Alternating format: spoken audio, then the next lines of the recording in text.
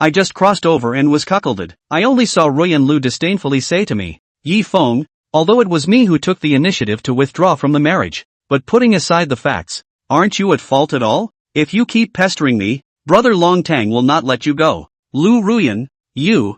I was interrupted before I could finish my words, only to see Long Tang said with an evil face, Yi Feng, if you are willing to kneel down and beg me, I will now return Mrs. Yi to you. Anyway, I have played enough. What do you think? As soon as Long Tang's words fell, Liu Ruyan suddenly turned pale. How could she not expect that Long Tang, who had called her little sweetie last night, was calling her Mrs. Yi at this moment, and was going to return her to Yi Feng? But Liu Ruyan didn't dare to refute. Long Tang is the 7th prince of Tianlong dynasty, and has recently awakened the divine dragon Dao body, which is valued by the Dao court, and is not something that Liu Ruyan can offend at all. Liu Ruyan can only look at me, because if I refuse, then Liu Ruyan and the Liu family will be disgraced and become the laughingstock of everyone. However, I smiled disdainfully. Having familiarized myself with the original, I naturally understood the purpose of Long Tang's move. As one of the villains, he had naturally awakened the system, and at this time, he was definitely trying to complete the task issued by the system and then plunder the chi on me. I ignored Long Tang's words and instead walked directly towards Ruyan Lu. Liu Ruyan was filled with smugness when she saw this. In her opinion, I must have wanted to be the receiver to beg her. The image of me licking the dog had long been ingrained in her mind, and my cultivation had not progressed an inch in 3 years and was still stuck in the late stage of the samurai realm, which made Ruyan Lu very disdainful, or else she wouldn't have dared to greet me in public. I only saw Liu Ruyan proudly say, Yi Feng, you can also not withdraw from the marriage if you want to, as long as you take out another 388 spirit stones as a bride price and kneel in front of my Liu family's door to sincerely beg me. Then I will give you another chance. What I want is not spirit stones, but an attitude. I smiled instead of being angry at the words. Ever since the strange disappearance of my parents and the downfall of the Yi family, in order to gather enough 388 spirit stones for the dowry, I had sold all of the Yi family's properties, leaving only me and an old servant named Fubo. Thinking of this, I coldly said, my Yi family has no withdrawals, only widowhood. Liu Ruyan froze, then asked with a puzzled face, what widowhood? Could it be that you can't stand the excitement and want to commit suicide? The once #1 genius of Feiyu City was nothing more than that. Be careful. Right at this moment, Long Tang sensed the danger and hurriedly reminded Liu Ruyan. However, it was too late. I directly pierced Liu Ruyan's heart with a sword. Ah! Severe pain came. Liu Ruyan then reacted, looking at me with a face full of incredulity, and asked in a lost voice, how could you spare to hurt me? I skimmed my mouth with a face full of disdain, and with a swing of the long sword in my hand, I directly chopped off Ruyan Lu's head. As the son of Qi Luck, Lao Zi possesses Qi Luck to protect his body. How could I be bullied by a small woman like you? Seeing the scene in front of him, Long Tang was directly confused. As a reborn person, he knew everything about this son of Qi. In his previous life, even though he was humiliated by Liu Ruyan in a million ways, Yi Feng ultimately chose to forgive, and even gave the Marquisate directly to Liu Ruyan when he broke through to the martial Marquis realm and sealed the Marquisate. But in this life, Yi Feng seems to have changed, and even directly killed Liu Ruyan. At this time a system beep sounded in my head. Ding! Detected that the host killed Ruyan Lu.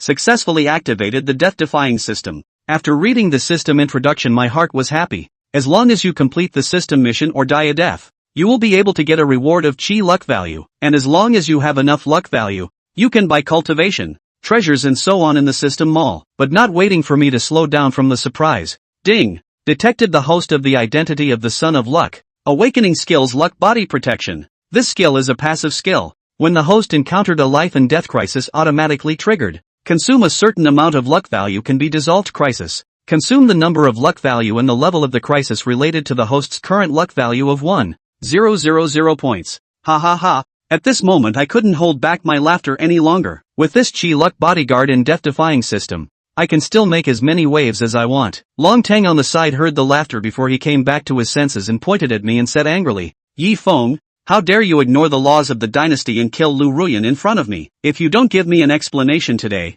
don't want to walk out of the Yi family alive. Liu Ruyan's death or life Long Tang naturally did not care. At this time, he opened his mouth, but in order to complete the task issued by the system to make Yi Feng kneel down and admit his mistake. The reason why Long Tang was so attached was because of the lucrative quest reward that would allow him to directly break through to the martial general realm. However, I smiled disdainfully and then directly slapped him in the face with a big slap. Since I had awakened the death-defying system, how would I be afraid of a royal prince? Only hearing a paw sound, the left side of Long Tang's face instantly puffed up. Ding!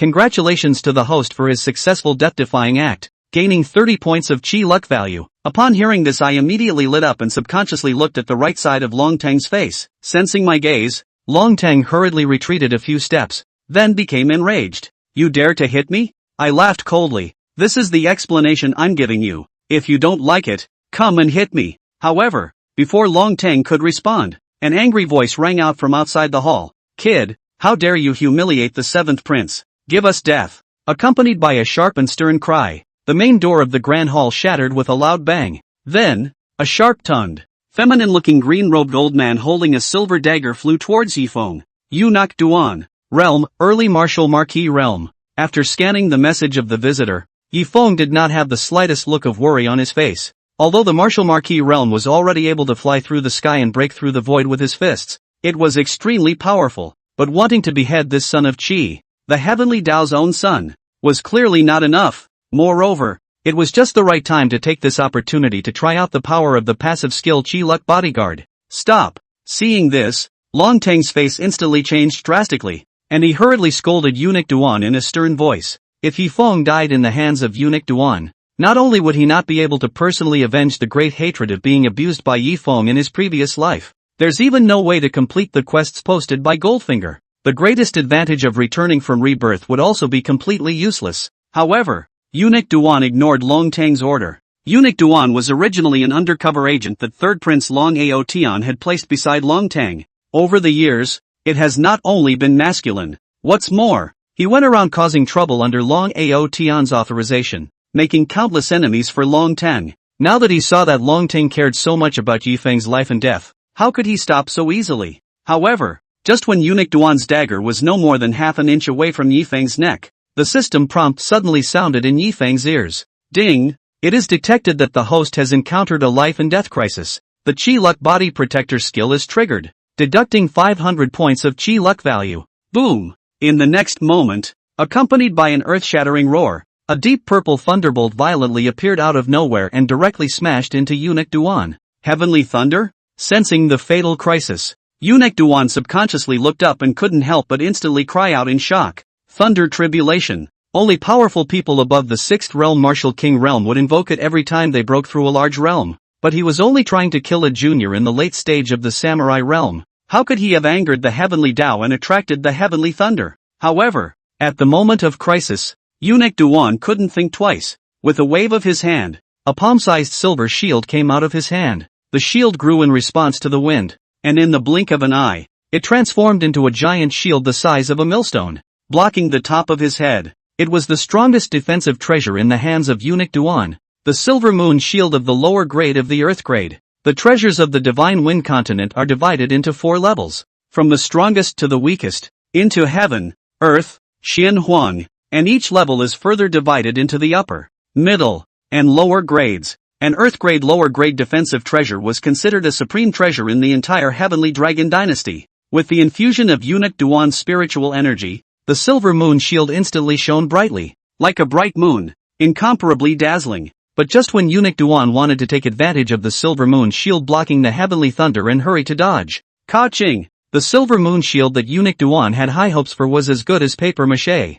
It was directly pierced by the Heavenly Thunder, lost all its light, and fell to the ground. The Heavenly Thunder then went unabated and directly bombarded the top of Duke Duan's head. Ah! After a miserable scream, Eunuch Duan's body was directly shattered by the Heavenly Thunder, leaving no bones left. Even the soul, which was not spared, was scattered under the strangulation of the thunder. Long Tongue, who was looking at this scene, had an instant flash of fear in his eyes, although he, who possessed the memories of his previous life, had long known that Eunuch Duan was his third imperial brother, Long Ao Tian's man. But at this moment, it is also inevitable to give birth to a sense of sadness for the rabbit's death. Son of Qi, it's really as terrifying as it is. As thoughts flashed through his mind, Long Tang could not help but make up his mind. It seems that before we finish plundering the Qi on Yifeng, we must not make a move against him. However, looking at the tantalizing mission rewards on the system interface, Long Tang still gritted his teeth and opened his mouth to Yifeng and threatened. Yifeng, you've broken into a big pot. This eunuch is my third royal brother, Long Ao Tian's man. Now that Eunuch Duan is dead because of you, with my third eunuch's character, he'll surely set your bones to ashes. However, Yi Feng just quietly watched Long Teng perform without being moved in the slightest. Seeing this, Long Teng did not get angry. Instead, he bitterly opened his mouth and persuaded, Yi Feng, if you kneel down and beg me now, I will help you hide this matter. How? Just when Long Teng thought that Yi Feng would immediately fall to his knees and beg himself bitterly, Yi Feng, however, brightened up. As the same villain, Long Aotian was much more powerful than Long Teng. If he could anger Long Aotian, the value of death-defying gained would definitely be a lot more. Thinking of this, Yi Feng directly drew out his flying fish sword, pointing his sword at Long Teng, and sternly rebuked, Long Tongue, as the prince of the Heavenly Dragon Dynasty, how can you lie? Are you doing this to His Majesty the Dragon King? Can you stand up to your third royal brother, Long Aotian? Can you stand up to the people of the Heavenly Dragon Dynasty? I want you to swear by the Heavenly Tao that you must inform Long Aotian of my Yi Feng's death of eunuch Duan as it is. Otherwise, you don't want to leave the Yi family today. Before Yi Feng's words fell, a system prompt sounded in his ears. Ding! Congratulations to the host for his successful death-defying act, gaining 60 points of chi. And looking at the imposing Yi Feng, Long Teng couldn't help but feel a trance in his heart, and was somewhat skeptical that he had started violently. A late-stage samurai realm martial artist, actually pointing his sword at himself and opening his mouth to threaten? His own cultivation level, however, was 2 great realms higher than Yi Feng. However, looking at the silver moon shield that had fallen to the ground and had been completely scrapped, Long Teng involuntarily winced. Chapter 3 To get the bride price back. Eunuch Duan, a martial marquis realm powerhouse, had directly attracted heavenly thunder and his soul was scattered because he had struck out at Yi Feng.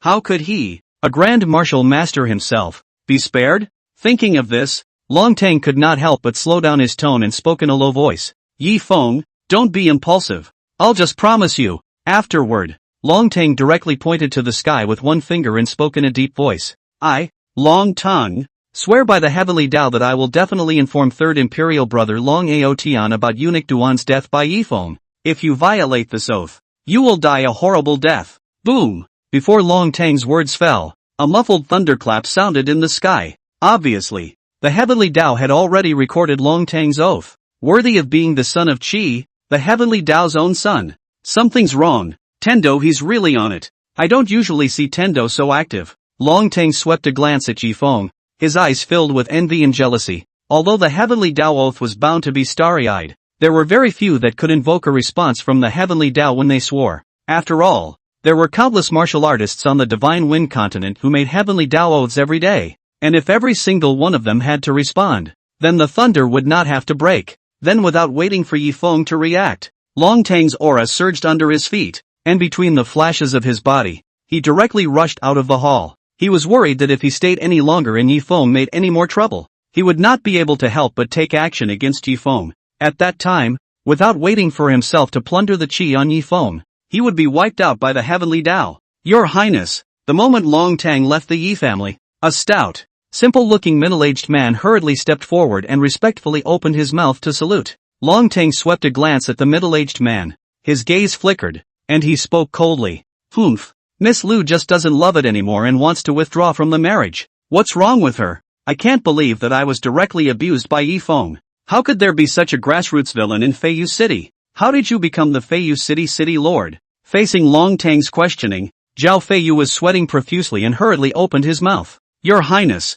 I'm going to go and kill Yi Feng and return justice to Miss Liu. However, Zhao Feiyu just wanted to move, but he was directly stopped by Long Teng reaching out his hand. Although Zhao Feiyu's cultivation level was the same as eunuch Duan's, reaching the early martial marquis realm. However, Long Teng understood that under the shelter of the Heavenly Tao, it was impossible for Zhao Feiyu to kill Yi Feng. Meeting Zhao Feiyu's puzzled gaze, Long Teng directly opened his mouth and chided. City Lord Zhao, as a feudal official, how can you be so reckless? Miss Liu's corpse is still in the Yi family. You should inform the Liu family first and let them claim the corpse and put it in the ground. In addition, although Yi Feng's crime is great, he is not hopeless. If he is willing to kneel in front of me and sincerely repent, I can forget about it and spare his life. Although Zhao Feiyu often referred to himself as a roughneck, but as a party of city masters, he was naturally not a stupid person, and instantly comprehended Long Teng's meaning, and hurriedly opened his mouth to compliment him. Your Highness is kind and generous.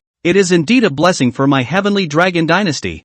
I'll go inform the Liu family and claim Miss Liu's corpse. After saying that, he directly flew up and flew in the direction of the Liu family. Martial Marquis realm powerhouses, with the aura in their dantian transformed into liquid, were already able to fly through the air and fly through the sky. Seeing Zhao Feiyu leaving, Long Tang did not stay too long and directly turned around and walked towards the outside of Feiyu City. Only a smug voice was left behind, echoing in front of the Yi family's door. Yi Feng, facing the threat of the Liu family and Zhao Feiyu, I want to see if you'll kneel down and beg me. At this moment, Yi Feng, who was in the Yi family's main hall, did not know that Long Tang had already started to secretly make enemies for himself. Even if he knew, Yi Feng would not have the slightest worry. After all, the more enemies you make, the more chances you have to die. Uncle Fu, hang Liu Ruyan's head in front of the Yi family's gate and expose it to the sun for 3 days. Just burn the body. Yi Feng swept a glance at the dead Liu Ruyan on the ground and opened his mouth to command an old man in grey robes with a pale face at the entrance of the main hall.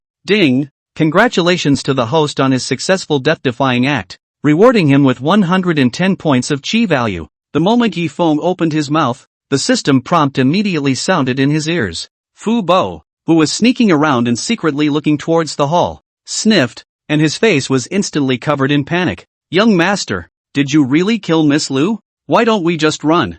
Ruyan Liu's father, Liu Changhe, the head of the Liu family, is at the late stage of the Grand Martial Master realm. He will definitely not let us go. Blessed Demon King. Realm, late Martial King realm. Yi Feng scanned Fu Bo's message and the corner of his mouth couldn't help but pull. On the Divine Wind continent, the martial arts forces were as numerous as the carp that crossed the river. The masses of forces, however, were divided into 3 major factions: the Buddha, the Tao and the Devil. Due to their different ways of cultivation, they are controlled by the 3 major forces of the Buddha sect, the Taoist court and the Devil sect respectively. The Fu Bo in front of him was ostensibly an old servant brought to the Yi family by Yi Feng's mother, Bai Qingling. In reality, it was the murderous Fukuda king of the demonic cult. The reason why Uncle Fu had stayed in the Yi family incognito and secretly protected Yi Feng was Bai Qingling's arrangement. Yi Feng's father, on the other hand, was the Taoist son, Yi Tianxing. The 2 factions of the Devil's Way were like water and fire,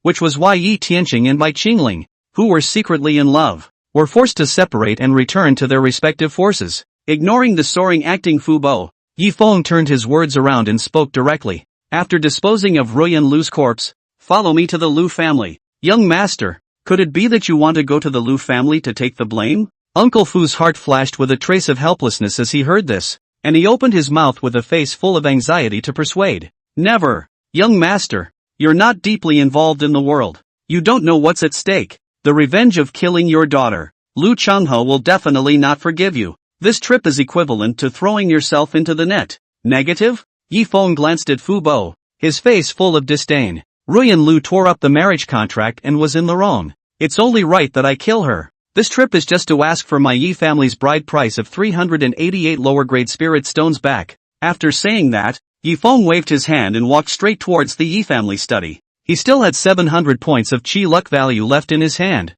just enough to spend a wave. After all, Yi Feng just wanted to play dead and didn't want to really hang up. As for the trip to the Liu family, Yi Feng was not worried at all. With Uncle Fu by his side, not to mention a tiny Liu Changhe, even if the heavenly dragon Emperor Dragon King came, he wouldn't be able to hurt himself. Moreover, even if Fu Bo didn't make a move, he himself still had the passive skill Chi Luck bodyguard to protect his life. Young master, you've really grown up. Looking at Yi Feng's departing back, Uncle Fu's eyes were filled with relief. In the past, although Yi Feng was resilient, he lacked the dominance of a Devil's Way martial artist. Uncle Fu had thought that Yi Feng had been influenced by Yi Tianxing and had no connection to the Devil's Way. I didn't want to, but I still underestimated Yi Feng. 300 points of luck value? Yi Feng, who had returned to his study, scanned the price of breaking through from the late samurai realm to the early martial master realm in the Chiluk Mall, and without the slightest hesitation, he directly chose to break through.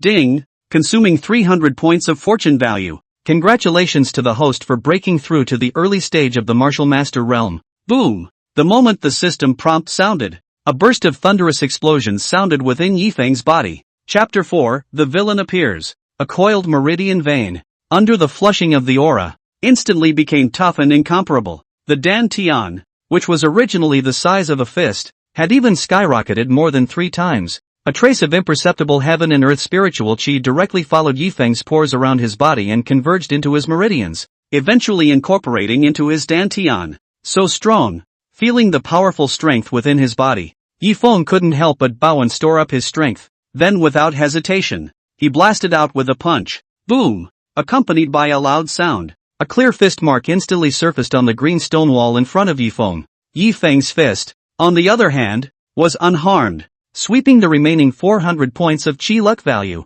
Yifeng did not choose to continue spending, breaking through from the early stage of the martial master realm to the middle stage of the martial master realm required 1,000 points of chi luck value, and the chi luck value in Yifeng's hand was simply not enough. Moreover, he was about to head to the Liu family, and even if he had Uncle Fu accompanying him, Yifeng still planned to leave some chi luck value behind to trigger the chi luck body protector. However, just as Yifeng was planning to take Fubo and go to the Liu family to ask for money, Fubo's panicked voice suddenly sounded outside the study. Young master, it's no good. Liu Changhe has brought hundreds of Liu clan martial artists and hit the door. Humph. Saves me another trip. Yifeng was not surprised but pleased, pushing open the door of the study and striding towards the door of the Yi family. Young master, surprisingly, you've made a breakthrough? Uncle Fu couldn't help but light up when he felt Yifeng's aura at the early stage of the martial master realm. 3 years ago, Yifeng's cultivation had stagnated, and even Uncle Fu,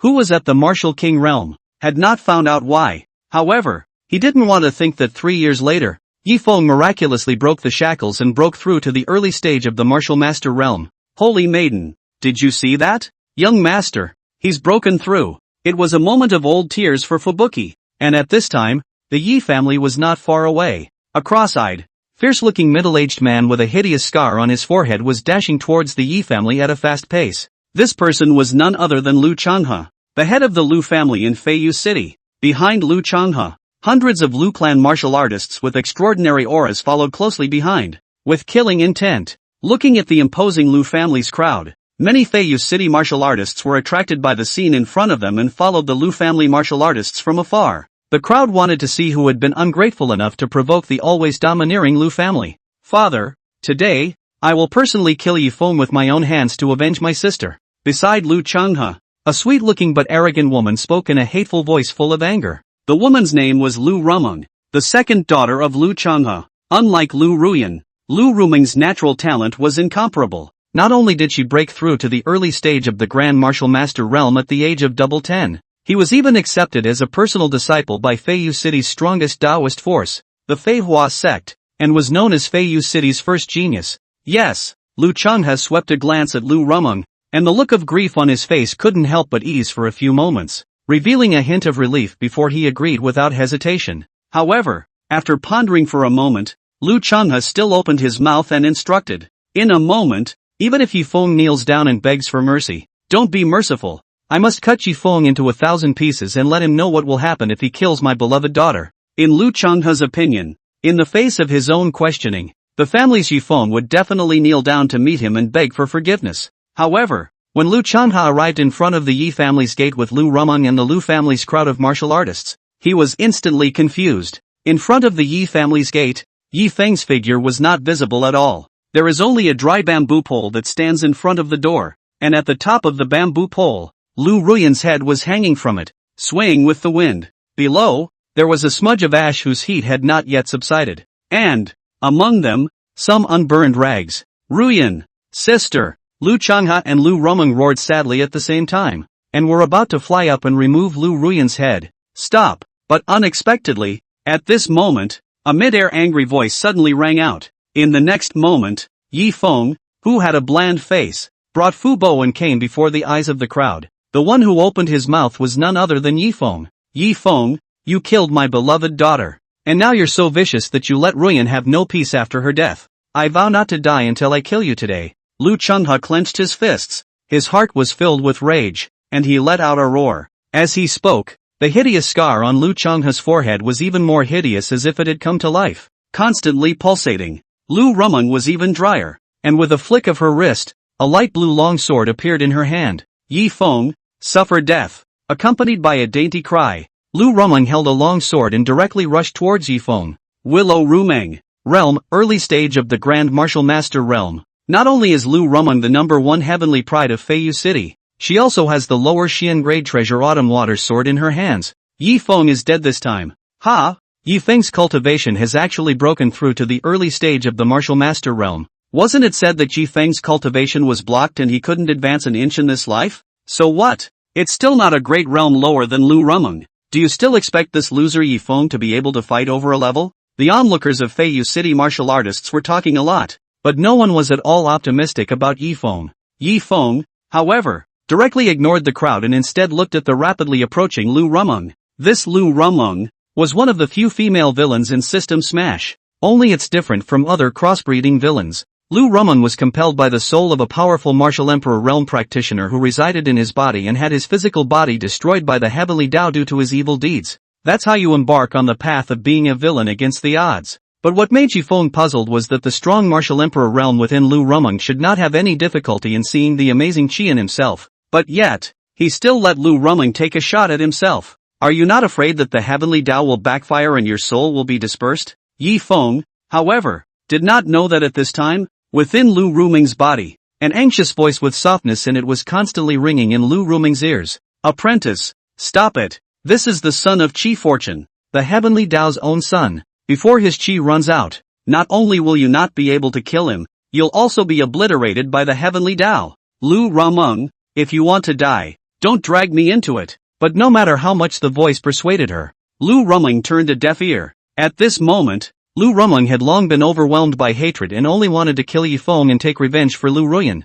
Liu Rumeng didn't know that at this time, in her sea of consciousness, a middle-aged beautiful woman who was emitting red light and was translucent. It was staring at Liu Rumeng's eyes tightly closed, as motionless as a puppet on strings, with a hint of struggle on its face. Just before reaching the martial king realm, the sea of consciousness has not yet opened. Even if there is some damage to the soul after temporarily taking over the body, this girl may not be able to feel it. Besides, a damaged soul is better than a broken one. Thinking of this, the middle-aged beauty no longer hesitated and gritted her teeth. As if she had made up her mind, she directly rushed towards Liu Rumeng's soul. In the next moment, the middle-aged beauty pushed Liu Rumeng's soul aside as she herself stood in the center of the sea of consciousness. As a transparent silk thread directly converged into the middle-aged beauty's soul body, a long-lost sense of body control instantly struck. At the same time, the Qiao Shui sword in Liu Rumeng's hand arrived above Yi Feng's head. Chapter 5, Liu Rumeng's Death Threat. Just as Yi Feng was getting ready,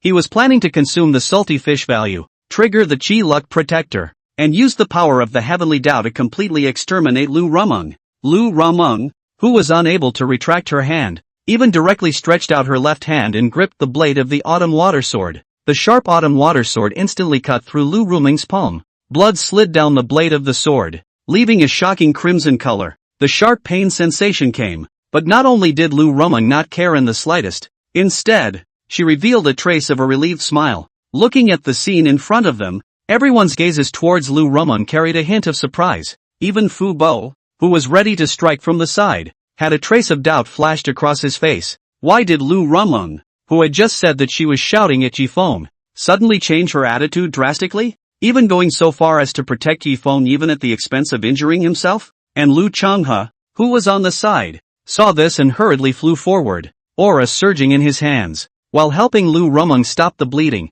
he fed a third-order blood elixir into Liu Rumeng's mouth. Seeing that Liu Rumeng was not in any serious trouble, Liu Changhe was relieved. Liu Ruyan is dead, and Liu Rumeng is already Liu Changhe's only daughter. Moreover, Liu Rumeng was a personal disciple of the Feathered Sect. If something happened, Liu Changhe would have no way to explain to the Feathered Sect. Kisame, what are you doing? Liu Changhe pointed to the bloodstains on the Qiaoshui sword and opened his mouth with a face full of puzzlement and asked, Father, let's go. Liu Rumeng didn't pay attention to Liu Changhe's question. Instead, she swept a glance at Yi Feng with a grave expression before she spoke in a low voice. Rumeng, Yi Feng not only killed Ruyan, but he also humiliated my Liu family like this. Liu Changhe pointed at Liu Ruyan's head on the bamboo pole and indignantly chided. If I were to retreat like this, what face would my Liu family have left? However, before Liu Rumeng could open her mouth, Yi Feng, who was on the side, directly opened his mouth to concur. Family Master Liu is right.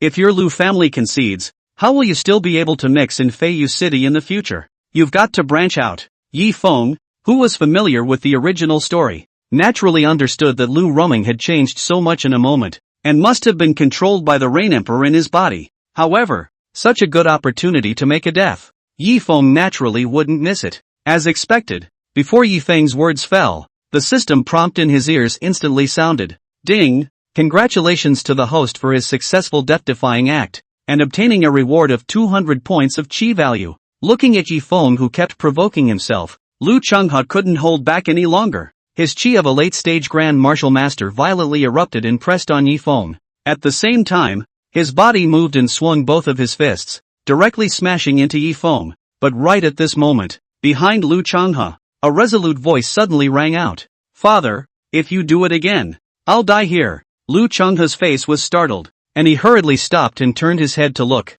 only to see that Liu Rumeng was holding the autumn water sword, stretched across her neck, her eyes firmly looking at herself. At this moment, everyone was dumbfounded. What exactly is so outstanding about this Yifeng fellow that he made Liu Rumeng force him to die to save his life? If Ruyan Liu were to see this scene, I'm afraid she would be infuriated and die again. What a plastic sisterhood! Such deep hatred. If it were me, even if I were not defeated, I would still fight to the death. At this time, the people who were eating the food were talking a lot, and their gazes towards Liu Rumeng were even more full of contempt. However, Liu Rumeng didn't pay the slightest attention to the crowd. Instead, her gaze was firm as she looked at Liu Changhe, and the autumn water sword in her hand moved slightly. The next moment, a trace of blood instantly appeared on Liu Rumeng's snow-white neck. Seeing this, the hesitant Liu Changhe no longer dared to delay, and spoke in a furious voice filled with unwillingness. I promise. At this moment, it was as if Liu Changhe had instantly aged dozens of years, disheveledly waving his hand and commanding the Liu family crowd behind him, pack up Ruyan's head in ashes and let's go back. With that, he stopped paying attention to the crowd and turned around. Family Master Liu, don't run! Seeing this, Yifeng's figure flashed, and he was about to chase after him, demanding his own bride price of 388 lower-grade spirit stones. Unexpectedly, Liu Changhe's figure flashed and disappeared into the distance in the blink of an eye. When Yifeng rushed back to the Yi family with a face full of disheveledness, Liu Rumeng, the Liu family martial artists and the crowd of eaters had all dispersed long ago. Only Fubuki was left standing alone. Seeing Yifeng return, Uncle Fu could not help but give Yifeng a thumbs up. Your Excellency is able to retreat from the enemy without any effort. Awesome! Yifeng blankly glanced at Fu Bo, who was pretending to be a pig and eating a tiger, with a face full of speechlessness, and directly opened his mouth to command. Let's go! Follow me to the Liu family and demand the bride price. Since Liu Changhe wanted to renege on the debt, Yifeng could just go to the Liu family to ask for the debt with great fanfare. Perhaps, one could even take the opportunity to die and gain a bonus in chi luck value. Fubuki nodded, not refusing this time. Since Yifeng had already shown the aura of a devil's way martial artist, Uncle Fu naturally wouldn't intervene much so as not to influence Yifeng to step into the devil's way in the future. A few moments later, Yifeng had already brought Fu Bo to the front gate of the Liu family. What Yifeng didn't know was that at this moment, the Liu family had already been in a mess. Inside the Liu family's study, looking at Liu Ruyan's head in ashes on the table case, Liu Changhe only felt grief coming from his heart. As the head of the Liu family himself, he was a dignified figure in Feiyu City. His own daughter died at the hands of a junior in the martial master realm whose family had fallen from grace. Not only did he fail to avenge his daughter's death, but even Ruyan Liu didn't even leave a whole body. Crackle! Liu Changhe smashed the furnishings in the study like a madman, but the anger in his heart did not subside in the slightest. Yifeng, I want you to die. Only after there was nothing more to smash in the messy study did Liu Changhe stop and let out a shocking roar. And inside Liu Rumeng's boudoir, Liu Rumeng, who had just regained control of her body, had a cold and stern face at this time, as if she wanted to choose someone to be addicted to. Although she was temporarily controlled by the Rain Emperor's body, Liu Rumeng knew everything that was happening around her, especially when he saw that the Rain Emperor used his body to force his father, Liu Changhe, to let Yifeng go. Liu Rumeng couldn't wait to cut the Rain Emperor into 1,000 pieces. No matter how much the Rain Emperor explained, Liu Rumeng was deaf to it. Just when the Rain Emperor wanted to continue speaking, Liu Rumeng's icy voice suddenly rang in Emperor Rain's ears. Master, my sister is my closest relative. Even if I die, I will still avenge my sister's death. If you say any more, you and I can only end our master-disciple bond here.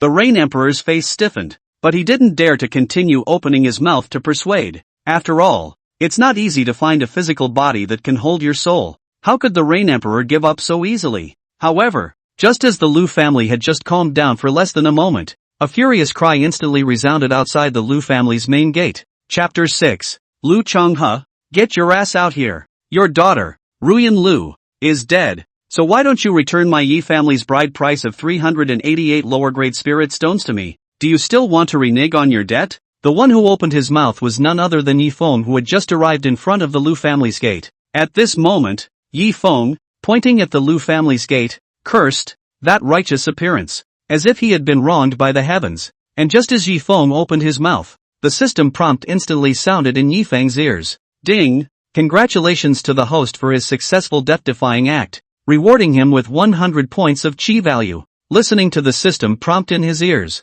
Yi Feng instantly increased his fighting spirit and directly took out Liu Changhe's 18 generations of ancestors to greet him. Soon, quite a few passing Feiyu city martial practitioners came sniffing and pointing at the Liu family. I heard that Ruyan Liu hooked up with the 7th prince of the dynasty, Long Tongue, and turned around and went to the Yi family to withdraw from the marriage. And it wouldn't be too much for Yi Feng to ask for the bride price back. Humph. If Yi Feng wants to ask for the bride price back, he also needs to have enough strength to do so. With the Yi family in decline, what can Yi Feng fight with the Liu family? If Yi Feng can leave the Liu family alive today, I'm afraid that it will already be the manifestation of the Yi family's ancestors. The crowd of onlookers who didn't know that Ruyan Liu had already died at Yi Feng's hand looked at Yi Feng with a gaze full of sympathy. However, no one believed that Yi Feng would be able to get the dowry back from the Liu family. Inside Liu Rumeng's boudoir, Liu Rumeng naturally heard Yi Feng's tirade. Killing my own sister and coming to my door to humiliate my Liu family. I'll fight you. Liu Rumeng's anger surged and she angrily got up. Lifting her Qiushui sword, she was going to go out and fight Yi Feng to the death. Rumeng, calm down. A son of Qi can't be measured by common sense. Listen to master. You can't grasp it. Otherwise, we'd better avoid the front line for the time being, lose the money and break the bank. However, Liu Rumeng, who had already been thoroughly angered by Yi Feng's actions, was not willing to give up. Facing the Rain Emperor's persuasion, Liu Rumeng directly spoke in a cold voice. Rain Emperor, if you are afraid, get out of my body. The Rain Emperor's face stiffened. After tens of thousands of years of traversing the Divine Wind continent, how had she ever been so humiliated? But after all, he still had to borrow Liu Rumeng's body, so the Rain Emperor naturally couldn't just watch Liu Rumeng die. Kisame, I'm sorry, Master is also doing this for your safety. After saying that, the Rain Emperor's face was frozen as he once again dove in and seized control of Liu Rumeng's body. Inside the Liu family's study, Liu Changhe's face was as black as the bottom of a pot. Yi Feng's move was undoubtedly rubbing the Liu family's face on the ground. But even so, Liu Changhe didn't dare to make a rash move. Liu Rumeng's attitude is unknown. If he is looking for a short term because he made a move to kill Yi Feng, then Liu Changhe would live the rest of his life in remorse and self-blame. Liu Changhe, who loved his daughter, could only turn a blind eye to Yi Feng's provocation. As for the people of the Liu family, when they saw that the family head had chosen to hold back, they naturally did not dare to make a move and provoke Yi Feng. For a moment, in the face of Yi Feng's door-to-door provocation, the Liu family, which had always been rampant in Feiyu City, unexpectedly chose to remain silent. This scene instantly stunned the surrounding crowd of eaters. The crowd had thought that Yi Feng would be beaten half to death by the Liu family, but unexpectedly, the Liu family had directly conceded. At this moment, the gazes of the crowd towards Yi Feng instantly became grave. In the eyes of the crowd, Liu Changhe was not a kind man or woman. However, he was so afraid of Yi Feng,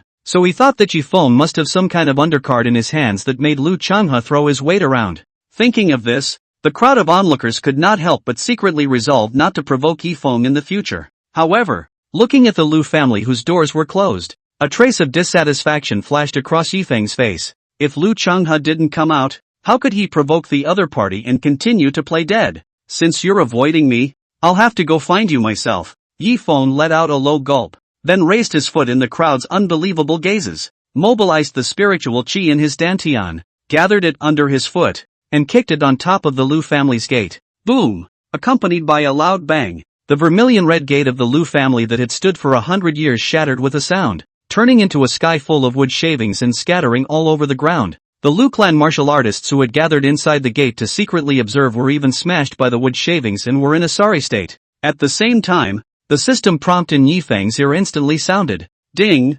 Congratulations to the host for his successful death-defying act, and obtaining a rewarded chi value of 100 points. And as Willow looked at the mocking eyes of the crowd outside the door, the middle-aged man at the head of the Willow family crowd finally couldn't help himself. Yi Feng, you're bullying people too much. Die for me. Along with a furious shout, the middle-aged man's figure flickered and appeared in front of Yi Feng. At the same time, one hand turned into a palm, and the palm carried the sound of gusts of wind and thunder as it directly slapped at Yi Feng. Not good. It's the Liu family's late martial master realm guest minister, Lei Jie. What Lei Jie has executed is the yellow grade upper grade martial skill running thunder palm, right? I heard that Lei Jie has already cultivated it to the small completion realm, and when I see it today, it's really extraordinary. Yi Feng is dead this time. At this moment, even if Yi Feng has any undercard and wants to cast it, I'm afraid it's too late. Seeing Lei Jie strike, the crowd of onlookers couldn't help but let out a gasp of surprise.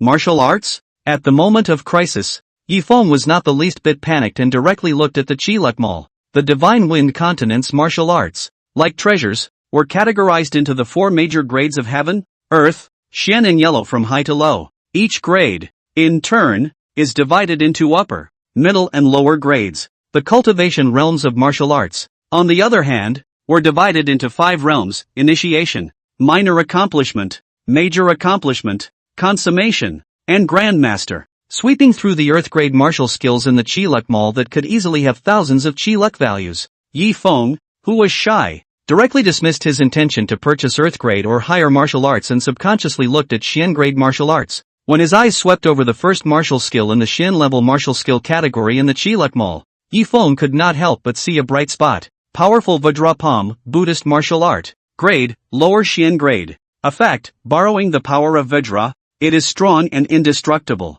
Cultivated to the grand completion realm, you can summon the Vajra Dharma phase to fight in concert. Price, 100 points of chi value. Yi Feng bought the powerful Vajra Palm martial skill without hesitation, and then directly chose to learn it. Ding! Consuming 100 points of chi luck value. Congratulations to the host for obtaining the martial art powerful Vajra Palm.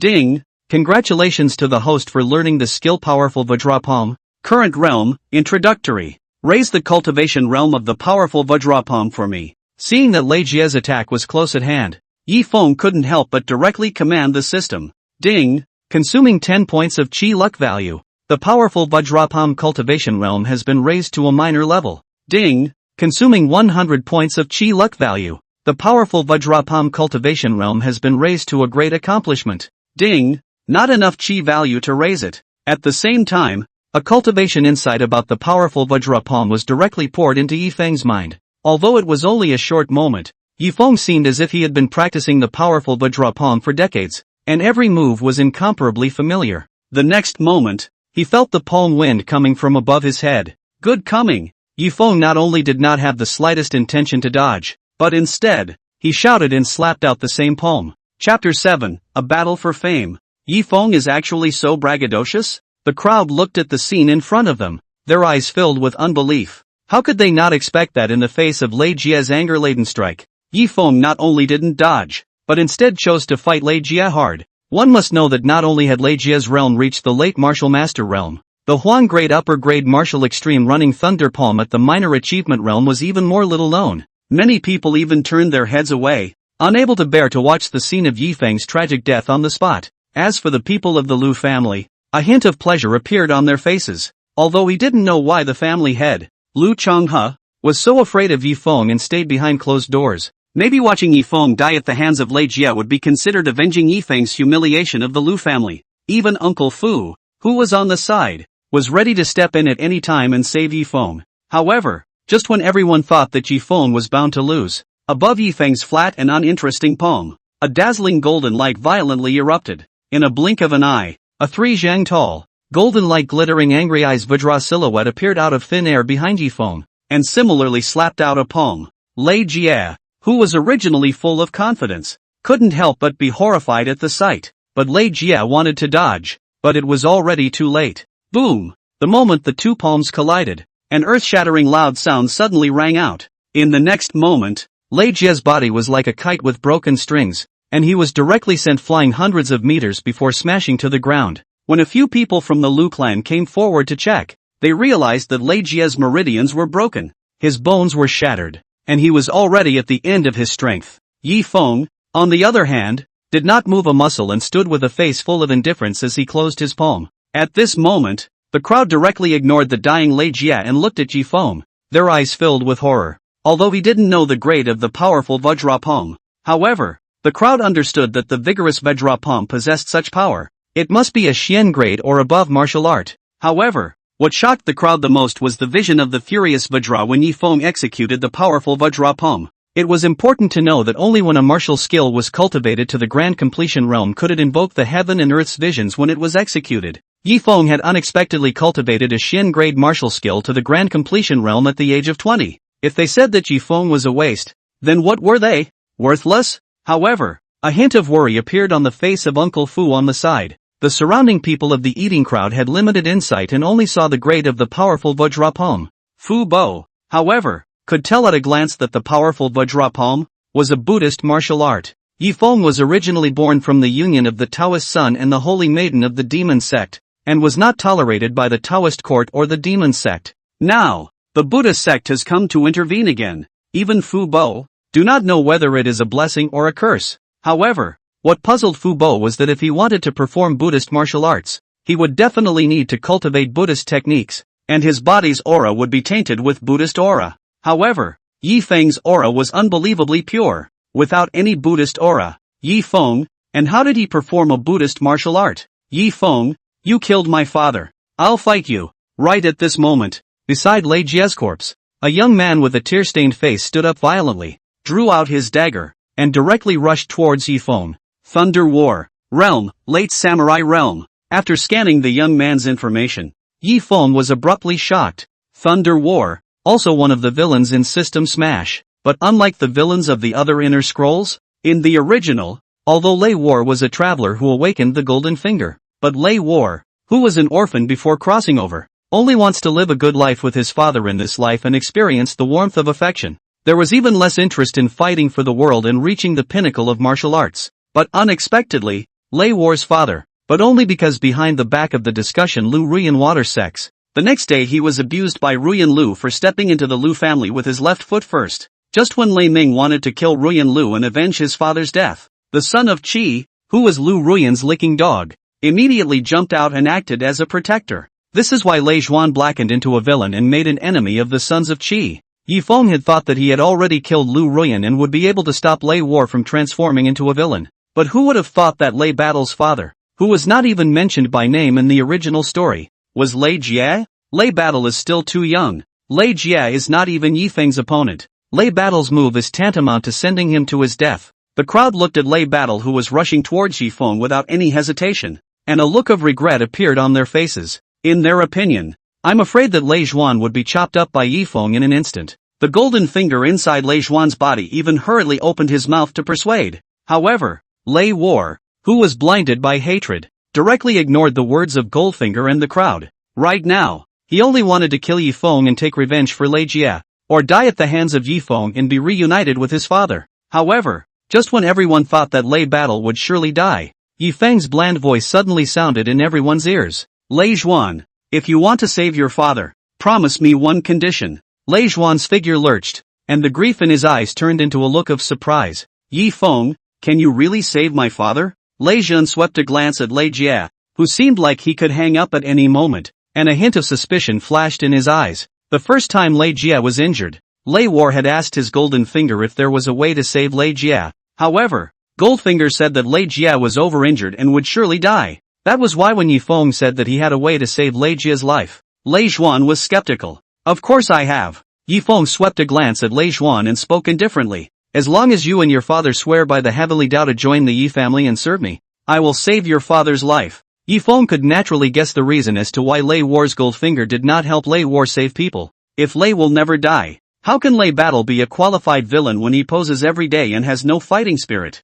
Where is Goldfinger's track record when the host is not motivated and is determined to swing for the fences? Host, don't trust him, the son of Qi is a trickster. There must be a conspiracy. Lei Battle's Goldfinger instantly became anxious and hurriedly opened his mouth to persuade. Just as Lei Battle hesitated, an icy voice suddenly rang in the ears of the crowd. Yi Feng, holding back for 3 years, suffering from all the stares, but willing to bear the name of a waste. I have to admit, your mind is indeed unrivaled among the younger generation of Feiyu City. Even Rumeng is inferior to you. The one who opened his mouth was none other than Liu Changhe. Yifeng not only came to the door to provoke, but he also rampaged all the way through the Liu family. If Liu Changhe didn't show up again, disregarding the deaths and lives of the Liu family's people, the people of the Liu family would inevitably be chilled to the bone, ultimately causing the Liu family to fall apart. At this moment, Liu Changhe could no longer care about Liu Rumeng's threat and could only show himself. However, when Liu Changhe heard Yifeng's words, he brightened up and instantly had an idea. Seeing that the gazes of the crowd had gathered on him, Liu Changhe turned his words around and spoke directly. However, Lei Jie's injuries, even the third-order blood recovery pill made by me, a third-order alchemist, is powerless. You are so sure that you can save Lei Jie. Why don't we make a bet? How about it? Chapter 8, Saving Lei Jie. Seeing that Yifeng didn't refuse, Liu Changhe then continued to speak. If you can save Lei Jie's life, I will return your Yi family's dowry, and I can also give you both Lei Jie and Lei Battle. But if you can't do it, you will waste your own dantian, and kneel outside my Liu family's door for 3 days and 3 nights to honor Ruyan's spirit in heaven. In Liu Changhe's opinion, if Yifeng abolished his own dantian, even if Liu Rumeng was dissatisfied in his heart, he would not threaten himself with his life anymore. Most importantly, Liu Changhe had already felt a threat in Yifeng. With the natural talent and heart that Yifeng had shown, if he didn't get rid of it as soon as possible, sooner or later, he would become a great danger to the Liu family. Hearing Liu Changhe's words, Lei Zhan's face instantly stiffened, and his gaze towards Liu Changhe could not help but take on a hint of coldness. Lei Jie was dedicated in the Liu family, born into death for decades. No credit but also hard work. Now he's been seriously injured for guarding the Ryu family. Liu Changhe, who was a third-order alchemist, not only didn't make a move to heal him, but instead used the dying Lei Jie as a bet. At this moment, Lei War was completely disappointed in the Liu family. The surrounding Feiyu City martial artists were even more indignant when they heard this. Humph. Liu Ruyan took the initiative to withdraw from the marriage and should have returned the dowry, but Liu Changhe used this as a wager. It's too shameless, isn't it? With the natural talent Yifeng has shown today, he will surely become a powerful person in the future. To gamble his own future for this amount of chips, Yifeng will definitely not agree to it unless he's crazy. Where's Ruyan Liu? Why don't you see her come out? I'm afraid she's weak-minded, right? Liu Changhe's face changed when he heard this, and he viciously swept a glance at the crowd before turning his head and mocking at Yifeng. Yifeng, what? Scared? If you are afraid, retreat as early as possible, and I will never make things difficult for you for the sake of my friendship with Yi Tianqing. At this moment, the gazes of the crowd fell on Yifeng in unison, all wanting to know how Yifeng would choose. However, in the face of Liu Changhe's agitation, Yifeng's face was calm, not sad or happy, and spoke with a face full of indifference. Liu Changhe, the eyes of the masses are sharp. The bride price of 388 lower-grade spirit stones was meant to be my Yi family's. You're using my stuff as a bargaining chip and betting against me. You're afraid you're not awake, are you? Hearing Yifeng's words, a trace of disappointment instantly flashed across Liu Changhe's face. The onlookers, however, were not too surprised. After all, no one would accept such an unequal bet. But right at this moment, Yifeng suddenly turned his words around and opened his mouth with a cold smile. Oh, but it's not impossible to want to bet with me. I once said that I would hang Ruyan Liu's head in front of the Yi family's gate and storm the sunscreen for 3 days. But I didn't want it to be stolen by you. As long as you add Ruyan Liu's head to the bet, I'll promise you. Hearing Yifeng's words, the onlookers were all dumbfounded. They didn't expect that Ruyan Liu wasn't faceless to face Yifeng, but was already dead. It looked as if he was still killed by Yifeng. However, recalling Yifeng's powerful Vajra palm that had just triggered the angry eyes Vajra's vision, the crowd was not too surprised. Even Lei Jie, who was at the late stage of the martial master realm, was killed by Yifeng in seconds. How could Ruyan Liu be Yifeng's opponent? Liu Changhe sniffed, but his face showed suspicion. Yifeng was so calm. It didn't seem like he was pretending at all. Could it be that he can really save Lei Neverchang? A thought couldn't help but quickly flash through Liu Changhe's mind. However, when the corner of Liu Changhe's eyes inadvertently swept over Lei Jie, who was already showing a dead face, he instantly came to a realization. Humph, what a cunning kid. I was almost bluffed by you. Liu Changhe snorted coldly and opened his mouth to mock.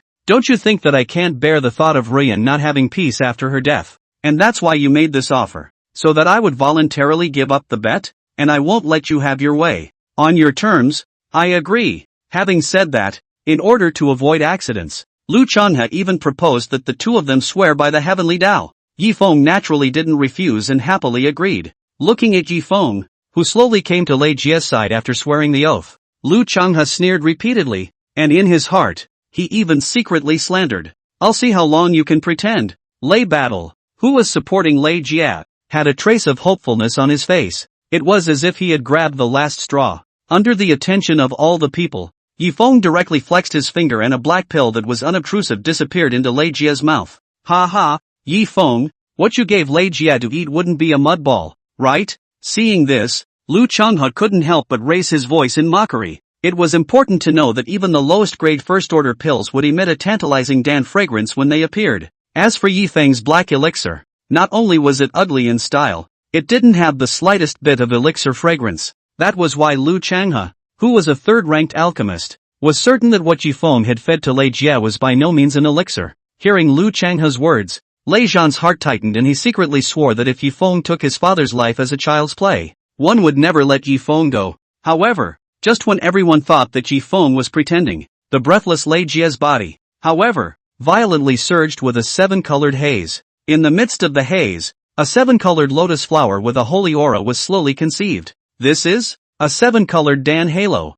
a holy realm elixir? Liu Changhe's eyes widened, his eyes full of unbelief. In the Divine Wind continent, pills were categorized into 1 to 9 orders, with their effects increasing by order. But above the 9th order elixirs, there were Saint Realm elixirs, and the biggest feature of the Saint Realm elixir was that when it was taken, it would invoke heaven and earth visions and be accompanied by a seven-colored elixir halo. Such a precious elixir had never appeared even in the entire Heavenly Dragon dynasty. Even the third-ranked alchemist, Liu Changhe, had accidentally obtained an ancient book of the Dan Dao, and only then had he learned of the existence of sacred realm pills. Biocreation pill? Uncle Fu swept a glance at the seven-colored lotus flower above Lei Jie's head, and a trace of surprise appeared on his face as well. This Sang creation pill was the most precious treasure of the Dao court, and even someone who was about to die would be able to quickly regain their vitality after taking it. Even in the rich and powerful Dao court, the number was less than 100. With Yi Tianqing's current situation in the Dao court, he definitely could not take such a supreme treasure. Moreover, he was inseparable from Yi Feng and had never noticed any outsiders descending on the Yi family. Yi Feng, this elixir, where did it come from? But not before Fubar thought about it in detail. In the next moment, under the shocked gazes of the crowd, the seven-colored lotus flower slowly rotated and eventually disappeared into Lei Jie's body. The dying Lei Jie's body instantly exploded with endless vitality around him, like a rising sun. A moment later, the seven-colored holy light slowly dissipated, and Lei Jie's figure appeared in front of everyone's eyes. At this moment, Lei Jie not only had his injuries recovered as before, his cultivation had directly broken through to the early stage of Grand Martial Master. Puff! Without waiting for the crowd to react, Lei Jie directly knelt down in front of Yi Feng. Chapter 9, The Villain Returns to His Heart. Mr. Yi, there's no way to repay the favor of saving your life. Lei Jie's voice was like a bell as he spoke aloud. I, Lei Jie, swear by the heavenly Tao to follow Lord Yi to the death, and if I betray him, heaven and earth will punish me with death. Although Lei Jie had just been seriously injured, he was very conscious. What Liu Changhe and Yi Feng did was seen by Lei Jie, although he didn't know the true value of the life creation pill, but it could make Liu Changhe, a third-order alchemist, lose his temper like this. Undoubtedly, the life creation pill was very precious. Compared to the cold-blooded and heartless Liu Changhe, it was obvious that Yi Feng, who could take out such a treasure and save himself, was more worthy of following. Brother Yi, great kindness, I, Lei Battle, will never forget it. Looking at his father who was alive and well, Lei Zhan was even more joyful and hurriedly opened his mouth, thanking Yi Feng continuously. Afterwards, Lei Zhan, just like Lei Jie, directly swore the heavenly Tao oath to join the Yi family and serve Yi Feng. Host, the son of Qi was only trying to win the bet, which is why he took out the life creation pill and saved your father. At this moment, Lei Battle's gold finger was completely flustered and hurriedly opened his mouth to remind him. You mustn't let him fool you. However, listening to Goldfinger's words, not only was Lei Zhan not the least bit moved, he instead asked back in a cold voice, I thought you said that my father was hopeless. So, it's not that you can't save my father, but that you don't want to. Lei Battle's gold finger froze slightly, and for a moment, he was actually speechless. However, looking at Lei Zhuan, who was about to submit to the son of Qi, Goldfinger still hardened his heart and continued to open his mouth to persuade. Host, listen to my sophistry. What I did was for your own good. You believe me. This son of Qi is by no means a good person. However, Lei War was no longer interested in listening to Goldfinger's nonsense and directly spoke in a cold voice. If you dare to slander Lord Yi even half a word again, I'll untie myself with you straight away. Goldfinger froze slightly, but in the end, he didn't dare to say anything else. If Lei War really unbundled from it, it would not only be reduced to a laughing stock among its peers,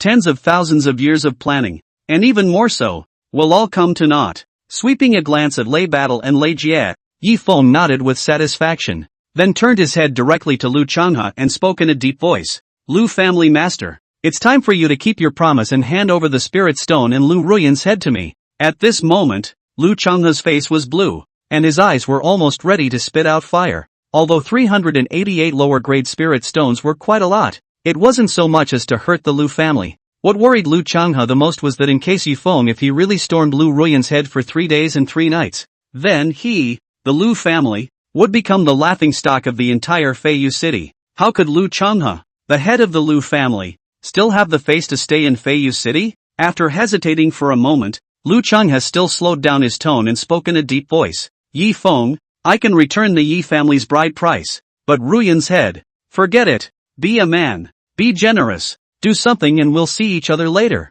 The crowd had thought that Yi Feng would not agree, but unexpectedly, Yi Feng turned around and left without even thinking about it. Seeing this, Fu Bo, Lei Jie and Lei Zhuan hurriedly followed. Lord Yi, just let this old man go? Lei Zhuan opened his mouth with a face full of resentment and asked. When Lei Jie heard this, he had the same puzzled look on his face and looked at Yi Feng. Although he hadn't known Yi Feng for a long time, in Lei Jie's eyes, Yi Feng was by no means a person who rested on his laurels. Nowadays, how can you wimp out? Ha! Spare? Yi Feng laughed coldly and spoke with a face full of disdain. I hate being advised to be generous, so how can I let him off the hook? But this kind of person, we must stay away from him, lest when he is struck by lightning in a while, he will involve us. Hi! When Lei Jie heard this, he instantly brightened up and gave Yi Feng a thumbs up. Lu Changhe just made a heavenly Dao oath. Now that you have broken your oath, you are bound to draw off the thunderbolt and be struck by lightning. If it wasn't for Mr.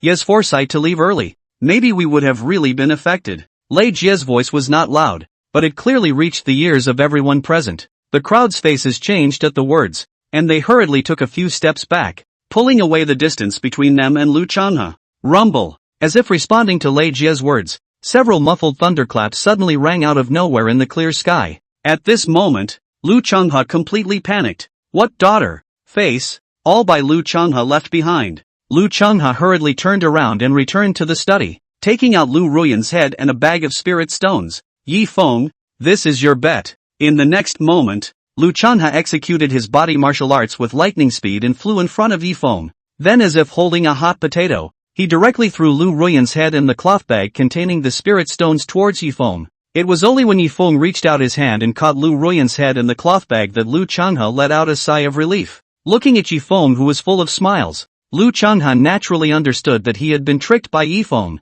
but for him to break the heavenly Dao oath and go back on his word, Lu Changhe simply didn't dare. Lu Changhe, who was filled with anger but could do nothing about it, could only growl at Yi Feng in impotent fury. Yi Feng, young people shouldn't be too angry. There's no good end to it. However, in the face of Lu Changhe's naked threat, Yi Feng opened his mouth with a face full of indifference. Is it still called youth if you're not exasperated? Before Yi Feng's words fell, the system prompt sounded in his ears. Ding! Congratulations to the host for his successful death-defying act, gaining 300 points of chi value. Yi Feng was shocked in his heart. He didn't expect that a casual remark this time had rewarded him with so much chi luck value. Put! Lu Changhe heard the words, but his anger was so strong that he even sprayed out a mouthful of blood, and then directly fainted. However, due to the fact that he had just seen death to Lei Jie, he had chilled the hearts of all the martial artists of the Liu family. For a moment, Lu Changhe fell straight to the ground. Surprisingly, no one came forward to help.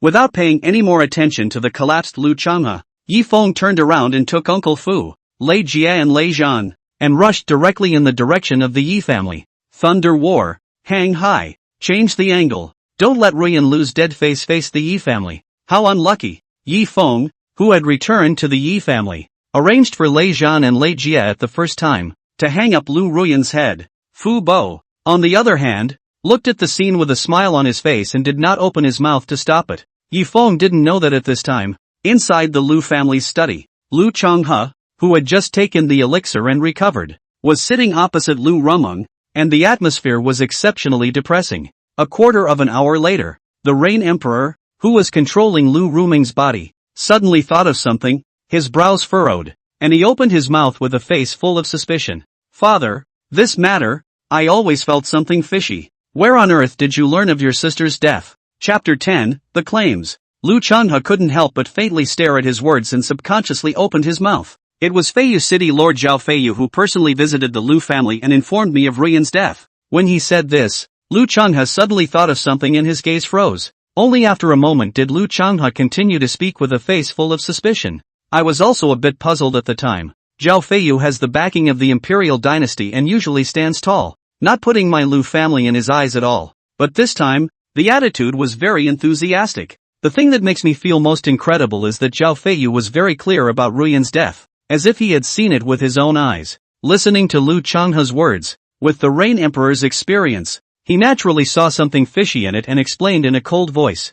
I'm afraid Zhao Feiyu is afraid of Yi Feng. That's why he's planning to kill people with a borrowed knife and use us to deal with Yi Feng. As the head of a party's power, Liu Changhe was naturally not a stupid person, and after Liu Rumeng's reminder, it instantly dawned on him. Liu Changhe, who was burning with anger, just wanted to clap his hands. But then, he sighed helplessly and spoke with a disheveled face. Ugh, even if we know that Zhao Feiyu did it, what can we do with the strength of our Liu family? Not to mention the Heavenly Dragon dynasty behind Zhao Feiyu. But Zhao Feiyu's own martial marquis realm strength would be able to easily exterminate my Liu family. We, too, can only eat this dumb loss. Father, there's no need to be presumptuous. Liu Rumeng swept a glance at Liu Changhe, who was filled with a disheveled look, and spoke with a face full of arrogance. A few days ago, my feathered sect master has given me the only spot in the feathered sect's examination of the Dao sect in 10 years. Even if Zhao Feiyu doesn't place the feathered sect in his eyes, does he still dare to do it for the candidates of the sect?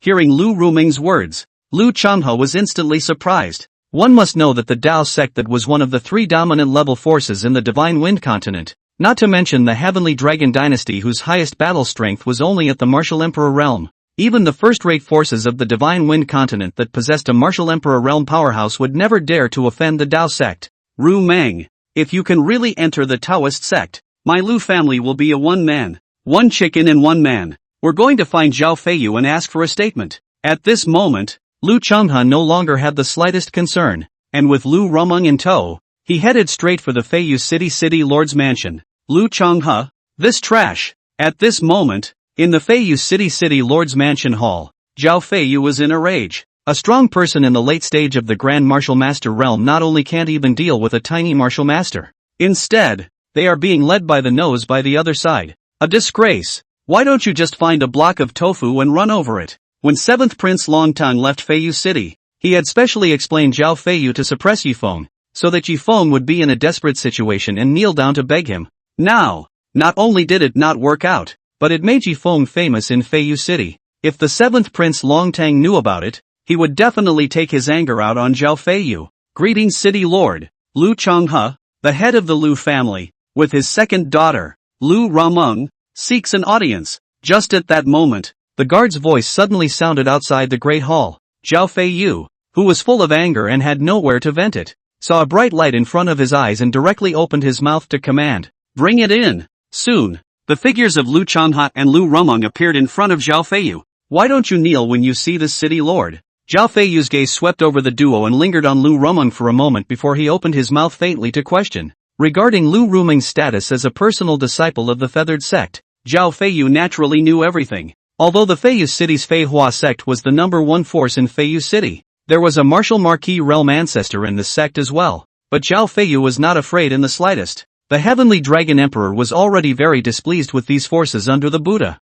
Taoist and devil factions in the territory that listened to the tone but not the announcement and acted in defiance. If the feathered sect dared to make a move against themselves, Zhao Feiyu dared to guarantee that the army of the Heavenly Dragon Imperial Dynasty would step on the feathered sect in less than 3 days. However, to Zhao Feiyu's surprise, Liu Changhe, who usually saw himself as coy, at the moment, it was like a different person, full of lightness. Liu Rumeng, who was beside Liu Changhe, even flashed a hint of teasing color on her face. Bold, Zhao Feiyu, who was already upset in his heart, instantly burst into a rage. The powerful aura of the martial marquis realm was even like a tidal wave pressing down on Liu Changhe and Liu Rumeng. Humph! Under the impact of the qi, Liu Changhe, who was in the late stage of the Grand Martial Master realm, instantly turned white, and his body even retreated back and forth. On the contrary, Liu Rumeng, who was at the early stage of the Grand Martial Master realm, stood motionless as if she hadn't felt Zhao Feiyu's aura of oppression. Sweeping a glance at the blood at the corner of Liu Changhe's mouth, Liu Rumeng's face chilled as she coldly opened her mouth. City Lord Zhao, I've obtained the recommendation from the feathered sect to participate in the Dao Court's entrance examination in 3 months. City Lord Zhao first used the sword to kill people, urging my Liu family to take action against Jifeng, to the point where the Liu family lost face. Now that the reckoning has failed, they want to go straight out and kill people. Could it be that City Lord Zhao has something against the Dao Court and doesn't want the Dao Court to take on new people? Boom! Liu Rumeng's words were like a thunderbolt that boomed in Zhao Feiyu's mind. The Dao Court. That was one of the 3 hegemonic forces that pressed down on the heads of all martial artists in the Divine Wind continent.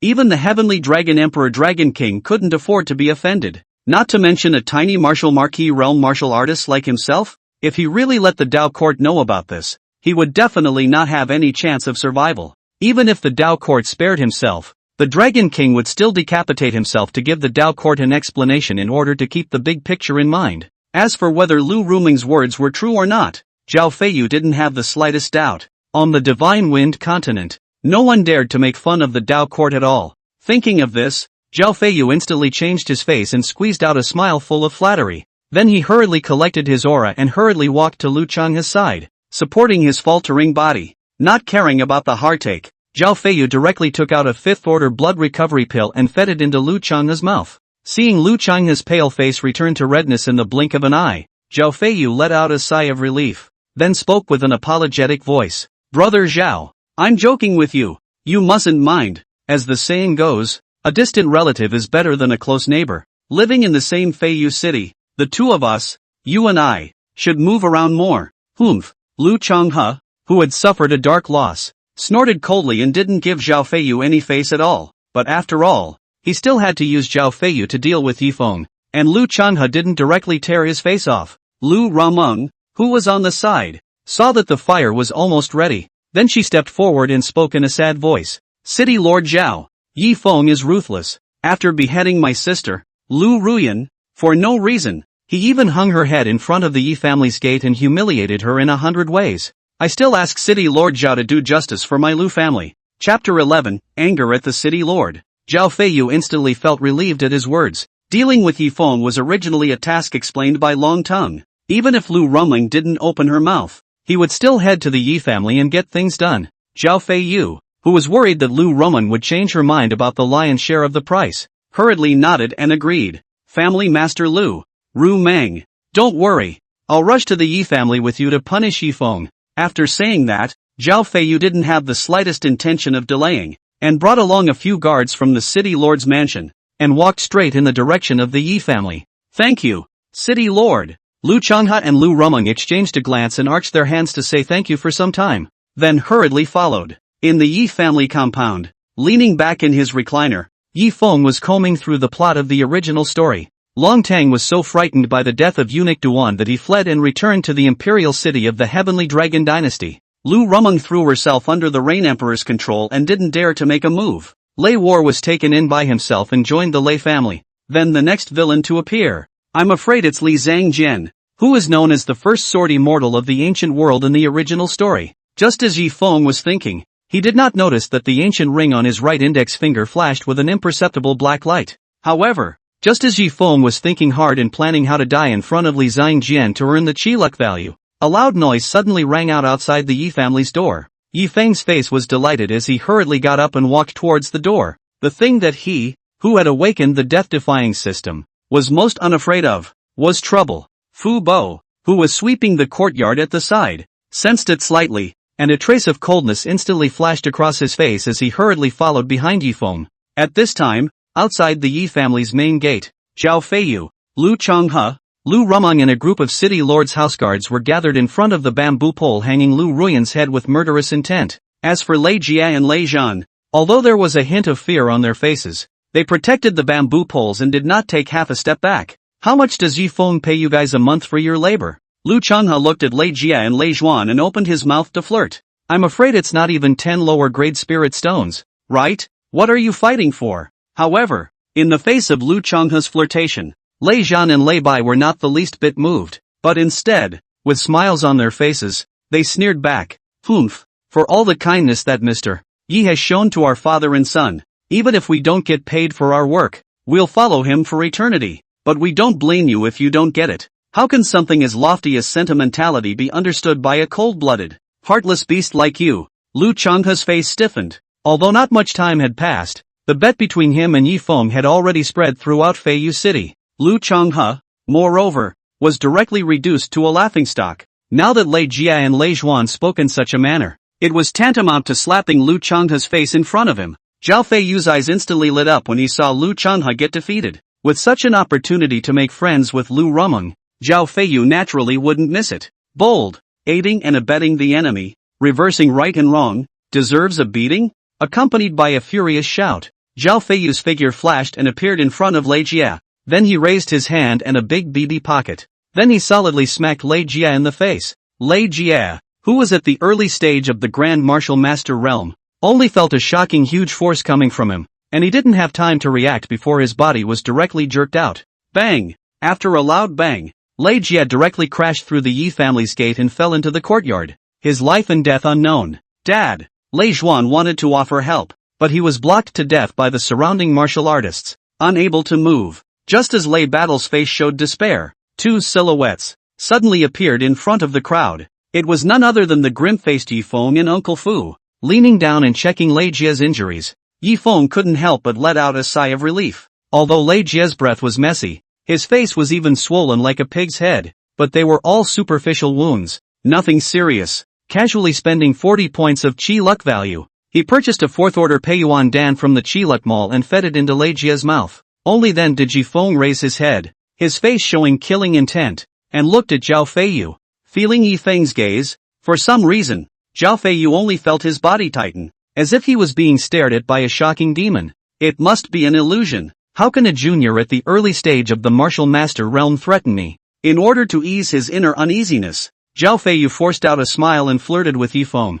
Yifeng, it's just a lackey, so beat it. Big deal. I'll pay for it. After saying that, he directly took out a lower grade spirit stone and threw it at Yifeng's feet, sneering, take that. No need for change. Lei Zhan and Lei Jia's faces instantly changed drastically, their eyes filled with anger. Obviously, Zhao Feiyu's move was to humiliate Yifeng. Even Fu Bo, who was usually bland and unassuming, had a hint of killing intent flashing in his eyes. Liu Changhe and the guards of the city lord's mansion, on the other hand, mocked Yifeng in 100 ways. City lord atmosphere. Yifeng, take it. This lower grade spirit stone is enough to cover your family's expenses for several days. Do you still think it's too little? Otherwise, stick your face out and let me slap it, and I'll pay 2 lower grade spirit stones. In the face of the crowd's cynicism, Yifeng didn't have the slightest intention of getting angry. Instead, he picked up the lower grade spirit stones on the ground with a bland face. Afterwards, he slowly walked towards Zhao Feiyu. Yifeng, you don't think that we'll let you go if you return the spirit stone to City Lord Zhao, do you? Seeing this, Liu Changhe thought that Yifeng was planning to curry favor with Zhao Feiyu, and the look of contempt in his eyes wasn't even disguised. You're too naive, aren't you? Yifeng, however, ignored Liu Changhe and walked straight to Zhao Feiyu. Then, in Zhao Feiyu's puzzled gaze, Yifeng flicked his finger and directly smashed the lower grade spirit stone towards Zhao Feiyu. Zhao Feiyu subconsciously extended his hand, intending to take the spirit stone, but right at this moment, Yifeng's gaze condensed, raised his hand, and a big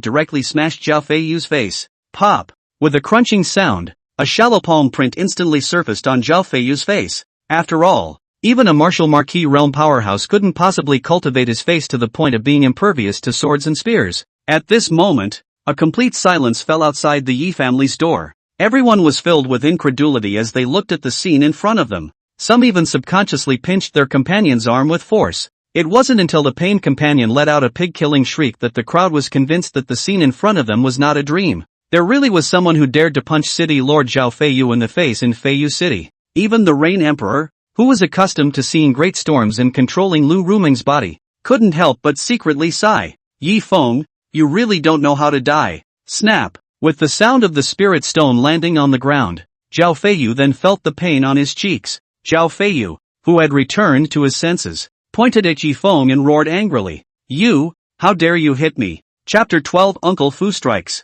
At the same time, the system prompt in Yi Feng's ear instantly sounded. Ding! Congratulations to the host for his successful death-defying act, and obtaining the rewards, 300 points of chi value, and special physique raffle ticket X1. Special physique raffle ticket, can randomly draw a special physique of the 1st to 9th order, with a small probability of drawing a holy order physique. Sweeping a glance at the palm-sized, golden physique raffle ticket in the system space, Yi Feng's eyes lit up. One must know that the cheapest first-order special physique in the Chi Luck Mall was sold for as much as 1,000 points of Chi Luck value. The 9th order physique, which was even worth 100 billion Chi values, was simply not something that today's Yi Feng could afford to consume. If he could extract a high-grade physique, it would be a huge profit. However, now was clearly not the time to use the special physique raffle ticket. He swept a glance at the angry Zhao Feiyu. Yi Feng, however, did not panic in the slightest, casually pointed to the lower-grade spirit stones that had fallen to the ground,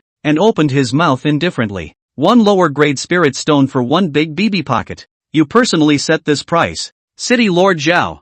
I paid for everything. Why can't we fight? Zhao Feiyu instantly froze at his words. He didn't expect that he had just spoken like that just to humiliate Yi Feng. However, he did not want to become an excuse for Yi Feng to squeeze himself. However, the price of 1 lower-grade spirit stone Adabi pocket was, after all, Zhao Feiyu's own words. As the lord of a city, Zhao Feiyu naturally couldn't go back on his word. But before Zhao Feiyu could think of a way to deal with it, with a wave of his hand, Yi Feng threw all 388 lower-grade spirit stones that he had recaptured from the Liu family at Zhao Feiyu's feet. Then without waiting for Zhao Feiyu to react, he raised his hands and opened his bow left and right, and 1 big BB pocket ruthlessly smacked Zhao Feiyu's face. Snap! A crisp thrashing sound rang out at the same time. Yi Feng's bland voice followed. Give me a 388 package first. As Yi Feng moved, the system prompts in his ears sounded as fast as a brush screen. Ding! Congratulations to the host for his successful death-defying act, gaining 200 points of chi value. Ding! Congratulations to the host for his successful death-defying act, gaining 160 points of chi value. Could it be that Zhao Feiyu has been numbed by the beating, and even the killing intent in his heart has subsided? Sweeping the system prompt, Yi Feng froze and couldn't help but be a little disappointed. Looking at Yi Feng's expression, Zhao Feiyu, who had reacted, was completely enraged. The one who was beaten was obviously himself, but Yi Feng, who was the perpetrator, still looked reluctant. It made it seem as if he was being cheap and begging Yi Feng to beat him up. Yi Feng, I want you to die. No longer able to care about anything else, the enraged Zhao Feiyu's whole body chi erupted, bowing and storing his strength, intending to kill Yi Feng with a single punch. However, just as Zhao Feiyu's aura peaked and he wanted to strike, Fu Bo, who was not far away, stared. A dark light flickered in a pair of soft eyes. Boom! In the next moment, Zhao Feiyu only felt a powerful aura like the might of the heavens instantly pressing down on him.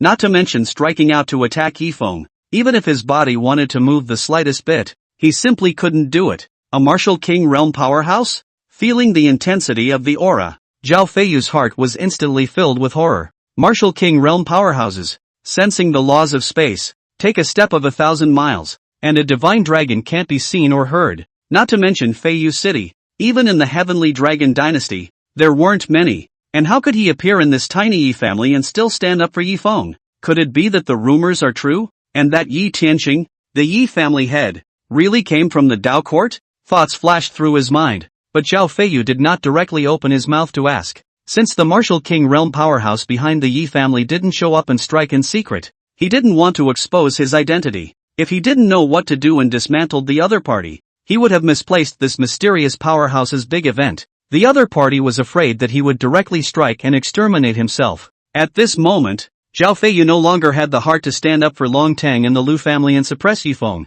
Right now, he just wanted to hurry up and leave this place of wrongdoing. As for Yifeng, who was smacking Zhao Feiyu's cheeks, his heart was equally full of puzzlement at this time. After smoking Zhao Feiyu for more than 100 dabi pockets, even Yifeng, who had broken through to the early stage of the martial master realm, couldn't help but feel some soreness in his hands. Moreover, there were no more aura value rewards long ago. Looking at the chi luck value which had reached 3,000 points, Yifeng could not help but reveal a satisfied smile. Next, as long as he waited for Zhao Feiyu to become furious and strike out at himself, he would be able to send Zhao Feiyu to his death by triggering the chi luck body protector skill. As for letting Zhao Feiyu go, Yifeng, however, did not even consider it. Although Lei Jia had just joined the Yi family, he had already taken the heavenly Dao oath to sincerely follow Yifeng. Yifeng, naturally, would not treat him poorly, since Zhao Feiyu dared to take a shot at Lei Jia. How could Yifeng, who was protective of his shortcomings, let the other party off the hook? Not to mention the Feiyu city lord. Even if it was the heavenly dragon emperor Dragon King, Yifeng would not let the other party have a good time. But Yifeng waited left and right. Zhao Feiyu just didn't move at all and didn't have the slightest intention to fight back. As for the Liu Changhe and the city lord's houseguards on the side, they all froze directly in place as they looked at the bizarre scene in front of them. Yifeng was on fire. His palm was almost swinging out sparks. His palm carried a trail of residual shadows and continuously landed on Zhao Feiyu's face. On the other hand, Zhao Feiyu was as if he was unconscious, allowing Yifeng to attack and not moving a muscle. Seeing that Zhao Feiyu didn't even fight back, naturally, Liu Changhe and Zhong guards didn't dare to do anything, and they had their eyes and noses down, lowering their heads and not saying a word. Only the Rain Emperor, who was in control of Liu Rumeng's body, detected a hint of abnormality and subconsciously exerted his pupil technique to look in Fu Bo's direction. Upon seeing the powerful demonic aura on Fu Bo's body that shot straight up into the clouds, the Rain Emperor couldn't help but change his face drastically. In his heart, he was even more disillusioned. Although Uncle Fu's cultivation level was only at the late Martial King realm, however, that strong aura was not inferior to the Rain Emperor at his peak. Furthermore, the battle power of a Devil's Way martial artist was already far superior to other martial artists. If they really fought, the Rain Emperor at his peak would only be 50% sure. As for the Rain Emperor who only had his soul left now, he would never be a match for Fu Bo. And after experiencing some beating from Yifeng, at a certain moment, Zhao Feiyu only felt a flash of light and his brain directly grew. Yifeng, one lower grade spirit stone for a dabi tout. But it's the price to whip these lackeys. Zhao Feiyu swept a glance at Lei Jie and spoke aloud. Want to smoke me? A big BBBB, a middle grade spirit stone. The money you just gave me was only enough to smoke me for 3 big B pockets. If you stop there, I don't want the extra fee. Ha, minion? Listening to Zhao Feiyu's words, Yifeng's hand movements did not stop, but he let out a cold smile and spoke with a face full of disdain. In my Yi family, there are only family members, not lackeys. Besides, according to you, aren't you, Zhao Feiyu, also a lackey in the eyes of the royal family? And where do you get your superiority complex from? Chapter 13, Drawing Special Physique. Listening to Yifeng's impassioned words, a tear instantly flashed across the eyes of Lei Jie and Lei Zhuan. In order to avenge Lei Jie, Yifeng not only angrily smoked Zhao Feiyu, the lord of Feiyu city, several hundred dabi pockets. Even more so, he regarded Lei Jie and Lei Zhan as family members. How could Lei Jie and Lei Zhan not be touched by this kind of sentiment? At this moment, the duo completely returned to their hearts and secretly vowed that they would find a chance to repay Yifeng. Even Fu Bo's face flashed with a look of movement. Inside, there was even a flash of warmth. Zhao Feiyu sniffed but his face darkened. He couldn't even refute Yifeng's words. Although you are a city lord and a feudal official. But Zhao Feiyu knew that in the eyes of the heavenly dragon emperor Dragon King, he was really just a lackey. Only, it's a lackey with decent cultivation. If he dared to open his mouth and deny it, it would reach the ears of the Dragon King. Not only is one's career hopeless, but one has no possibility of further advancement. Whether or not one could even survive depended on the mood of the heavenly Dragon King. Zhao Feiyu, who understood that more words would be lost, no longer dared to open his mouth, and could only endure the humiliation that he had never experienced in his life, allowing Yifeng to hit his face. Well, after a quarter of an hour, Yifeng finally stopped after hitting all 388 dabi pockets. At the same time, Zhao Feiyu only felt his body lighten. The powerful aura of the martial king realm that was pressing down on him instantly dissipated. Just as Zhao Feiyu breathed a sigh of relief and planned to immediately leave this place of wrongdoing, Lei Zhan's somewhat rushed voice suddenly rang in everyone's ears. Mr. Yi, I still have 10 lower-grade spirit stones here. It's my father's payment for being a guest secretary at the Liu family last month. Can I renew it? It wasn't that Lei Battle had fallen on hard times, but just the moment Yi Feng stopped, he received the mission released by Goldfinger. Smoke Zhao Feiyu 10 dabi bb. The reward for the quest, surprisingly, was 10 medium-grade spirit stones. One should know that one medium-grade spirit stone was equivalent to 100 lower-grade spirit stones. How could Lei Feng refuse such a great fortune? That was why Lei Zhan opened his mouth cautiously and asked Yi Feng. Talent. Go all out. City Lord Zhao has a thicker skin and eats power. Looking at the slightly shy Lei Zhan, Yi Feng couldn't help but give a thumbs up and spoke with a smile on his face. Speaking of which, these 388 lower-grade spirit stones of mine also came from Liu Changhe. You and I were able to enjoy ourselves today thanks to the Liu family. Hearing Yi Feng's words, Zhao Feiyu instantly turned his head and looked towards where Liu Changhe and Liu Rumeng were with a face full of anger. However, at this moment, as far as Zhao Feiyu's eyes could see, where were Liu Changhe and Liu Rumeng's silhouettes? City Lord. Family Lord Liu said that his family's Sao gave birth to a baby, and that he was in a hurry to go back for postpartum care, so he left early. Seeing this, the surrounding guards of the City Lord's mansion hurriedly opened their mouths to explain. Liu family, you wait for me. Zhao Feiyu's fists were clenched and his eyes were filled with hatred. But the next moment, the powerful aura of the Martial King realm once again pressed down on Zhao Feiyu. At the same time, Lei Zhuan's figure was like a demon, slowly approaching with a hint of a sardonic smile. A minute later, Zhao Feiyu covered his face, picked up the 398 lower-grade spirit stones on the ground, and fled with a group of City Lord's guards. Humiliated, he swore that he would never come half a step closer to the Yi family in his life. Yi Feng looked at Zhao Feiyu's back and his face was filled with pity. If it wasn't for his cultivation at the early stage of the martial master realm, he wouldn't have been able to kill the other party even if Zhao Feiyu didn't move a muscle. Yi Feng really wanted to directly exterminate Zhao Feiyu, beheading the lord of a city in public, provoking the Heavenly Dragon dynasty. With this level of death-defying, the reward of chi value must be very generous. Mr. Yi, I have 10 medium-grade spirit stones here. Please smile. On the other hand, Lei War, who had completed the Golden Finger quest, directly took out the entire quest reward and handed it to Yi Feng.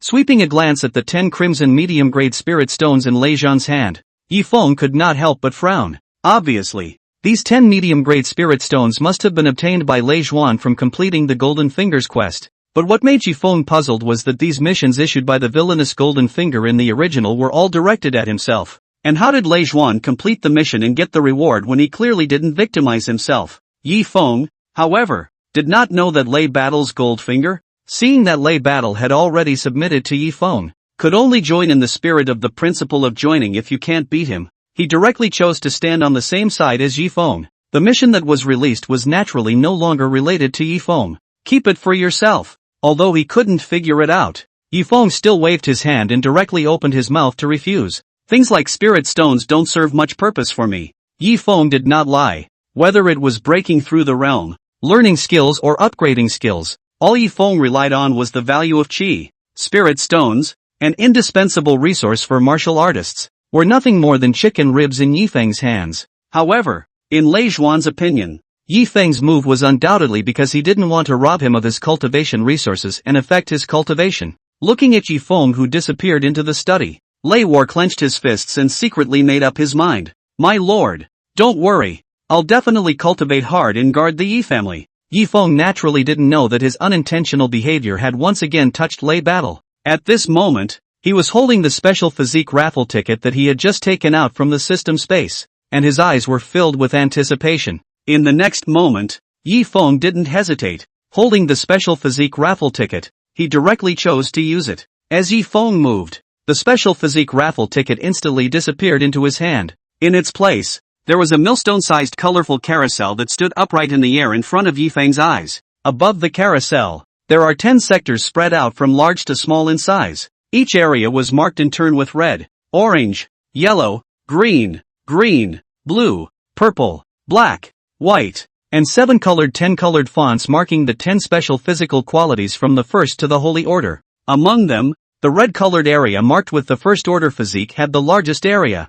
accounting for 90% of the entire carousel. And the speed of the 7-colored area that represented the Holy Order physique was so small that it was almost impossible to see with the naked eye. It was even a few degrees narrower than the hair-thin silver pointer on the turntable. I'm willing to use the price of the major villains of the Divine Wind continent being single for 10,000 years in exchange for extracting a 7th order or higher physique this time.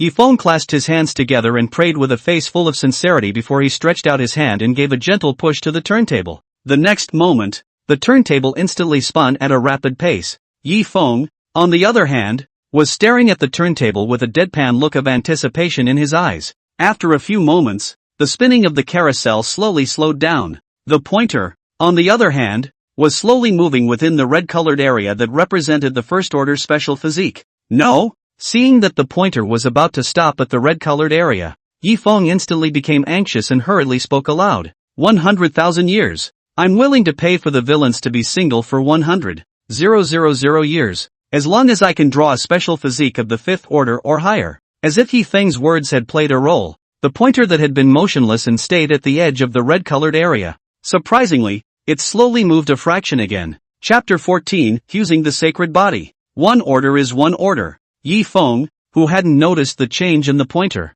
could only comfort himself with a face full of helplessness. Better than nothing. Ding! Congratulations to the host for his overwhelming luck, drawing the Holy Order Special Physique. Supreme Sword Body. In the Special Physique Lottery. Supreme Sword Body. Grade, Holy Order. Effect, Sword Dao skill power is increased by 10 times. The chi value required to raise the cultivation realm of the Sword Dao skill is reduced by 90%. Comprehend the Supreme Sword Body Aura, causing an absolute suppression effect on other Sword Dao martial artists. Supreme Sword Body? Yifeng's eyes were wide open, full of unbelief as he listened to the system prompts in his ears, until he saw the glint of 7 colors below the pointer as it slowly dissipated on the carousel. It was then that Yifeng came to a realization. What he had drawn himself was not some first-order special physique. Instead, it was the most difficult to draw the special body of the Holy Order. Regarding the top physique Supreme Sword Body that only appeared in the later stages of the Great Late Stage in the original story, Yifeng was naturally more than aware of it.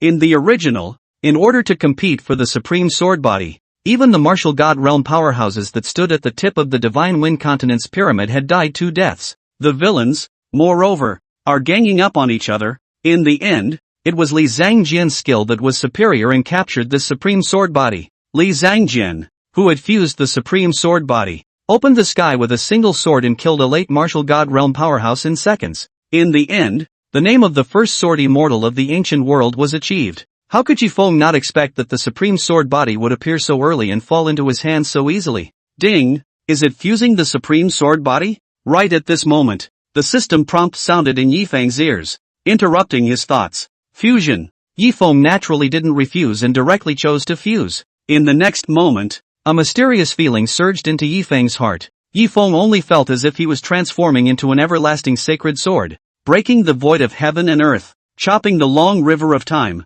and nothing was unbreakable. At the same time, between heaven and earth, an invisible sword chi was continuously pouring into Yifeng's body, strengthening his fleshly body. The skin membrane, flesh and blood, and bones, time and time again, shattered and reorganized under the sword chi's rush. And extreme pain was even more like a tidal wave. However, before Yifeng could cry out in pain, all the sensations instantly disappeared. The system prompt then sounded. Ding! The fusion is successful. Congratulations to the host for comprehending the Saint Order Special Physique, the Supreme Sword Body, worthy of a Saint rank physique. Yifeng couldn't help but show a joyful look on his face after a slight induction. Although the special effects of the Supreme Sword Body had yet to be experimented with, but after fusing the Supreme Sword Body, Yifeng's physical strength alone had increased by more than 10 times. Although Yifeng was only at the early stage of the Martial Master realm right now, he was confident that he could resist the attack of a strong person at the early stage of the Grand Martial Master realm with his physical strength alone. Sweeping a glance at his remaining 3,000 points of chi luck value, Yifeng did not choose to continue raising his realm. Instead, he intended to accumulate them and exchange them for a heaven-grade Sword Dao martial skill when he reached 10,000 points or more. After possessing the Supreme Sword Body, not only did the chi value required for Yifeng to raise the cultivation realm of his Sword Dao martial skills cut by 90%, the power of the Sword Dao skill was even increased tenfold. If he had learned a heaven-grade martial skill, Even Yi Feng himself did not dare to imagine how strong he would be. Yi Feng didn't know that the very moment he fused the supreme sword body, the originally cloudy sky was instantly torn open with a shocking crack. Afterwards, a huge seven-colored sword carrying supreme heavenly might slowly emerged from the crack. The tip of the sword was pointing in the direction of Yi Feng. At this moment, the entire divine wind continent was in an uproar. Ha ha ha, the sword Dao Saint body has emerged. The heavens are going to revive my sword Dao. This matter, when it floats, find the sacred body and make sure he joins the Dao court. With conditions at his disposal, if he doesn't comply, he will be directly obliterated. Amitabha Buddha. This son has a destiny with my Buddhist sect. All of you should not compete with my Buddhist sect. On the divine wind continent, a powerful aura rose up into the sky, rapidly approaching in the direction of the heavenly dragon imperial dynasty. The face of Fu Bo, who was still at the entrance of the study to protect Yi Feng's magic, changed abruptly, and he raised his head violently, looking at the seven-colored giant sword in the sky with a face full of horror. This is a saint-ranked sword body coming out? However, when Fu Bo looked in the direction that the tip of the seven-colored giant sword was pointing, the person went numb. No good. It's the young master. Especially when he felt a powerful aura that far exceeded his own speedily approaching Feiyu City. Fu Bo was on the verge of crying. Any one of these powerhouses, taken out at random, was not something that Fu Bo could handle. Luckily,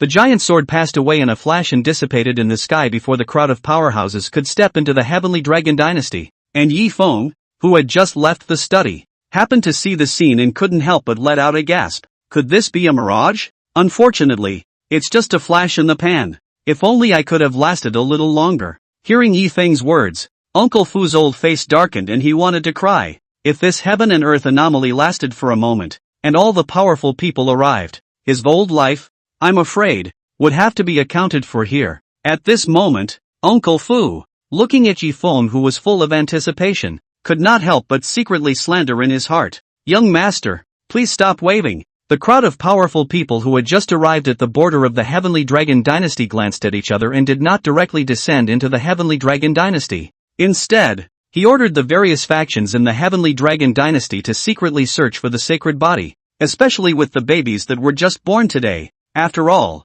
wanting to awaken the Sword Dao Saint body the day after was even harder than cultivating to the martial god realm. Obviously, there was something hidden in the Heavenly Dragon Dynasty that made all the powerful people very afraid. Meanwhile, in the great hall of the Liu family in Feiyu City, a young man with a handsome face and extraordinary demeanor was sitting at the top, looking down at Liu Changhe and Liu Rumeng below with a bland expression. On the other hand, Liu Changhe, who reigned supreme in Feiyu City and had no one in his sight, was nervous. Even the hand holding the teacup was trembling slightly. After all, the identity of the young man in front of him was too astonishing. Taoist outer disciple, Li Zhangjian. Although he was only an outer disciple, it was good to ride under a big tree. Li Zhangjian's identity was even more honorable than Long Ao Tian, Long Tong, who were the imperial sons of the Heavenly Dragon Dynasty. On the contrary, Liu Rumeng on the side, although her face was a bit restrained, she was not as unbearable as Liu Changhe. You two don't have to be nervous. Sweeping a glance at the reactions of Liu Changhe and Liu Rumeng, Li Zhangjian revealed a smile on his face and spoke in a deep voice. I am a close friend of the feathered sect master Wu Yunfeng. Speaking of which, I'm afraid Rumeng still has to call me senior uncle. And I'm here because I've been entrusted by brother Yunfeng to give Rumeng some guidance and help her pass the Dao sect's entrance examination. Hearing Li Zhangjian's words, Liu Changhe and Liu Rumeng instantly showed surprise on their faces. With the guidance of Li Zhangjian, a disciple of the Dao sect, Liu Rumeng's chances of passing the Dao sect's entrance examination would undoubtedly increase by a lot. However, the Rain Emperor in Liu Rumeng's Sea of Consciousness looked at the smirk on Li Zhangjian's face, but his face was very ugly. Chapter 15, Dizzying Li Zhangjian. Just the moment Li Zhangjian appeared, the Rain Emperor had a feeling. Li Zhangjian has found himself. One must know that the Rain Emperor was hidden in Liu Rumeng's Sea of Consciousness. Aside from Liu Rumeng, even a martial god realm powerhouse would definitely not be able to discover the Rain Emperor as long as they did not enter Liu Rumeng's Sea of Consciousness. However, the Rain Emperor's feeling of being spied on was exceptionally clear, causing her to be wary. The Rain Emperor didn't know that what she felt was completely right. Li Zhangjian, indeed, found her. It was only that Li Zhangjian was not relying on any overpowering means, but rather the memories of his previous life. Li Zhangjian was a genuine reborn person. In his previous life, As a fellow peak powerhouse, Li Zhangjian had already befriended Liu Rumeng.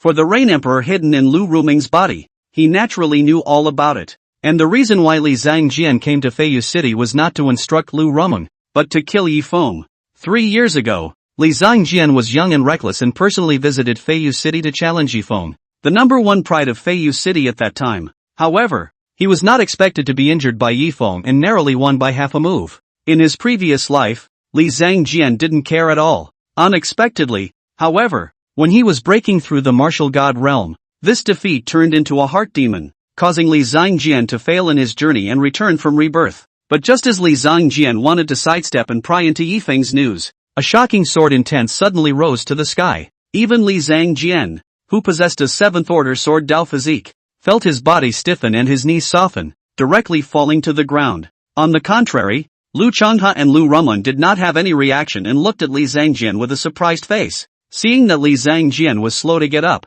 Liu Changhe hurriedly took a few steps forward, wanting to help Li Zhangjian up. Mr. Li, if there's something you need, just order. I, the Liu family, will definitely put my best foot forward to do so. Why do you need to do this great honor, my lord? However, to Liu Changhe's surprise, Li Zhangjian's body seemed to be nailed to the ground, weighing as much as 1,000 pounds. No matter how much full force Liu Changhe put into it, it didn't move a muscle. A sacred rank sword body coming out? It was only until the 7-colored giant sword in the sky disappeared that Li Zhangjian slowly got up with a face full of horror and muttered, "Senior, are you okay?" Seeing this, Liu Rumeng, who was on the side, hurriedly walked forward and softly inquired. The sword Dao is full of powerful people. It seems that it can't wait. Li Zhangjian's gaze flickered before he turned his head, looked at Liu Rumeng, and opened his mouth to command, "Take me to Yi Feng of the Yi family." At this time, Li Zhangjian had long since lost the mind to make false pretenses with the two of them, and only wanted to solve Yi Feng as soon as possible. Liu Changhe and Liu Rumeng's hearts were tightened and they couldn't help but feel a little worried. If Li Zhangjian had known Yi Feng, I'm afraid that Liu Ruyan's revenge would never have a chance to be avenged. However, the two of them looked at Li Zhangjian's gloomy face and didn't dare to refuse after all. He could only helplessly bring Li Zhangjian and rush in the direction of the Yi family. It wasn't until they arrived in front of the Yi family's main gate that Liu Rumeng couldn't help but open her mouth. "Senior uncle, my Liu family has a blood feud with Yi Feng. We cannot share the same fate. If senior uncle has an old relationship with Yi Feng, then my father and I will take our leave first so as not to make things difficult for senior uncle." "No need." Li Zhangjian waved his hand at his words and spoke in a cold voice. "I came here to kill Yi Feng. If you have a grudge against Yi Feng, it's just as well to settle it all together." When Liu Rumeng and Liu Changhe heard this, a look of surprise instantly appeared on their faces. With Li Zhangjian, a disciple of the Dao court, making a move, even if Yi Feng was as demonic as he was,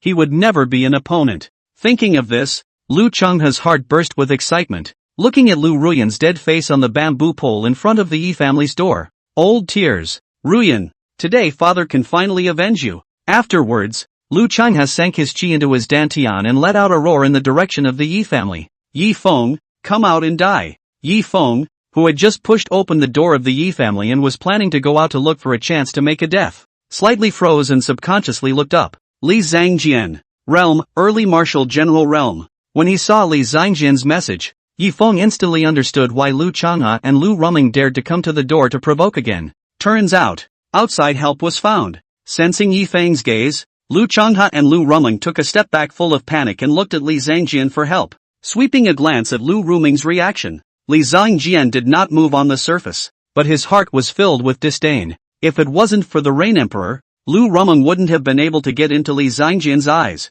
No longer paying attention to Liu Changhe and Liu Rumeng, Li Zhangjian turned his head and looked at Yi Feng in front of him, but the moment his eyes landed on Yi Feng, Li Zhangjian directly froze in place. Under Li Zhangjian's gaze, the Yi Feng in front of him instantly transformed into a 7-colored giant sword of astounding might. An irresistible pressure, like a mountain, swept towards Li Zhangjian. Puff! In the gazes of Liu Changhe and Liu Rumeng that were filled with anticipation, not only did Li Zhangjian not make a move, he instead directly fell to his knees. Not to mention Liu Changhe and Liu Rumeng, even Yi Feng himself, seeing this scene, was directly confused and opened his mouth with a face full of suspicion and asked, "Li Zhangjian, you're not here to touch the porcelain, are you?" "In advance, I don't have any New Year's money to give you if it's not New Year's Eve." Before Yifeng's words fell, the system prompt in his ears sounded. Ding! Congratulations to the host for his successful death-defying act, gaining 500 points of chi. The one who awakened the sword Dao Saint body is actually this guy. At this moment, Li Zhangjian, feeling the familiar pressure on his body, instantly understood everything, but the supreme sword body is suppressed. Li Zhangjian couldn't even open his mouth to speak, not to mention getting up. He could only look at Yifeng with a face full of hatred. Although Yifeng didn't know why Li Zhangjian knelt down, he naturally wouldn't let go of this opportunity to earn chi luck value. Li Zhangjian, could this be the sword Dao martial skill you researched? The kneeling sword style? I should say no.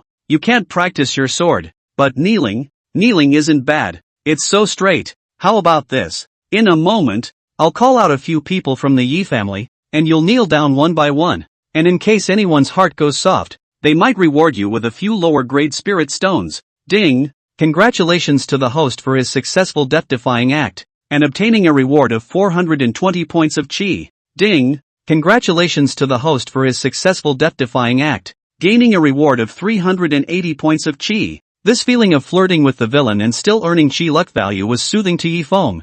However, Liu Rumeng and Liu Changhe, who were on the side, were directly dumbfounded. I thought that when Li Zhangjian arrived in person, Yifeng would surely die, but when Li Zhangjian just met, not only did he not make a move, but he directly knelt down. He was even like a child who had done something wrong, constantly being counted by Yifeng. This Li Zhangjian, could it be that he has some kind of serious illness? Liu Changhe recalled the scene of Li Zhangjian kneeling down when he was just in the Liu family, and he couldn't help but let out a flash of light and exclaimed in shock. Otherwise, what's with this habit of preferring to kneel to others? Li Zhangjian, who was still struggling to support himself and resist the supreme sword body's pressure, heard this, and instantly became enraged. His eyes went black, and he fainted. Chapter 16, The 100 Treasures Building. Dad, hurry up! Liu Rumeng instantly reacted to the Rain Emperor's reminder and gave a reminder to Liu Changhe. Then he directly grabbed Li Zhangjian and directly darted in the direction of the Liu family.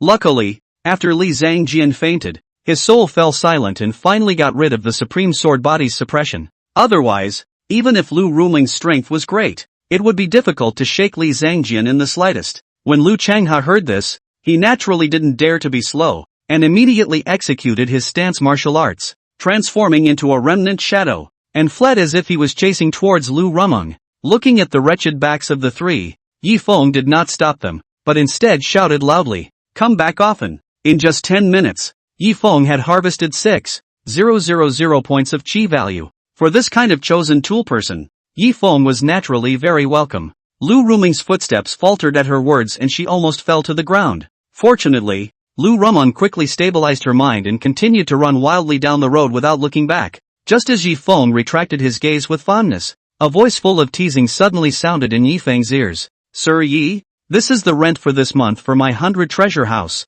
Please accept it." Yifeng looked at the sound, only to see an old man dressed in gray cloth, thin and bony, with a wrinkled face, standing in front of the Yi family's door. In his hand, he also held a cloth bag. At the same time, the old man's information appeared before Yifeng's eyes. Wu Jing, Realm, Mid-Martial Master Realm. Yifeng couldn't help but feel a shock in his heart when he heard this, and a thought couldn't help but flash through his mind. Could it be that this son of luck has left behind some kind of property? Wouldn't I be promoted to charter holder in place then?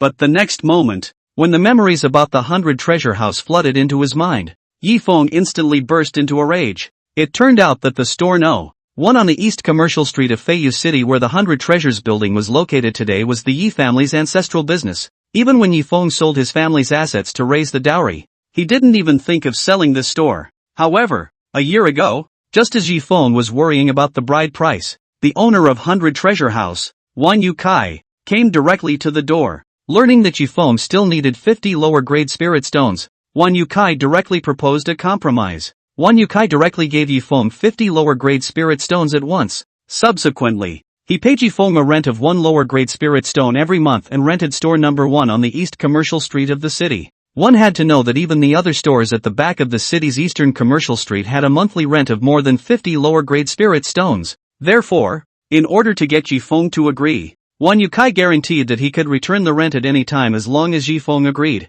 But half a year ago, when Yifeng came to the door, intending to take back the store, he was directly beaten out by the guards of 100 Treasure House. Yi Feng then reported the matter to the city lord's mansion. But the 100 Treasures building is a force under the banner of the 10,000 Treasures Chamber of Commerce, the largest chamber of commerce in the Tianlong dynasty. Even Zhao Feiyu didn't dare to be easily offended and could only work perfunctorily. As for Wu Zhuan, he was the bookkeeper of the 100 Treasure House. Thinking of this, Yi Feng's gaze condensed and he directly waved his hand at Fu Bo, who was not far away, and spoke in a deep voice. "Come with me to the 100 Treasure House." Uncle Fu nodded and without the slightest hesitation, he directly followed Yi Feng. Now, it was learned that Yi Feng had awakened the Holy Order sword body. Even if Yi Feng didn't say anything, in order to avoid accidents, Uncle Fu would stay close to protect him, not moving an inch. Looking at the aggressive Yi Feng, Wu Zhuan was not the least bit flustered, but instead blocked in front of Yi Feng with a playful face and opened his mouth to flirt.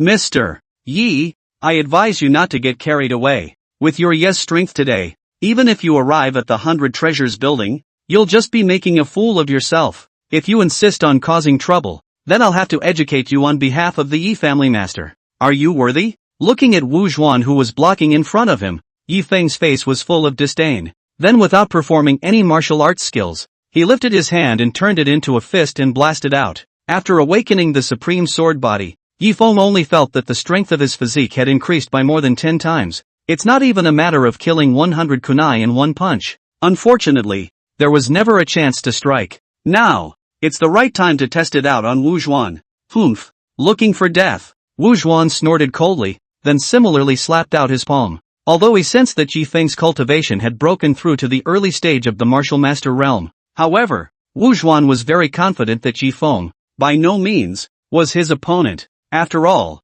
not only was Wu Zhuan's cultivation a small realm higher than Yi Feng's, he had even cultivated the yellow-grade medium-grade martial skill Shattering Stone Palm to the minor achievement realm. Opening up mountains and breaking up rocks is no big deal at all. Wu Zhuan could even imagine the next scene of Yi Feng's palms shattering and wailing in pain, and the corner of his mouth couldn't help but reveal a cold smile. Boom! In the next moment, Yi Feng and Wu Zhuan's fists and palms met with a deafening bang. Ah! Then, along with a miserable scream, Wu Zhuan's arm exploded like a bloody firework. Yi Feng's fist went unabated and directly smashed into Wu Zhuan's heart. Under Yi Feng's strong force, Wu Zhuan's body directly flew out backwards and smashed down on the open space not far away. The moment he landed on the ground, his bones had already been shattered and he had no breath. Looking at the scene in front of him, even though he was prepared in his heart, Fu Bo's face still could not help but flash a trace of shock. At this moment, he finally understood why the aura of Yi Feng's saint-rank sword body had just appeared. The top forces on the Divine Wind continent were then like rabid dogs that had smelled the scent of meat, rushing to find Yi Feng's traces despite everything. This sacred body, with its physical strength alone, was able to cross over to challenge, terrifying as it was. Yi Feng, however, had a calm face, as if he had expected it, and walked straight up and took off the storage bag from Wu Zhuan's waist. Without caring about the hundreds of lower-grade spirit stones in his storage bag, Yi Feng instead quickly flipped through the old account book in his hand. After reading the account book, a trace of astonishment instantly appeared on Yi Feng's face. In this account book, there was even a detailed record of the account transactions between the 100 Treasures building and the Sea God Chamber of Commerce of the vast Sea Imperial dynasty. Even the Chamber of Commerce of 10,000 Treasures was involved. Now that's something to play with. Yi Feng put the account book into the system space as if it was a treasure, his eyes full of surprise. The Hanhai Imperial dynasty and the Tianlong Imperial dynasty were arch-enemies and were immortal. Even the current Heavenly Dragon Emperor Dragon King, when he was young, had once been a hostage in the Hanhai Imperial dynasty and suffered a lot of humiliation. With such an important bargaining chip in his hand, wouldn't he be able to make as many waves as he wanted? Thinking of this, Yi Feng's footsteps couldn't help but quicken a few points. A quarter of an hour later, when they came to the East Commercial Street corner of Feiyu City, Yi Feng and Fu Bo finally stopped their steps. 2 rows of staggered buildings loomed on either side of the street. Blacksmith stores, medicine stores, martial arts pavilions, and so on. On the main street, the martial artists were even more bustling. However, the most conspicuous thing was the 100 Treasures building in front of Yi Feng.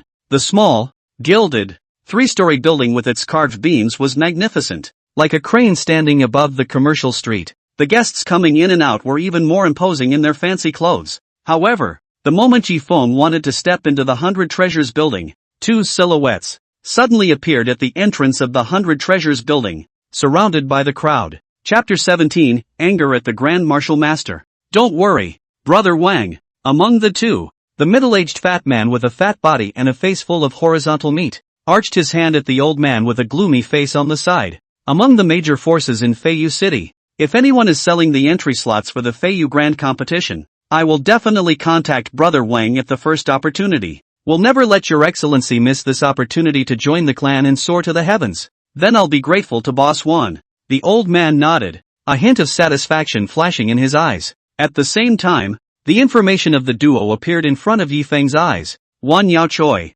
Realm, early stage of Grand Martial Master. Wang Yunhai. Realm, late Grand Martial Master Realm. But just as Wang Yunhai turned around, intending to leave with his guards, Wang Yukai, however, saw Yifeng on the side out of the corner of his eye, and could not help but brighten up, rushing to stop Wang Yang. In the gaze of Wang Yunhai, who was filled with doubt, Wang Yukai showed a smile on his face and slowly opened his mouth. Mr. Wang's participation in the Feiyu Grand Competition has a place. Then, without waiting for Wang Yunhai to respond, Wang Yukai walked straight to Yifeng and spoke in a condescending and cold voice. Yifeng, in half a month's time, it will be the triennial event of Feiyu City, the Feiyu Grand Competition. Each of the major clans in Feiyu City has a participation quota. With your cultivation, even if you participate, you'll still be at the bottom of the pile, and no sect will even look at you. Why don't you give the spot to Wang Hu, the second son of the Wang family? For my sake, if Mr.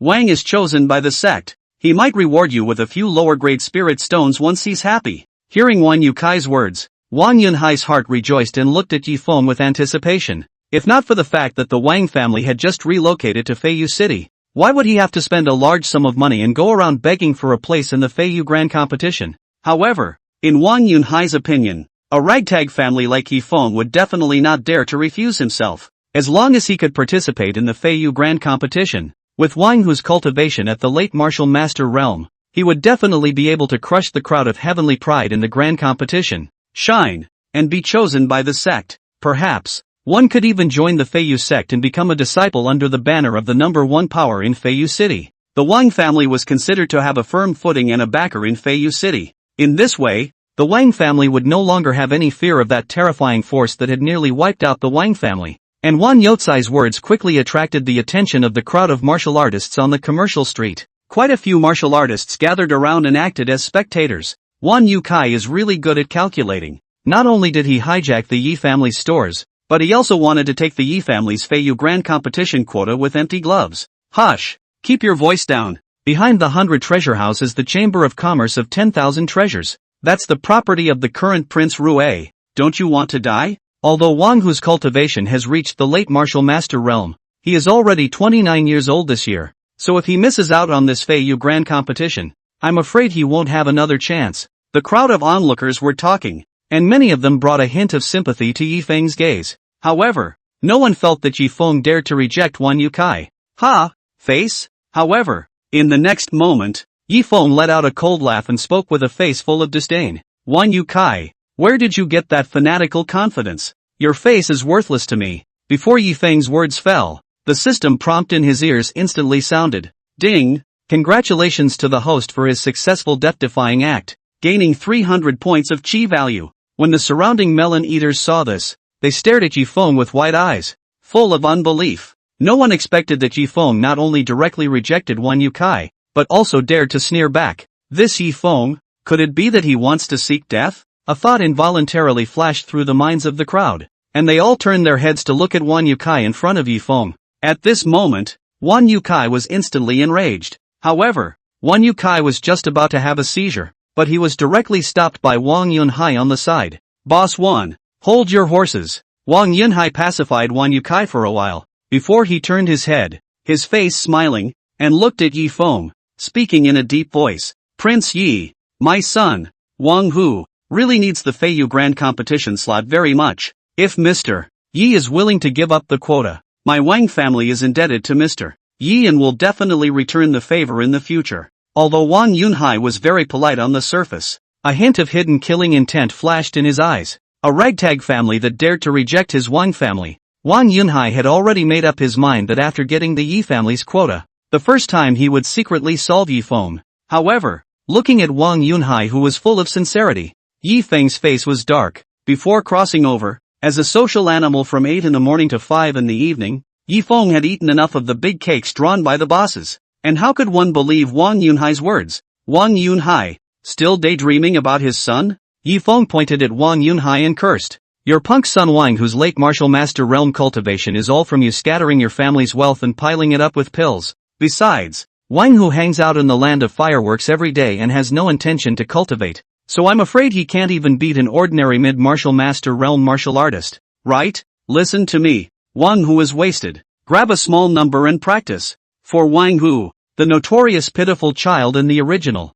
Yi Feng had quite a deep impression. And naturally, he knew all about the background of the Wang family. Ding! Congratulations to the host for his successful death-defying act, and obtaining a reward of 300 points of chi. At the same time Yi Feng opened his mouth, the system prompt instantly sounded in his ears. Boom! Yi Feng's words were like a thunderbolt that exploded in Wang Yunhai's mind. At this moment, Wang Yunhai was terrified in his heart. How could he not have imagined that Yi Feng knew everything about the Wang family's situation? The reason why the Wang family had relocated to Feiyu City was because Wang Hu had offended a disciple of the Tian Yuan sect, the number one force in Tian Yuan City, in the land of fireworks. The Wang family then had no choice but to move their family. If the heavenly Yuan sect knew where the Wang family was going, there would be no more peace for the Wang family, and maybe, to keep on the run. At this moment, Wang Yunhai's heart was filled with fear for Yi Feng, even though Yi Feng was spitting out fragrance. But Wang Yunhai could only lower his head and did not dare to retort at all.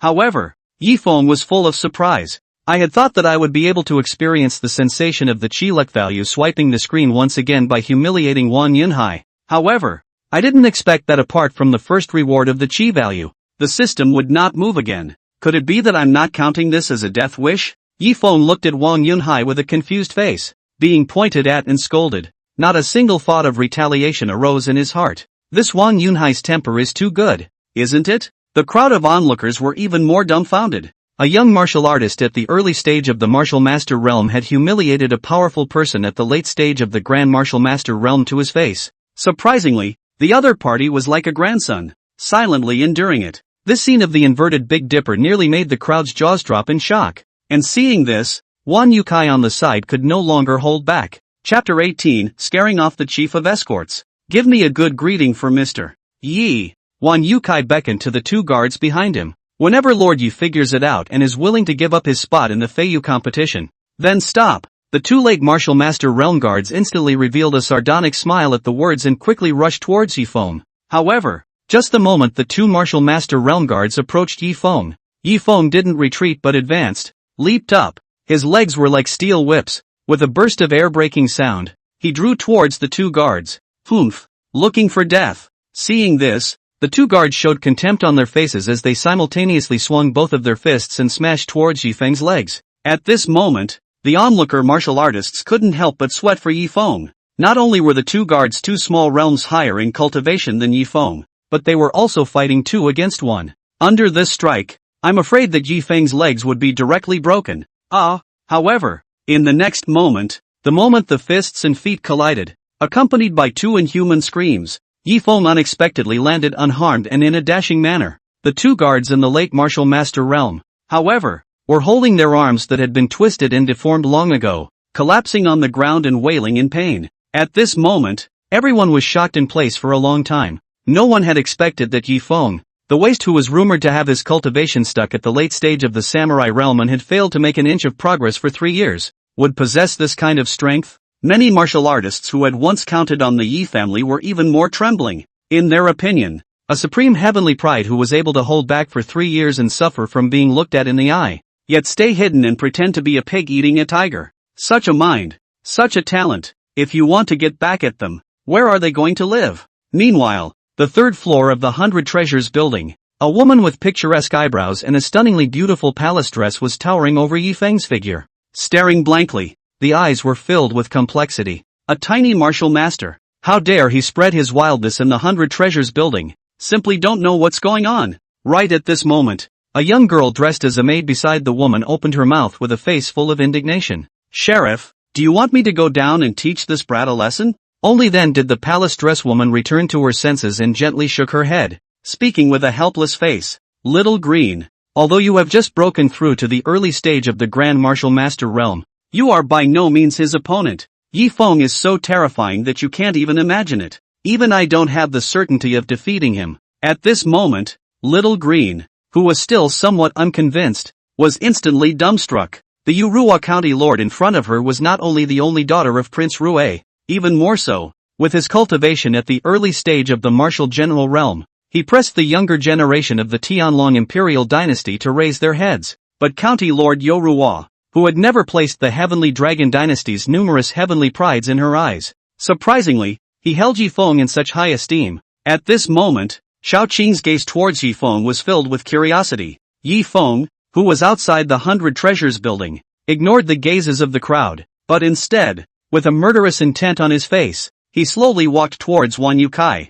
Although his cultivation had already reached the early stage of Grand Martial Master, facing the murderous Yi Feng, Wan Yukai didn't even have the courage to make a move to resist. Seeing that Yi Feng was constantly approaching, Wan Yukai finally couldn't stand it anymore and pointed at Yi Feng, chiding in a colorful manner. "Don't you come over here." However, Yi Feng's footsteps did not pause for a second, and soon, he arrived in front of Wan Yukai. Just as Wan Yukai was showing despair, he inadvertently saw a familiar figure not far away, and couldn't help but see a bright light in front of his eyes. "Brother Chu, save me!" Wan Yukai, as if he had grabbed the last straw, hurriedly shouted in a loud voice. "Someone dared to commit murder in public. Please Captain Chu, hurry to take him down." After saying that, Wan Yukai turned his head to look at Yi Feng, showing off with a proud face. "Yi Feng, not only does Brother Chu possess a late-stage cultivation in the Grand Martial Master realm, he is also the head of the City Lord's Mansion's guards. Mo said you're no match for Brother Chu. Even if you can beat Brother Chu, do you dare to make a move? If one were to make a move against Brother Chu, one would be making an enemy of the Feiyu City Lord's Mansion." The crowd of onlookers instantly sucked in a breath of cool air when they heard this. No one had expected that Wan Yukai would have such connections that he would be able to hook up with the City Lord's Mansion. On the third floor of the 100 Treasures building, Xiao Qing even revealed a gloating expression and spoke with a smile on her face. "Humph, I'll see if you can continue to be arrogant." Urua ignored Xiao Qing, but lowered her head and looked at Yi Feng downstairs. An inadvertent flash of worry passed through his eyes. If it were her, she would be helpless in the face of such a desperate situation. The City Lord's Mansion escort Captain Chu Chi from below instantly turned cold when he heard this. How dare there be such a madman? "Don't worry, Boss Wan. I'll take him back to the City Lord's prison and put him under strict guard." Whether it was Chu Chi or the other guards of the City Lord's Mansion, they usually didn't receive a lot of favors from the store owners of the many stores in the city's eastern commercial street. Among them, naturally, Wan Yuzai had to give the most favors. Now that the 100 Treasure House was in trouble, Chu Chi naturally would not stand by and watch. "Yi Feng is finished." Seeing this, the crowd revealed a look of regret. Yi Feng had been holding back for 3 years, and he didn't expect that he would die prematurely just after he had risen to prominence. However, Yi Feng was not panicked at all. Instead, with a smile on his face, he slowly turned around and opened his mouth to Chu Chi. "Since you invited me sincerely, I naturally can't refuse. It so happens that I haven't seen you for half a day, and I miss City Lord Zhao very much. I'll accompany you to the City Lord's Mansion for a walk to visit City Lord Zhao, and then come back to settle the matter of the 100 Treasures building." Ha ha ha. When Wan Yukai heard this, he was pointing at Yi Feng and let out a loud laugh. "Yi Feng, don't pretend. You're a waste of space and you're worthy of knowing Lord City Lord?" But Wan Yukai didn't notice that Chu Chi, who saw Yi Feng's face not far away, had completely changed his face. Coincidentally, Chu Chi was one of the several guards who followed Zhao Feiyu and traveled to the Yi family. The moment he saw Yi Feng, Chu Chi couldn't help but think of Zhao Feiyu's face that was covered in slap marks, and he couldn't help but shiver. If he really brought Yi Feng back to the City Lord's Mansion, Yi Feng would whip Zhao Feiyu a few hundred more dabi pockets. Zhao Feiyu would definitely break himself into pieces. Thinking of this, Chu Chi didn't dare to be slow, and hurriedly squeezed out a far-fetched smile, and spoke to Yi Feng with a fawning face.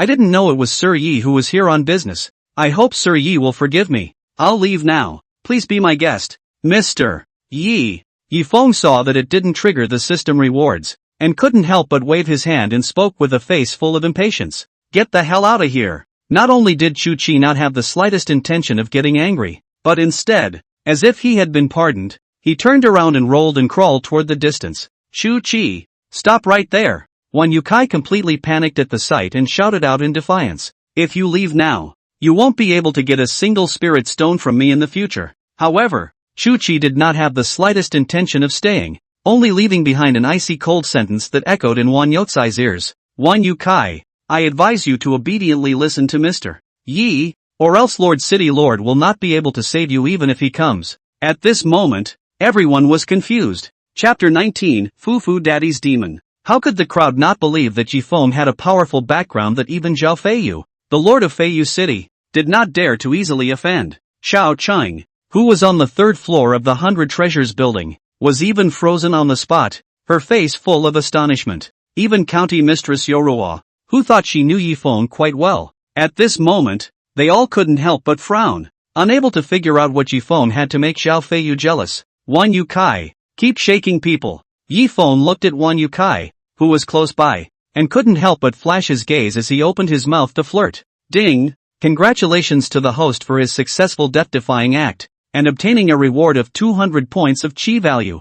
Yifeng, who had thought that Wan Yukai was at his wit's end, couldn't help but brighten up as he listened to the system prompts coming from his ears. It seems that Wan Yukai still has some kind of undercard. Otherwise, once Wan Yukai is out of killing intent, he himself wouldn't have succeeded in his death-defying endeavor. In the next moment, before Yifeng continued to open his mouth for death, Wan Yukai looked at Yifeng with a face full of resentment and opened his mouth in a cold voice. Yifeng, do you think you're going to win? Dream on. Today, even if I die, I'll drag you along. After Wan Yukai said that, he turned around violently and knelt down straightly in the direction of the third floor of the 100 Treasures building. Then, with a face full of respect, he spoke. I respectfully request that Sheriff Urua take action and punish the villains. On the third floor of the 100 Treasures building, Countess Yorua and Xiaoqing, who were watching the show, instantly changed their faces. County Lord Yorua and Xiaoqing had descended to Feiyu City in order to enter the ancient Buddha mysterious realm,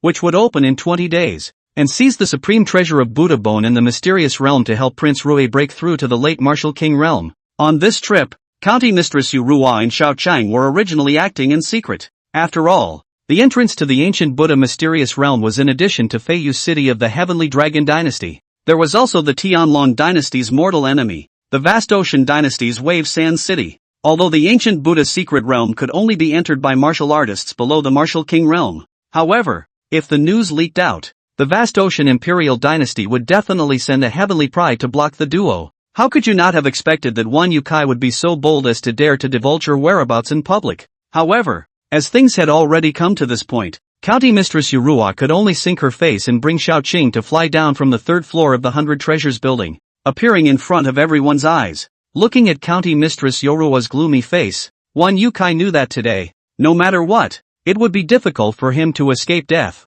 But even so, Wan Yukai did not have the slightest remorse in his heart. Wan Yukai, who was overwhelmed by anger, only wanted to kill Yifeng now. Even if he died with Yifeng, he would not hesitate to do so. Greetings to Prefect Yu Ruo. Wan Yukai was the first to kneel down and respectfully saluted. When the crowd saw this, how dare they hesitate and fell to their knees. Soon, only Yifeng and Uncle Fu were left, standing in the middle of the crowd like a crane. At this moment, Yifeng, looking at Long Yu Ruo, not only did he not have the slightest bit of respect, instead, his face was filled with disgust. This Long Yu Ruo was one of the female protagonists in the original story, yet it was also the character Yifeng hated the most. There was no other reason. This Long Yu Ruo was a father-supporting devil. In System Smash, after Long Yu Ruo was reborn, she went to great lengths to get together with the Son of Qi for the resources on the Son of Qi. However, the odd thing was that when Long Yu Ruo's father, Prince Rui Long Rui, wanted to break through the realm, Long Yu Ruo cried and pleaded with Yifeng to find a realm-breaking pill for Long Rui. When Long Rui wanted high-level martial arts skills, Long Yu Ruo forced Yifeng to die, forcing Yifeng to sneak into the Hanhai Imperial Dynasty's hidden scriptures cabinet and steal heaven-level martial arts skills for Long Rui, killing him 9 times over. When Long Rui wanted to rebel and seize the throne of the Heavenly Dragon Dynasty, Long Yu Ruo even secretly poisoned the elixir Yifeng made for the Dragon King, causing Yifeng to be hunted by the Heavenly Dragon Dynasty for a whole year. The most infuriating thing was when the Son of Qi appeared in front of Long Yu Ruo with scars all over his body, asking for a statement. Long Yu Ruo was so bold as to say something about the 100 virtues of filial piety. If you want to be with her, You have to be bottomless in your filial piety to Long Rue. Long Yuerua's operation almost made Yi Feng, who was a reader at the time, angry in place. Now that he had seen his true self, Yi Feng naturally wouldn't give Long Yurua a good face. You too, why don't you kneel when you see the sheriff? Xiao Qing looked at the disgusted look on Yi Feng's face and couldn't help but get furious and scolded Yi Feng and Uncle Fu sternly. Could it be that you don't place county head of Yurua in your eyes? However, not only did Yi Feng not show the slightest bit of fear, instead, his figure flashed and appeared directly in front of Xiao Qing, then lifting his hand, a big BB pocket viciously swiped at green. Half of those mesmerizing maneuvers of Long Yuerua in the original story came from Xiao Qing, the dog-headed warlord. Now that he had seen him in person, how could Yi Feng let the other party go? Feeling the strong wind from Yi Feng's palm, Xiao Qing then felt how powerful Yi Feng was. With her strength, she couldn't dodge the slap. Sheriff, help me. Under the critical situation, Xiao Qing could no longer care about her face, and with a face full of eagerness, she opened her mouth to Long Yurua to call for help. Yi Feng, stop. Long Yuerua's face tightened as she hurriedly opened her mouth to Yi Feng and scolded. However, not only did Yi Feng not have the slightest intention of stopping, the movements of his hands instead became a few points faster. Seeing that Yi Feng did not move, Long Yurua, who did not want to strike at Yi Feng, could only raise her hand and slap her palm at Yi Feng. As Long Yuerua moved, the aura instantly converged between Long Yuerua's palms. It eventually transformed into a millstone-sized golden aura giant palm that smashed into Yi Feng. County Mistress Yorua has actually broken through to the early stage of the martial general realm. Looking at the giant palm of aura, the crowd of martial artists kneeling on the ground could not help but let out a gasp. This golden aura giant palm was not a heaven and earth phenomenon that came with martial arts when they were cultivated to the grand completion realm. Rather, it is the outward convergence of the aura in the body. It was also only the strongest of the martial general realm, with an abundance of aura within their dantian, that could externally release aura and use it to attack. Sweeping a glance at the crowd's reactions, Long Yuerua couldn't help but let a trace of imperceptible smugness flash across his face. The reason why she didn't perform a martial art and attack Yi Feng, it wasn't just the fear of injuring Yi Feng, it was more for the sake of showing off and expressing himself in front of Yi Feng. Long Yuerua, who had returned from rebirth, understood that if she wanted to become stronger, the fastest way was to fall in love with Yi Feng, the son of Qi, the heavenly Tao's own son. However, facing Long Yuerua's attack, Yi Feng did not have the slightest intention of stopping. Pop! Yi Feng's right hand movement remained unchanged, while smacking Xiao Qing to fly several meters. His left hand turned into a palm and slapped at Long Yuerua's palm. Long Yuerua was shocked and just wanted to withdraw her hand, but she happened to see the blood-red slap marks on Xiao Qing's face and aggrieved eyes not far away. As if knowing what was in Long Yuerua's mind, Xiao Qing hurriedly opened her mouth to Long Yuerua and reminded him, Sheriff, if he dares to slap a slave girl today, he will dare to hit Prince Rue tomorrow. He must not be spared. Hearing the three words Prince Rue, Long Yuerua's heart instantly tightened. No longer having the slightest concern, the golden aura palm print instantly smashed into Yi Feng. Chapter 20 Settlement of Accounts. However, just when everyone thought that Yi Feng would be seriously injured by Long Yuerua's slap, above Yi Feng's palm, a dazzling golden light violently erupted. Between the flashes of golden light, in the blink of an eye, it transformed into a 3-foot-tall Angry Eyes Vajra. The moment he appeared, the Angry Eyes Vajra violently struck out, slapping his palm at Long Yuerua. This is a Shen-grade martial skill at the Grand Completion realm? Feeling the power of the powerful Vajra palm, Long Yuerua was shocked in his heart. The crowd of onlookers were even more horrified. The shock that this scene brought to the crowd far exceeded the shock of learning that Long Yuerua had broken through to the martial general realm. Boom! Before the crowd could regain their senses, the moment the two palms clashed, a shocking sound was emitted. Long Yuerua's face turned pale, blood spilled from the corner of his mouth, and he retreated 3 steps in a row before stabilizing himself. Yi Feng, who was standing with his palms, was unharmed. Yi Feng had unexpectedly crossed 2 major realms with his cultivation at the early stage of the martial master realm and repelled Long Yuerua, who was at the early stage of the martial general realm. Yi Feng, how dare you strike out at County Mistress Yuerua? Seeing this, Xiao Qing was not shocked but pleased and stood up, pointing at Yi Feng in a cold and threatening voice. You're done. Your Yi family is finished too. When the crowd heard this, a look of horror instantly appeared on their faces. Striking out at someone from the royal family was a major taboo in the Heavenly Dragon Dynasty. 1,000 years ago, There was an unknowing early martial king realm demon sect master who abused and killed the current Prince Bao's son on the strength of his cultivation. In the end, it drew the wrath of the royal family, and the demon sect patriarch was lynched to death. Not to mention, even more so, the entire demon sect was trampled to the ground. Since then, no one from the Tianlong royal family dared to mess with them. Many martial artists who were afraid of being implicated by Yifeng even secretly retreated outward.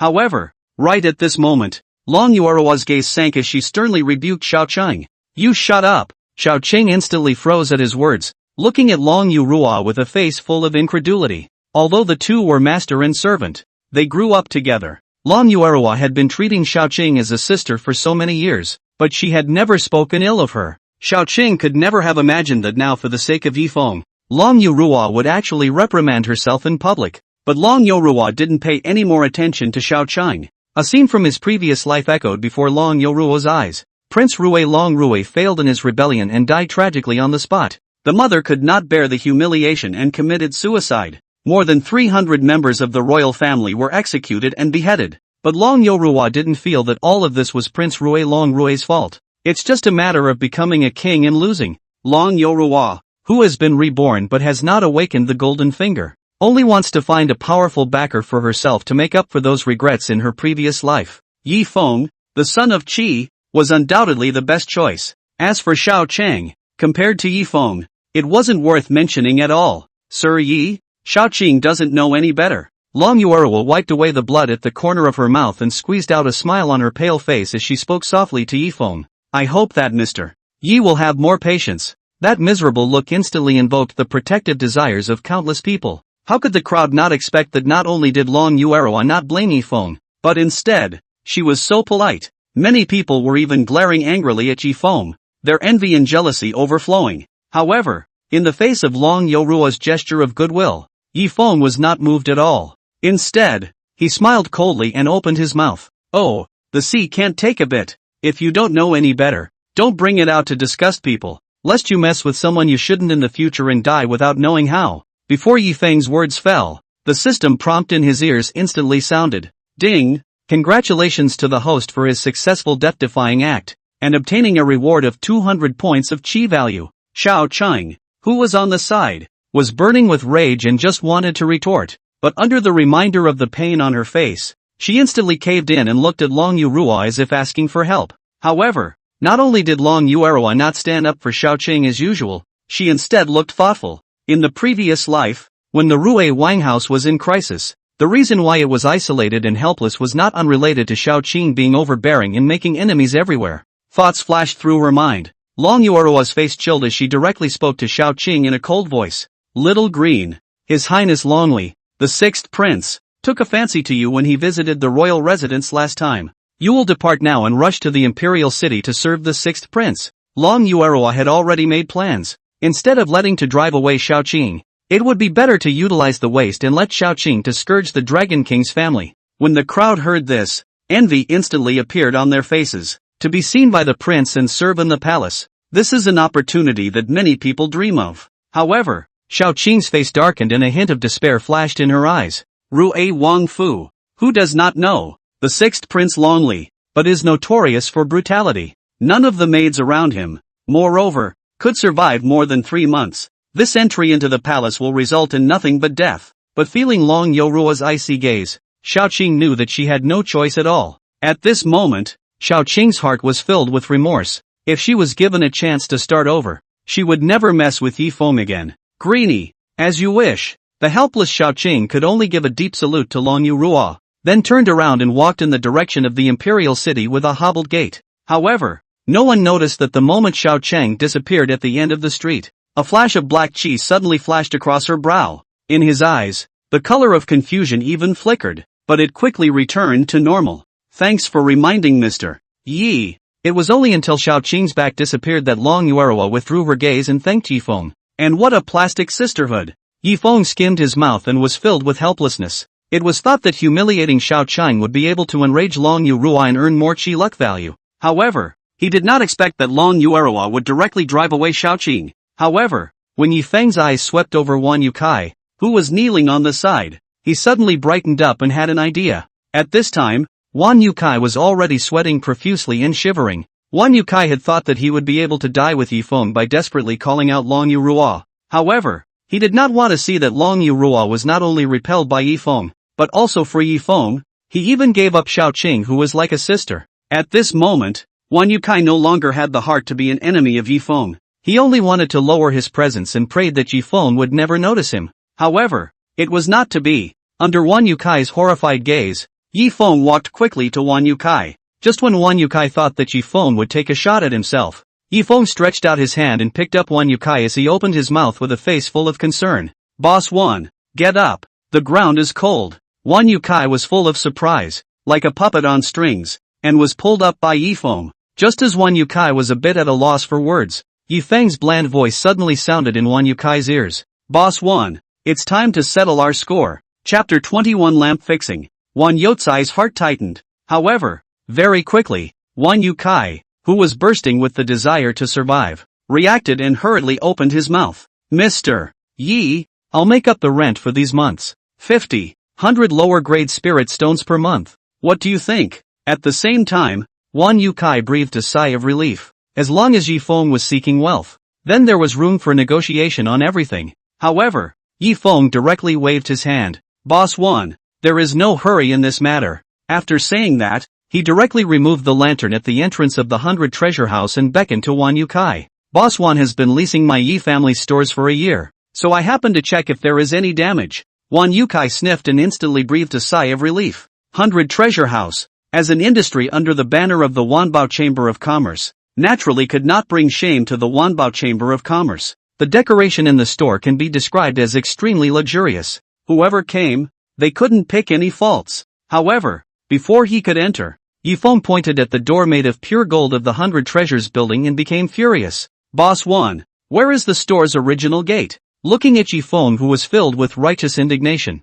Wan Yukai was filled with incomprehension and subconsciously opened his mouth. The original gate? We've taken it down and thrown it away. After Yi Tianqing's disappearance, Yifeng had no desire to manage the Yi family stores due to his stagnant cultivation. The original wooden gate, long ago, had fallen into disrepair and leaked in all directions. Wan Yukai couldn't figure out at all why Yifeng was angry. Confused, Yifeng pointed at Wan Yukai and cursed. This gate, which has been passed down by my Yi family's ancestors, has experienced the precipitation of the years and carries the will of my Yi family. Is its value not comparable to this golden gate? Looking at Wan Yukai, who was full of confusion, Yifeng suddenly turned his words around and waved his hand, pretending to be generous. However, just for the sake of your ignorance, compensate me 200 lower grade spirit stones and forget about it. At this moment the crowd instantly came to a realization. Yifeng, this where is the inspection of the store? Obviously is to raise the lamp to set the damage, taking the opportunity to blackmail money.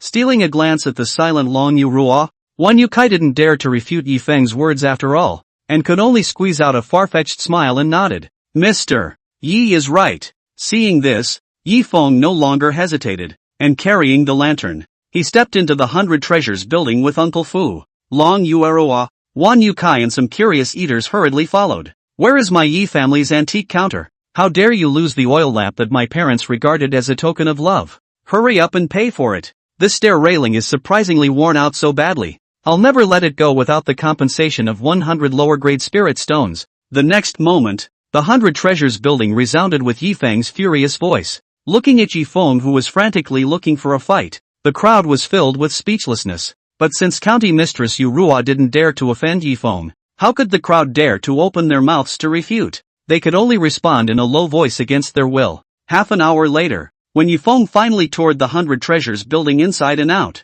Wan Yukai was shocked to realize that he already owed Yifeng a huge amount of 8,000 lower grade spirit stones. Wan Yukai didn't know that at this time, Yifeng was equally depressed. I had thought that with some lamp lifting and fixing, I could make Wan Yukai and Long Yu Ruo have killing intent and earn some chi luck value, but he didn't want to be left to his own devices and frantic provocations. Wan Yukai and Long Yu Ruo, however, were not the least bit moved. Forget it, with 1 year's rent, it's a total of 9,200 lower grade spirit stones. Yifeng, who was rather tasteless, helplessly opened his mouth to Wan Yukai. I'll give you a discount. Let's say you get 10,000 lower grade spirit stones. However, even in the face of Yifeng's reverse discount, Wan Yukai did not refuse. He directly took out the space pouch containing 10,000 lower grade spirit stones and handed it to Yifeng. Well, you can move out now. Collecting the spirit stones, Yifeng directly waved his hand. But the next moment,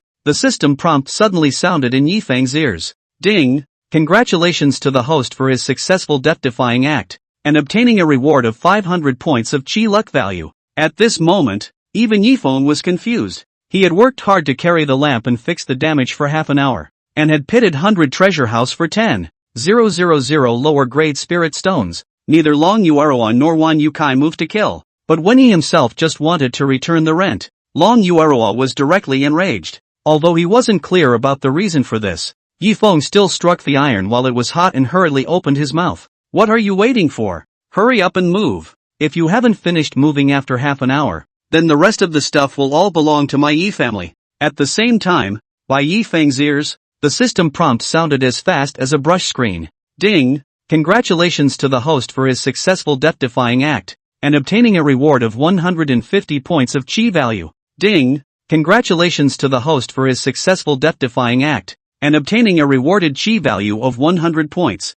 Yifeng did not know that at this time, Long Yueruo's heart was already filled with killing intent. The 100 Treasures building in Feiyu City was not an ordinary store under the 10,000 Treasures Chamber of Commerce. Instead, it's a liaison station for Prince Rui Long Rui's collusion with the Hanhai dynasty. If the 10,000 Treasures building moved away, the vast expanse imperial dynasty would inevitably be suspicious. Perhaps, it would directly expose the matter of collusion between the Hanhai dynasty and Long Rui directly. At that time, without waiting for Dragon Rui to start rising, he would be directly exterminated by the Heavenly Dragon Emperor Dragon King. If it was anything else, even if it was about Xiao Qing who was as close as a sister, in order to be with Yifeng, Long Yueruo would have compromised. But the matter is about Long Rui. Fu Father Devil Dragon Yueruo instantly as if a different person. Sinking face, cold voice opened the mouth. No, Yifeng, this Feiyu City East Commercial Street no. One store, you have to rent it. Ha!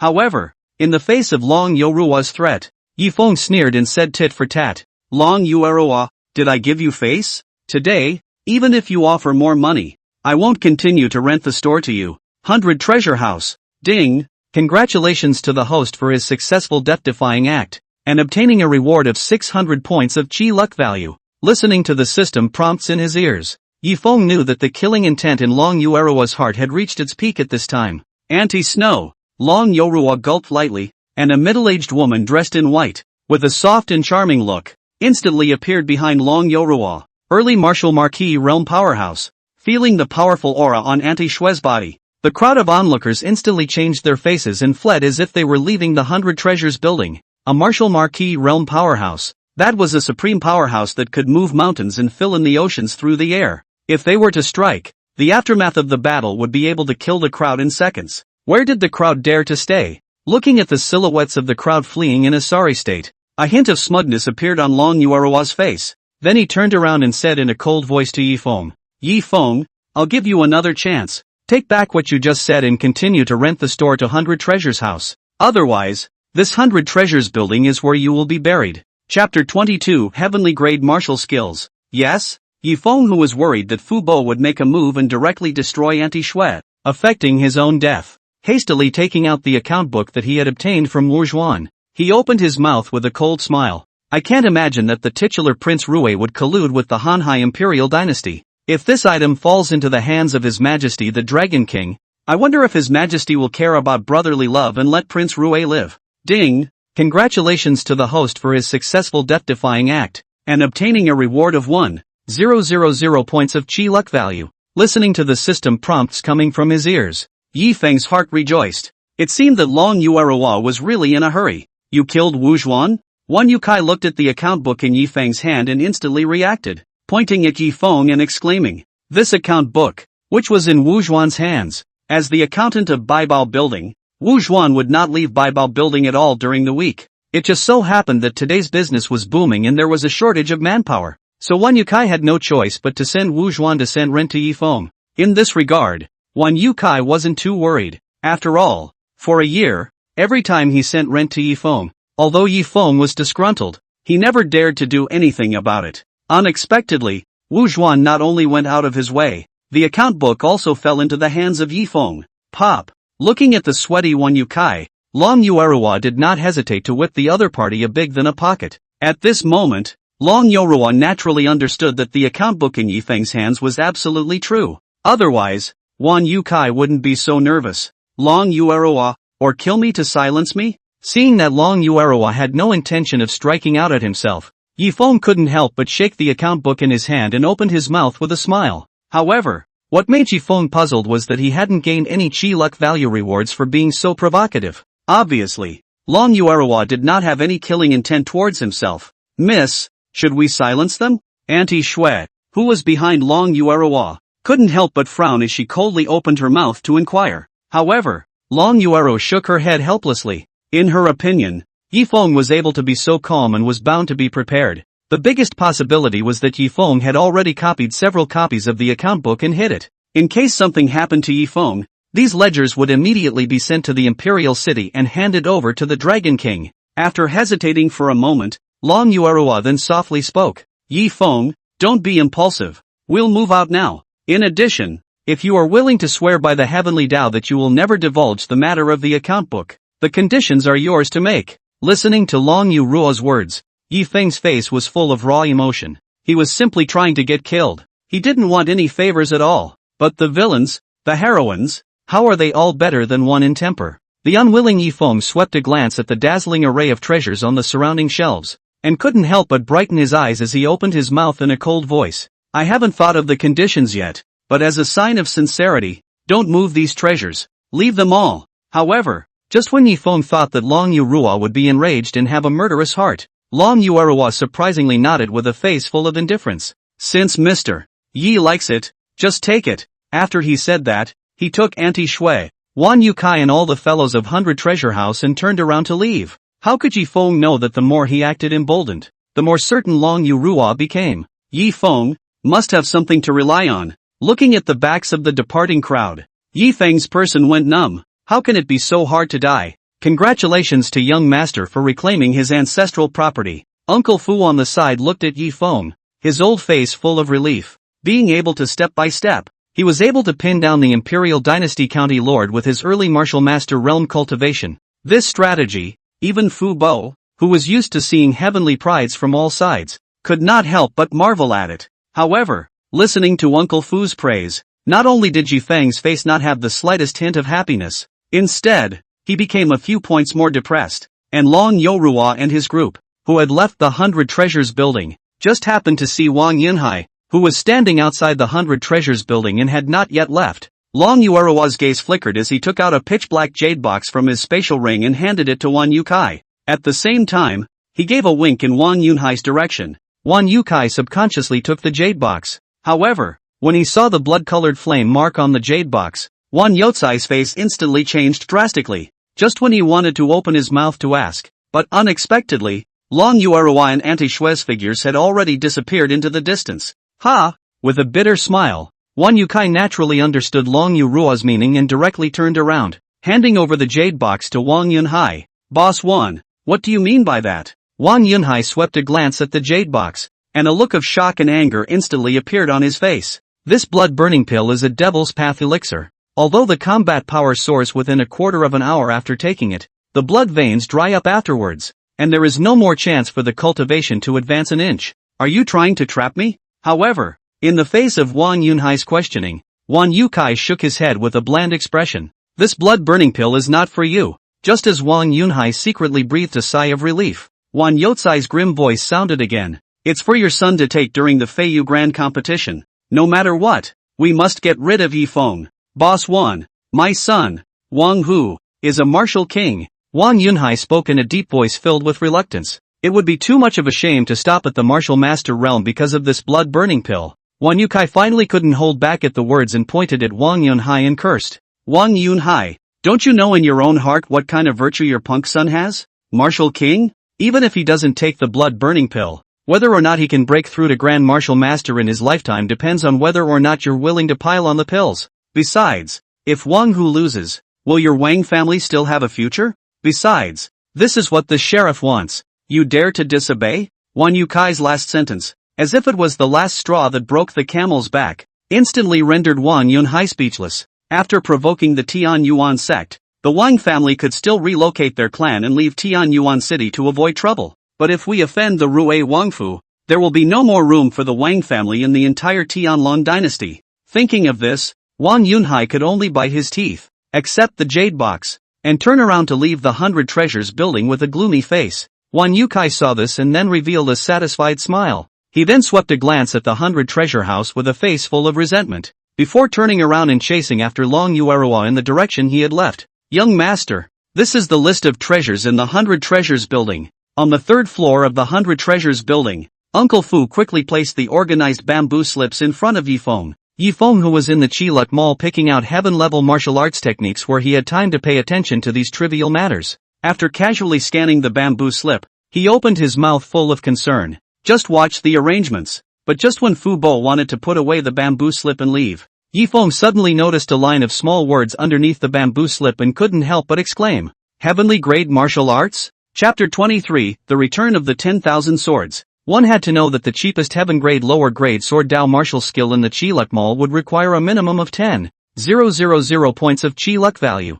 Those with slightly higher grades were even more likely to have tens of thousands, or even hundreds of thousands, of Chi Luck value. Even if Yifeng had 13,000 points of Chi value now, he simply couldn't afford to spend it. Unexpectedly, in this small Feiyu City 100 Treasures building, there was actually a heaven-grade martial skill hidden. And coincidentally, it was still a sword martial art. Uncle Fu followed Yifeng's gaze and couldn't help but shake his head with a bitter smile and opened his mouth to persuade. Young master, although this 10,000 swords returning to the palace is a heaven-grade martial skill, it's a remnant. It's just a gimmick used by the 100 Treasure House to attract customers. It can't be cultivated at all. Otherwise, it wouldn't have been placed in the 100 Treasures building for a full year without anyone asking for it. However, Yifeng was not the least bit impressed and directly signaled Fu Bo to fetch the 10,000 swords. A few moments later, upon receiving the tattered and torn secret book in Fu Bo's hands, even Yifeng was somewhat speechless.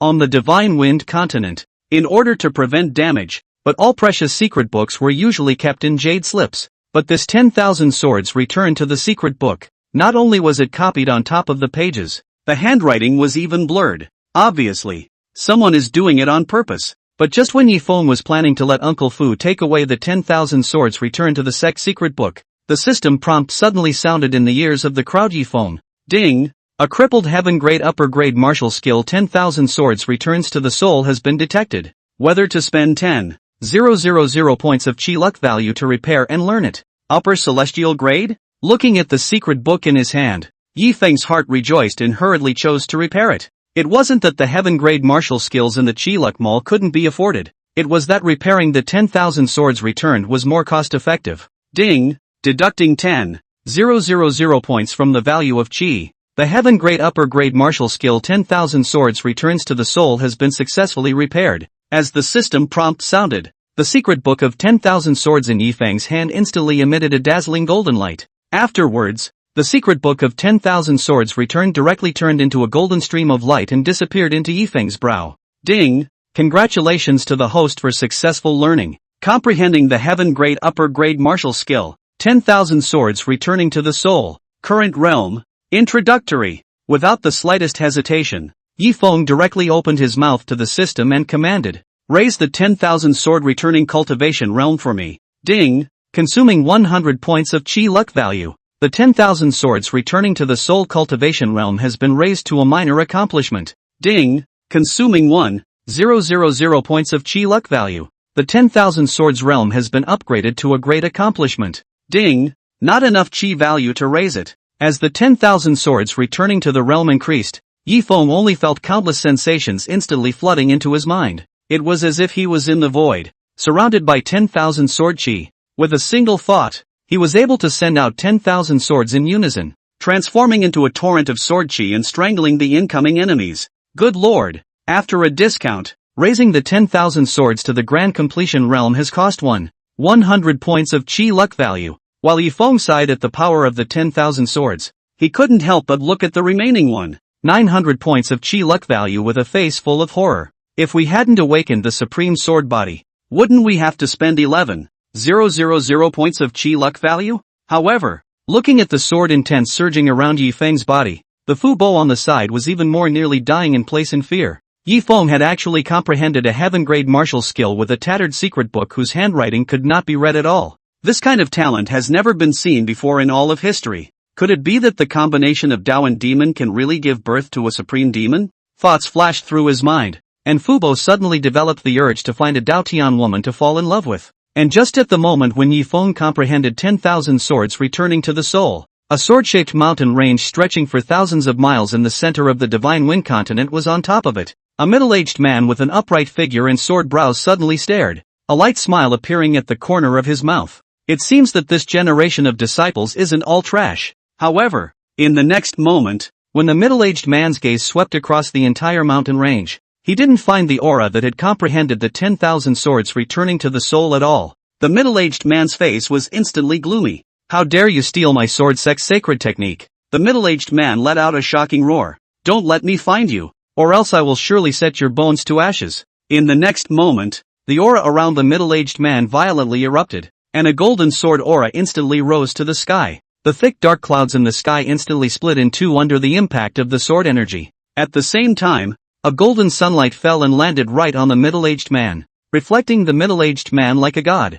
Ding! Congratulations to the host for his successful death-defying act, and obtaining a reward of 5,000 points of chi luck value. Right at this moment, Yi Feng, who was on the third floor of the 100 Treasures building, suddenly heard a system prompt ringing in his ears. At this moment, Yi Feng man was dumbfounded, muttering with a face full of unbelief. I just learned a martial art, and this is considered a death wish? However, what made Yi Feng the most speechless was the chi value he had earned by going through all the trouble and provoking Long Yuerua. It wasn't as much as the chi luck value rewarded when he comprehended the 10,000 swords. Yi Feng at this moment was even a little skeptical of life. Meanwhile, inside the guest room of the Liu family, under the careful care of Liu Rumeng, Li Zhangjian finally woke up. However, just as Li Zhangjian wanted to get up, he was pressed down by Liu Changhe, who was quick on his feet. Under Li Zhangjian's puzzled gaze, Liu Changhe hastily withdrew his hands and stood, speaking with a face full of embarrassment.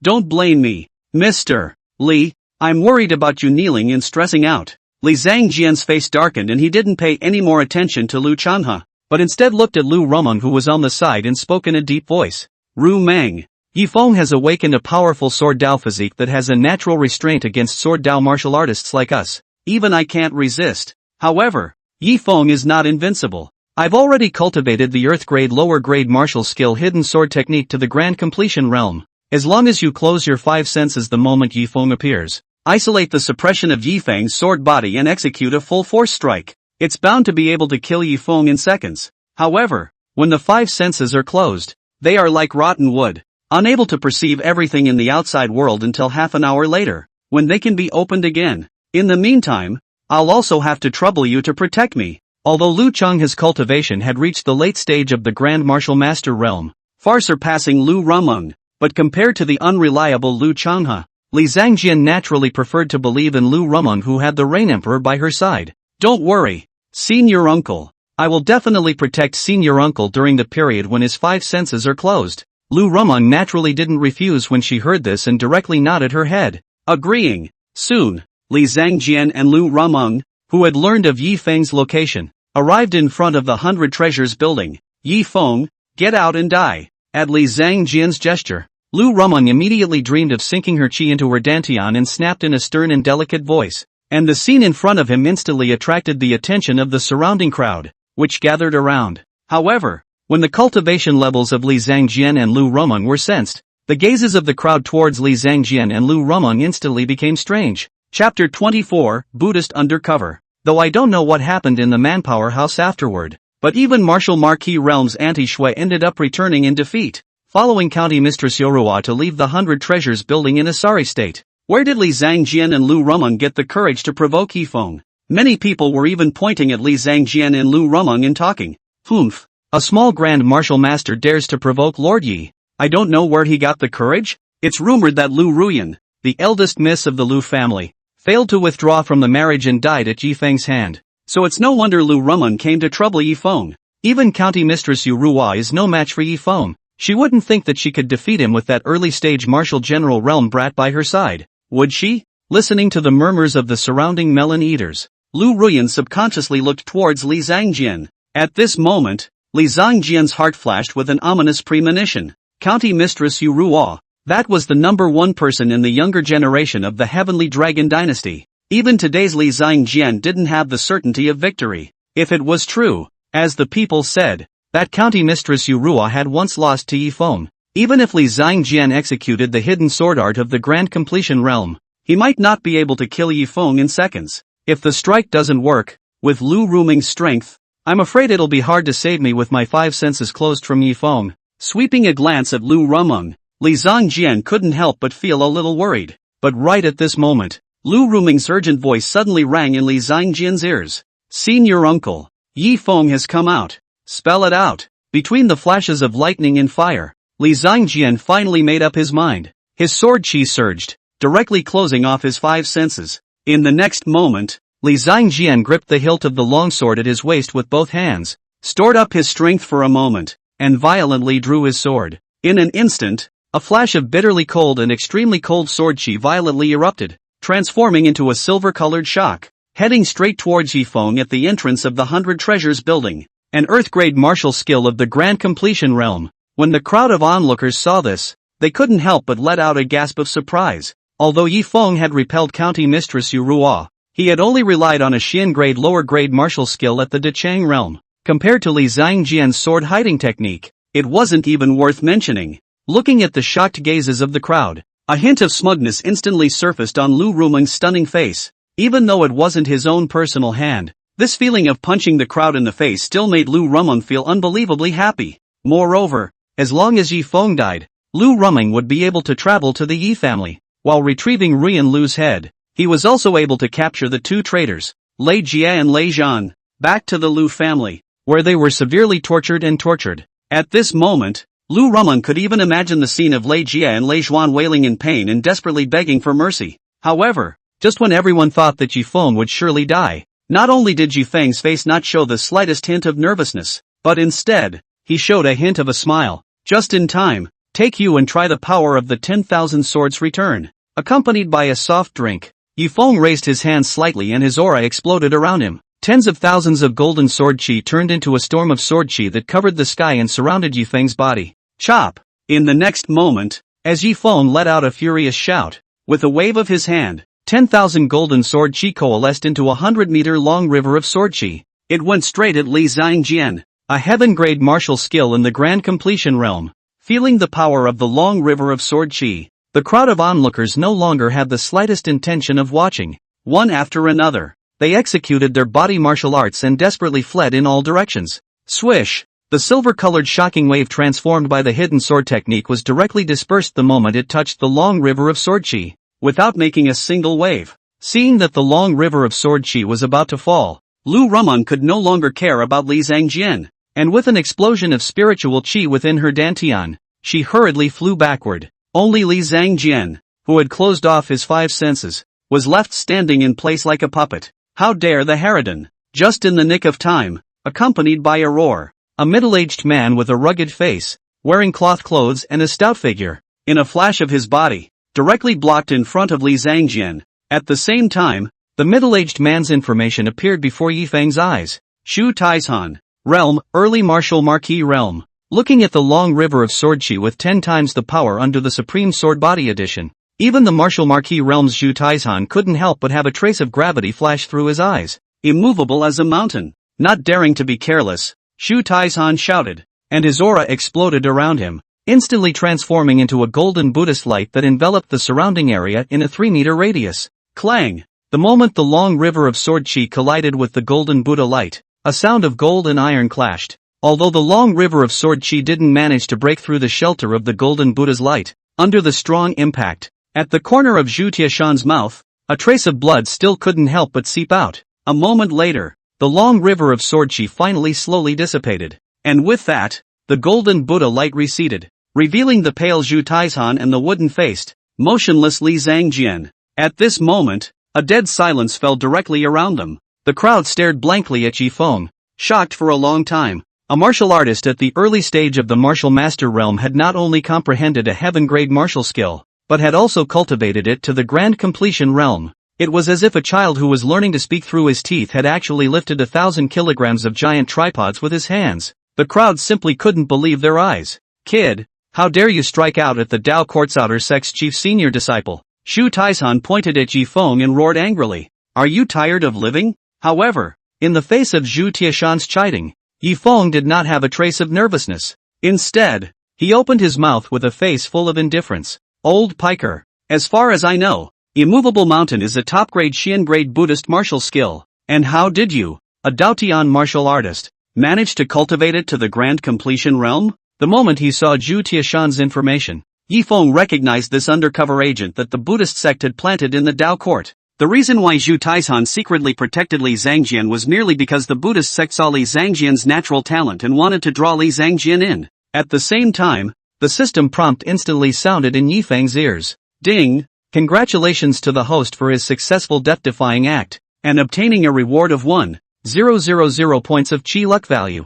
Zhu Tiashan's face instantly changed drastically at his words. Just now the situation was critical. Seeing that Li Zhangjian was about to be killed on the spot, Shu Taizhan unexpectedly performed a Buddhist martial art in a moment of passion. I had thought that with the eyes of the crowd, they would not be able to see the difference. However, he didn't want to be broken by Yifeng. At this moment, Shu Tiashan's gaze towards the crowd had taken on a hint of killing intent. If this matter was spread back to the Dao court, where would Zhu Taizhan have a chance to live? For the sake of today's plan, only by silencing all the people present would he have a chance of survival. However, just as Zhu Taizhan wanted to make a move, a soft voice suddenly sounded in the distance. "Who is it?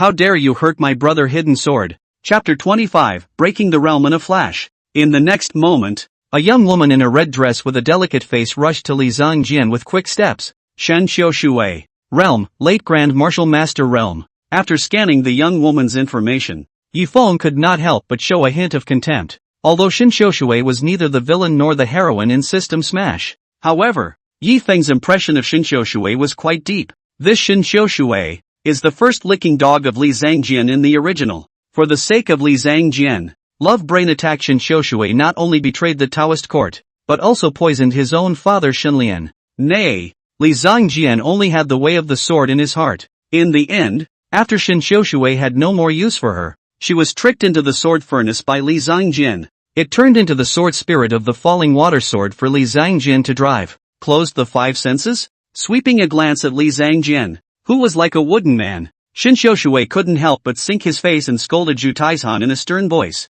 "Zhu Taizhan, how did you protect Brother Hidden Sword? If anything happens to Brother Hidden Sword, I will definitely not let you off the hook." Looking at the angry Shen Xiushui, although Zhu Taizhan was dissatisfied in his heart, he did not dare to open his mouth to retort at all. After all, this Shen Xiushui was the only daughter of Shenlian, the outer sect elder of the Dao sect, and was deeply favored by Shenlian. There was once a Taoist court outer door deacon with a cultivation level comparable to that of Zhu Tiashan's who only spoke out to teach Shen Xiushui a few words. In less than half a day, the corpse of the Dao court's outer door deacon with 1,000 holes appeared on top of the barren mountain outside the Dao gate. Zhu Taizhan naturally did not dare to offend Shen Xiushui. What the hell is going on here? Looking at Zhu Tiashan's low-browed appearance, Shen Xiushui's anger couldn't help but subside for the most part. Easing his tone and opening his mouth to Zhu Taizhan to ask, Zhu Taizhan was relieved when he heard this and hurriedly pointed at Yifeng and explained, "It's him who almost killed Li Zhangjian. I'll step in and kill him to avenge Li Zhangjian."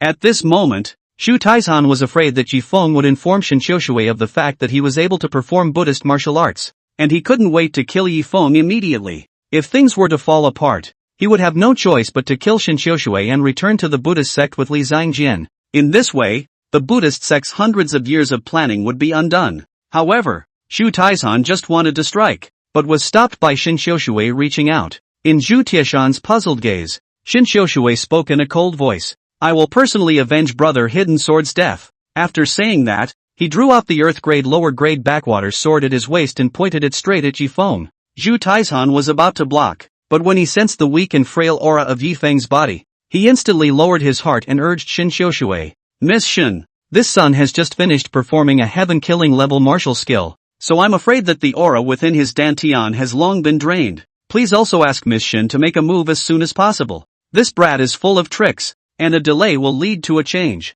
Heavenly grade martial arts? Shin Xiushui was shocked in her heart. She no longer dared to hesitate, and between the dance of the backwater sword in her hand, a dark blue sword chi went straight to Yifeng. You guys don't really think that I'm at my wit's end, do you? Looking at the oncoming dozens of sword chi, Yifeng's face did not have the slightest fear. Instead, he opened his mouth to flirt with a smile. Humph, coquette. Shin Xiushui snorted coldly at his words and spoke with a face full of disdain. With your dantian drying up, even if you comprehend a heaven-grade martial skill, what can you do? Yes? Yifeng faintly smiled, and in the next moment, he directly commanded to the death-doing system. System, raise the realm. Ding, consuming 1,000 points of fortune value. Congratulations to the host for raising his realm to the mid-martial master realm. Accompanied by the system prompt ringing in his ears, Yifeng instantly felt a jolt in his body, while the dantian, meridians, and physical body were enhanced several times.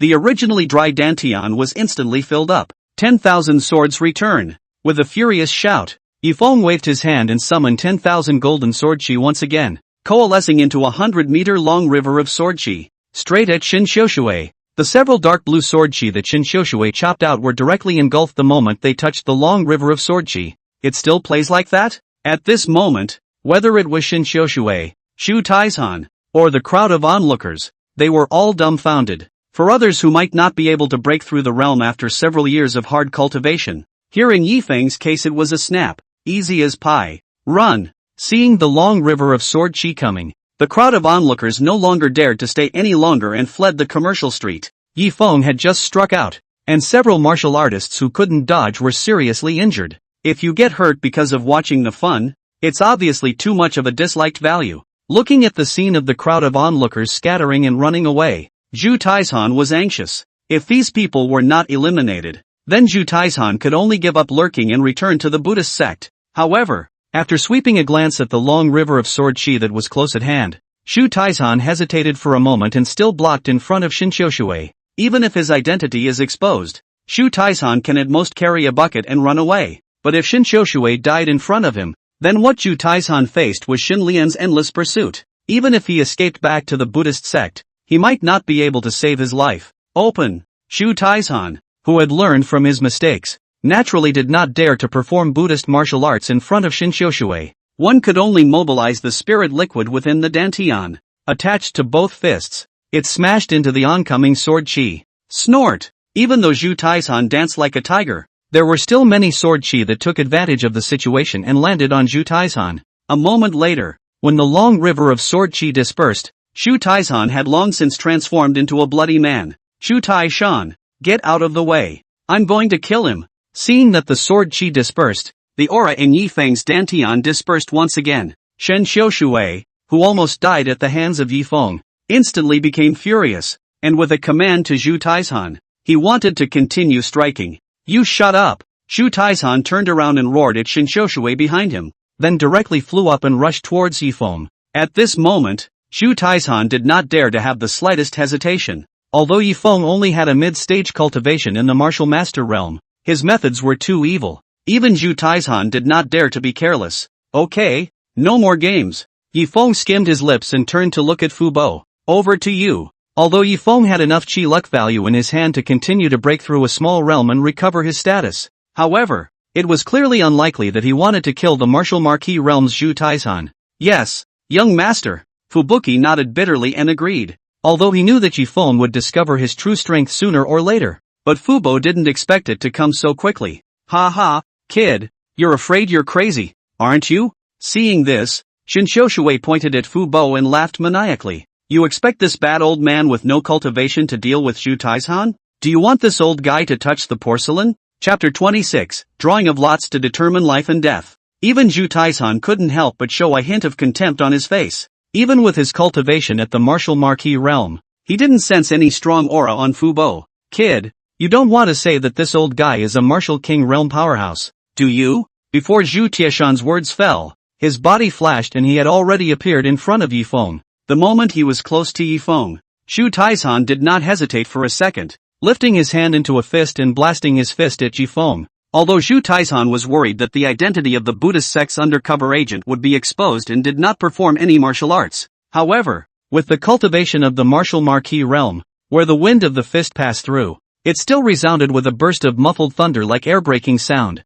The surrounding space, moreover, was squeezed by the powerful force, causing a ripple. Humph, kid, scared silly, ha? Seeing that Zhu Tieshan's fist was only half a foot away from Yifeng's face, Yifeng was still standing still, not moving. Shin Xiushui couldn't help but snort coldly and opened his mouth to mock. In the next moment, Zhu Tieshan's overwhelming attack came to an abrupt end. The mighty and incomparable iron fist was even grabbed by a flat, withered palm and frozen in the air. How is this possible? Looking at the Fu Bo who struck out, Zhu Taishan man went numb. Even though the power coming from his fists was so terrifying that Zhu Taishan didn't have any power to resist. However, Zhu Taishan still couldn't believe that the unassuming Uncle Fu in front of him could be a supreme powerhouse. Shen Xiushui, who was on the side, was even more directly confused. The words that had just mocked Yifeng seemed to have transformed into invisible slaps that ruthlessly smacked Shin Xiushui's face. What made Shin Xiushui even more desperate was the moment Fu Bo's gaze swept over.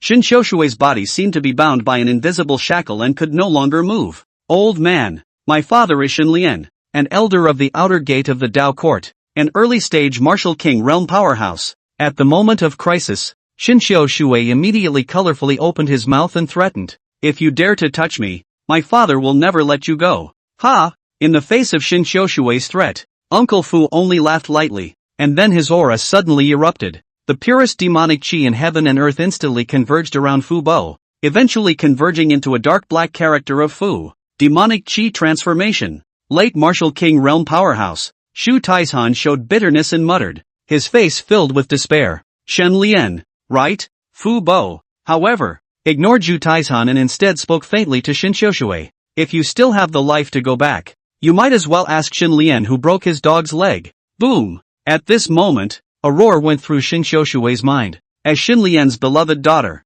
she naturally knew that Shin Lian had an undying enemy. This person not only broke Shin Lian's right leg, but also left a permanent psychological shadow on Shin Lian. Every time Shin Lian mentioned this lifelong enemy, his eyes would carry endless fear while burning with rage. Shen Xiushui, who had never seen Shin Lian afraid, was impressed by this. At this moment Shin Xiushui completely panicked. The proud look on her face instantly disappeared, replaced by a face full of fear. Hastily opening her mouth to beg for mercy, Xiushui didn't know that senior was here. I hope that senior will not forget about me and let me and brother Hidden Sword off the hook. However, Uncle Fu ignored Shin Xiushui, but turned around and looked at Yifeng who was on the side, and spoke in a respectful voice. Young master, what should we do with these three? Looking at the scene in front of them, Zhu Taishan and Shin Xiushui were dumbfounded. Uncle Fu, who was high and invincible in the eyes of his own father Shin Lian, was so respectful when facing Yifeng. How terrifying should Yifeng's identity be?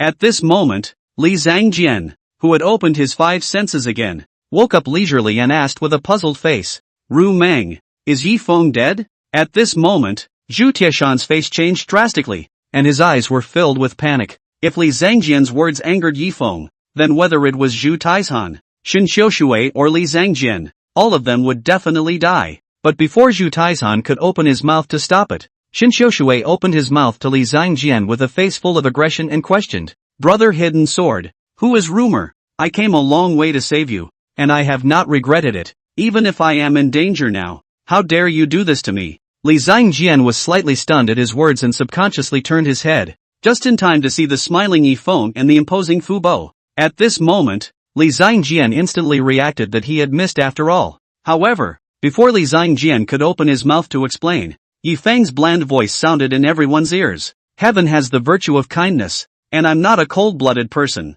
so today, I'll give you all a chance. After saying that, Yifeng directly took out 3 bamboo sticks and continued speaking to Li Zhangjian, Shin Xiushui and Zhu Taishan. Of these 3 bamboo sticks of mine, 2 die and 1 lives. And if you draw the word death, you have to leave your life here. If you are unlucky enough to draw the word Shang, you can leave this place unharmed. Of course, if you live long enough, you can also give up the raw word you drew to someone else. Hearing Yifeng's words, Li Zhangjian instantly brightened up and hurriedly opened his mouth to Shin Xiushui. Xiushui, if you had drawn the word raw, you certainly wouldn't have watched me die, would you? If you are willing to let me have the raw character you drew, I will never forget your favor in this life. Looking at Li Zhangjian, who was usually indifferent to himself, at this moment, He lowered his voice and pleaded with himself in every way. Shin Xiushui suddenly felt a pang of tastelessness. The years of stalking Li Zhangjian were even more like a joke. At this moment, Shin Xiushui finally saw Li Zhangjian's true colors.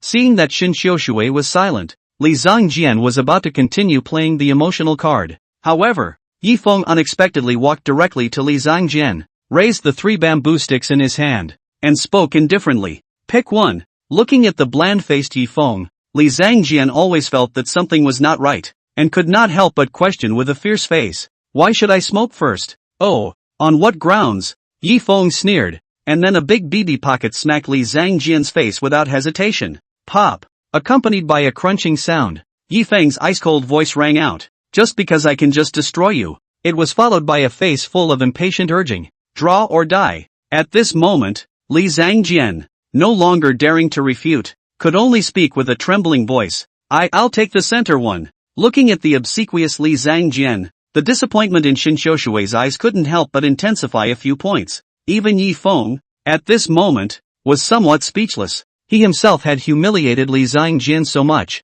and he hadn't even received a single bit of the chi luck value reward. Obviously, Li Zhangjian had been scared out of his wits and had no killing intent. In that case, there's no need for you to continue living. Yi Feng smiled faintly and slowly raised the bamboo stick in the center. Chapter 27, Plot Quest. When a pitch-black word for death appeared in front of Li Zhangjian's eyes, Li Zhangjian's eyes instantly dimmed and his face was ashen. I had thought that after being reborn, I would be able to resolve my heart's demons ahead of time and set foot on the peak of the Sword Dao, but I didn't realize that it was going to end before it started. However, soon after, Li Zhangjian raised his head hopefully and looked at Shin Xiushui. Now there is only one raw sign and one dead sign left. Shin Xiushui, however, had a 50% chance of drawing the birth sign. If Shin Xiushui drew the sign for the middle child, Li Zhangjian had complete certainty that Shin Xiushui would give up the chance to live to himself. At this time, Shin Xiushui, but his face did not have the slightest hint of nervousness, full of indifference,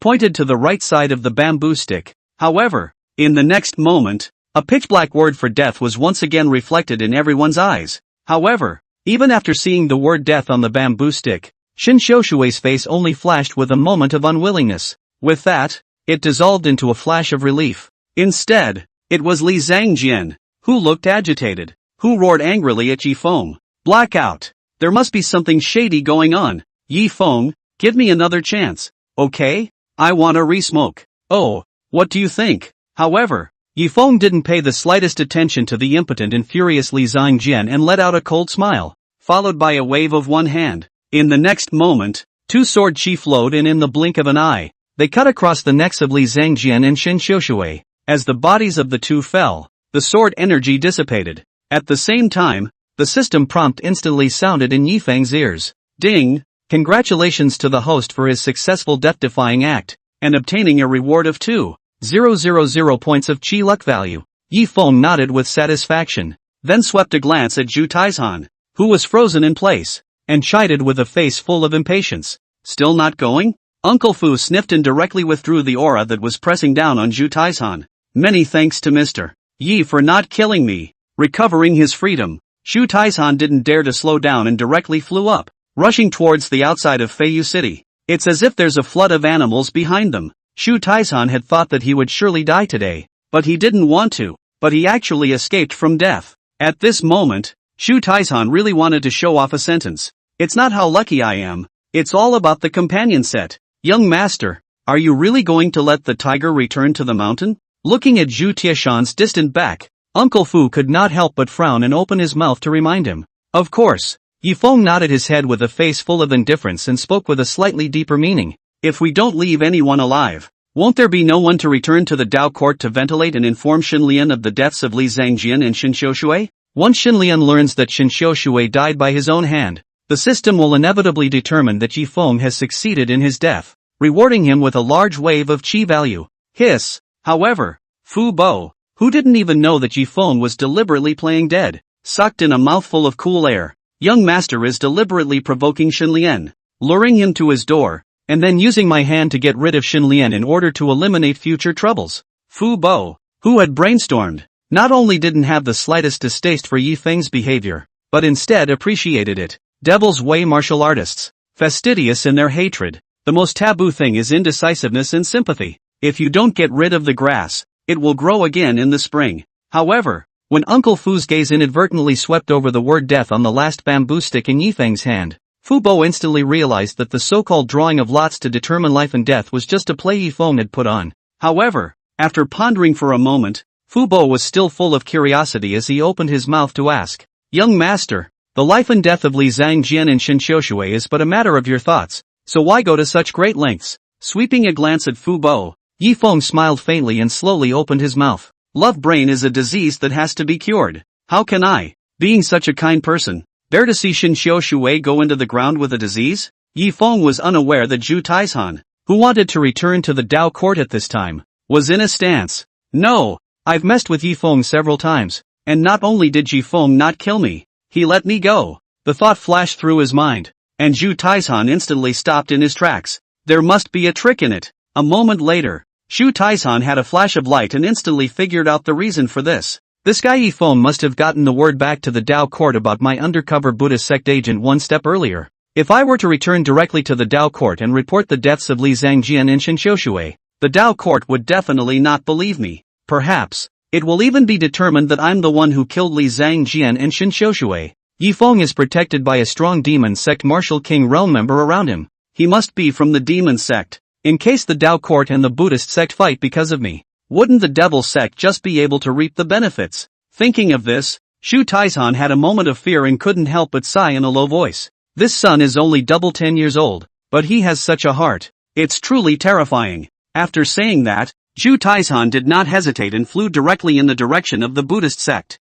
Apparently, Zhu Taizhan had already given up his intention of continuing to work undercover in the Dao court. At the same time, a shopkeeper and a few fellows were recruited, and after arranging the 100 treasures building, Yifeng returned to the Yi family with Uncle Fu. But the moment he stepped into the gate of the Yi family, a system prompt sounded in Yifeng's ears. "Ding! Congratulations to the host for triggering the plot mission. Snatch the Buddha bone. Do you accept? I can't believe it's a plot mission." Listening to the system prompt in his ears, Yifeng couldn't help but brighten up. How could Yifeng not expect that the first time the death-defying system issued a mission? It was so powerful. According to the system, this kind of plot quest not only contained a large number of small tasks, but for each completed loop, one would be able to obtain a considerable reward. And, as the quest progresses, the rewards become more and more generous. Yifeng naturally had no reason to refuse. "Ding! Congratulations to the host for accepting the quest to snatch the Buddha bone.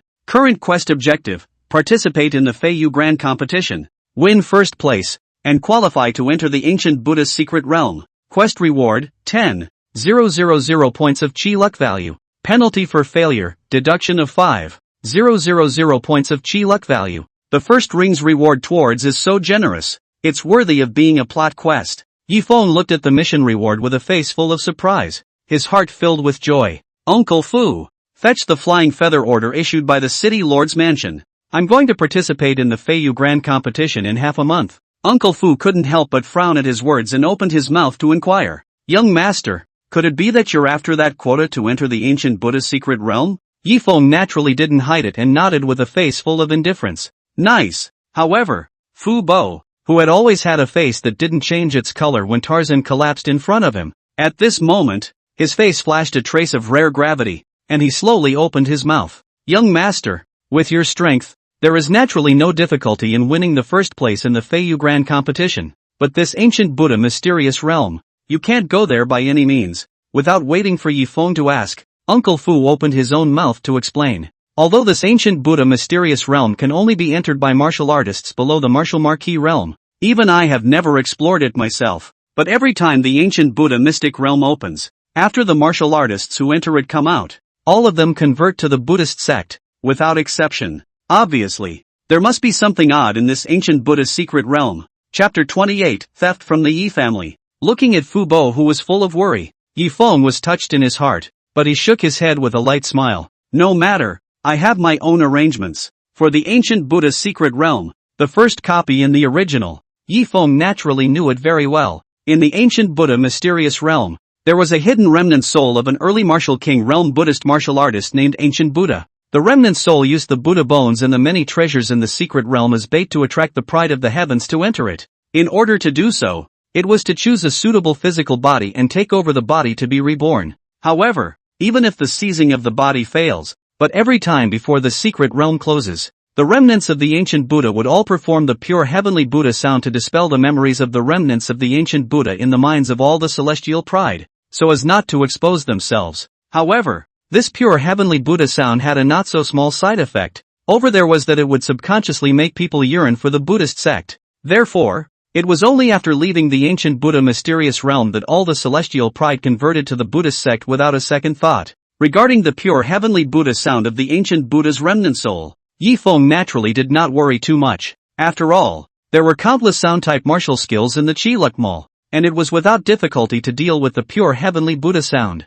I'm going to get it. Looking at the cloudy Yifeng, Uncle Fu did not continue to persuade him after all, but slowly walked towards the direction of the Yi family's storehouse. However, a few moments later, Fu Bo returned to Yifeng with 2 empty hands and spoke with a gloomy face. Young master, the flying feather order is gone. In the treasury, there was only 1 plum-shaped mark left. The faces of Lei Jie and Lei Zhuan, who had rushed over at the sound, were even more unsightly. Yifeng not only saved Lei Jie's life, but also handed over the Yi family to the duo to guard. But in just a few hours, Ye's house was patronized by burglars. Lei Jie and Lei Zhuan, however, didn't notice it in the slightest. At this moment, the duo's hearts were filled with guilt. Sir Yi, it's me and Battle Child who are useless. Lei Jie looked at Yifeng with an apologetic face and spoke in a deep voice. But please also rest assured, Sir Yi, my father and son will definitely help Sir Yi retrieve the lost treasures. Otherwise, never come back to see the prince. Plum? Yifeng didn't pay any attention to a few people. Instead, his thoughts turned and searched for the memories of Plum Blossom in the original story. A moment later, Yifeng suddenly saw a bright light in front of his eyes. Could it be? It's the Plum Blossom Walled City? Plum Blossom Walled City was the largest mountain fortress around Feiyu City, located on the Black Lotus Mountain 30 miles north of Feiyu City. Not only are there thousands of not-so-weak mountain bandits sitting in the cottage, the strength of the walled city Lord Mei Wuxia was even at the late stage of the martial general realm. Even when Zhao Feiyu had sent out troops to encircle the village several times, he had not been able to level the Plum Blossom Walled City. Only Yifeng knew that the Plum Blossom Walled City was the eyes and ears of the devil cult planted outside Feiyu City. Otherwise, with Zhao Feiyu's strength in the martial marquee realm, how could he have allowed the Plum Blossom Walled Village to cause trouble in Feiyu City? However, what really attracted Yifeng in the Plum Blossom Walled City was a divine soldier that surpassed the heavenly grade, Chaos Excalibur.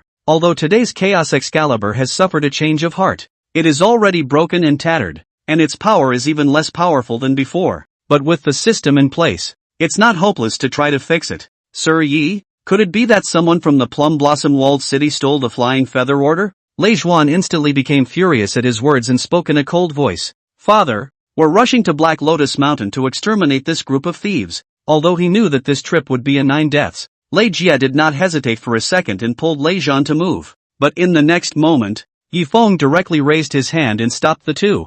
This Plum Blossom Walled City. I'll go myself. Under the puzzled gazes of Lei Jie and Lei Zhuan, Yifeng opened his mouth with a face full of indifference. Uncle Fu, you don't need to follow either. Just stay in the Yi family. After saying that, without waiting for the 3 to respond, Yifeng directly turned around and left the Yi family. Mei Wuxia was cautious by nature. If he took Fu Bo and rushed to Plum Blossom Walled City with great fanfare, maybe Mei Wuxia would just run away. However, looking at Yifeng's back, a touched look instantly appeared on Lei Jie and Lei Zhuan's faces.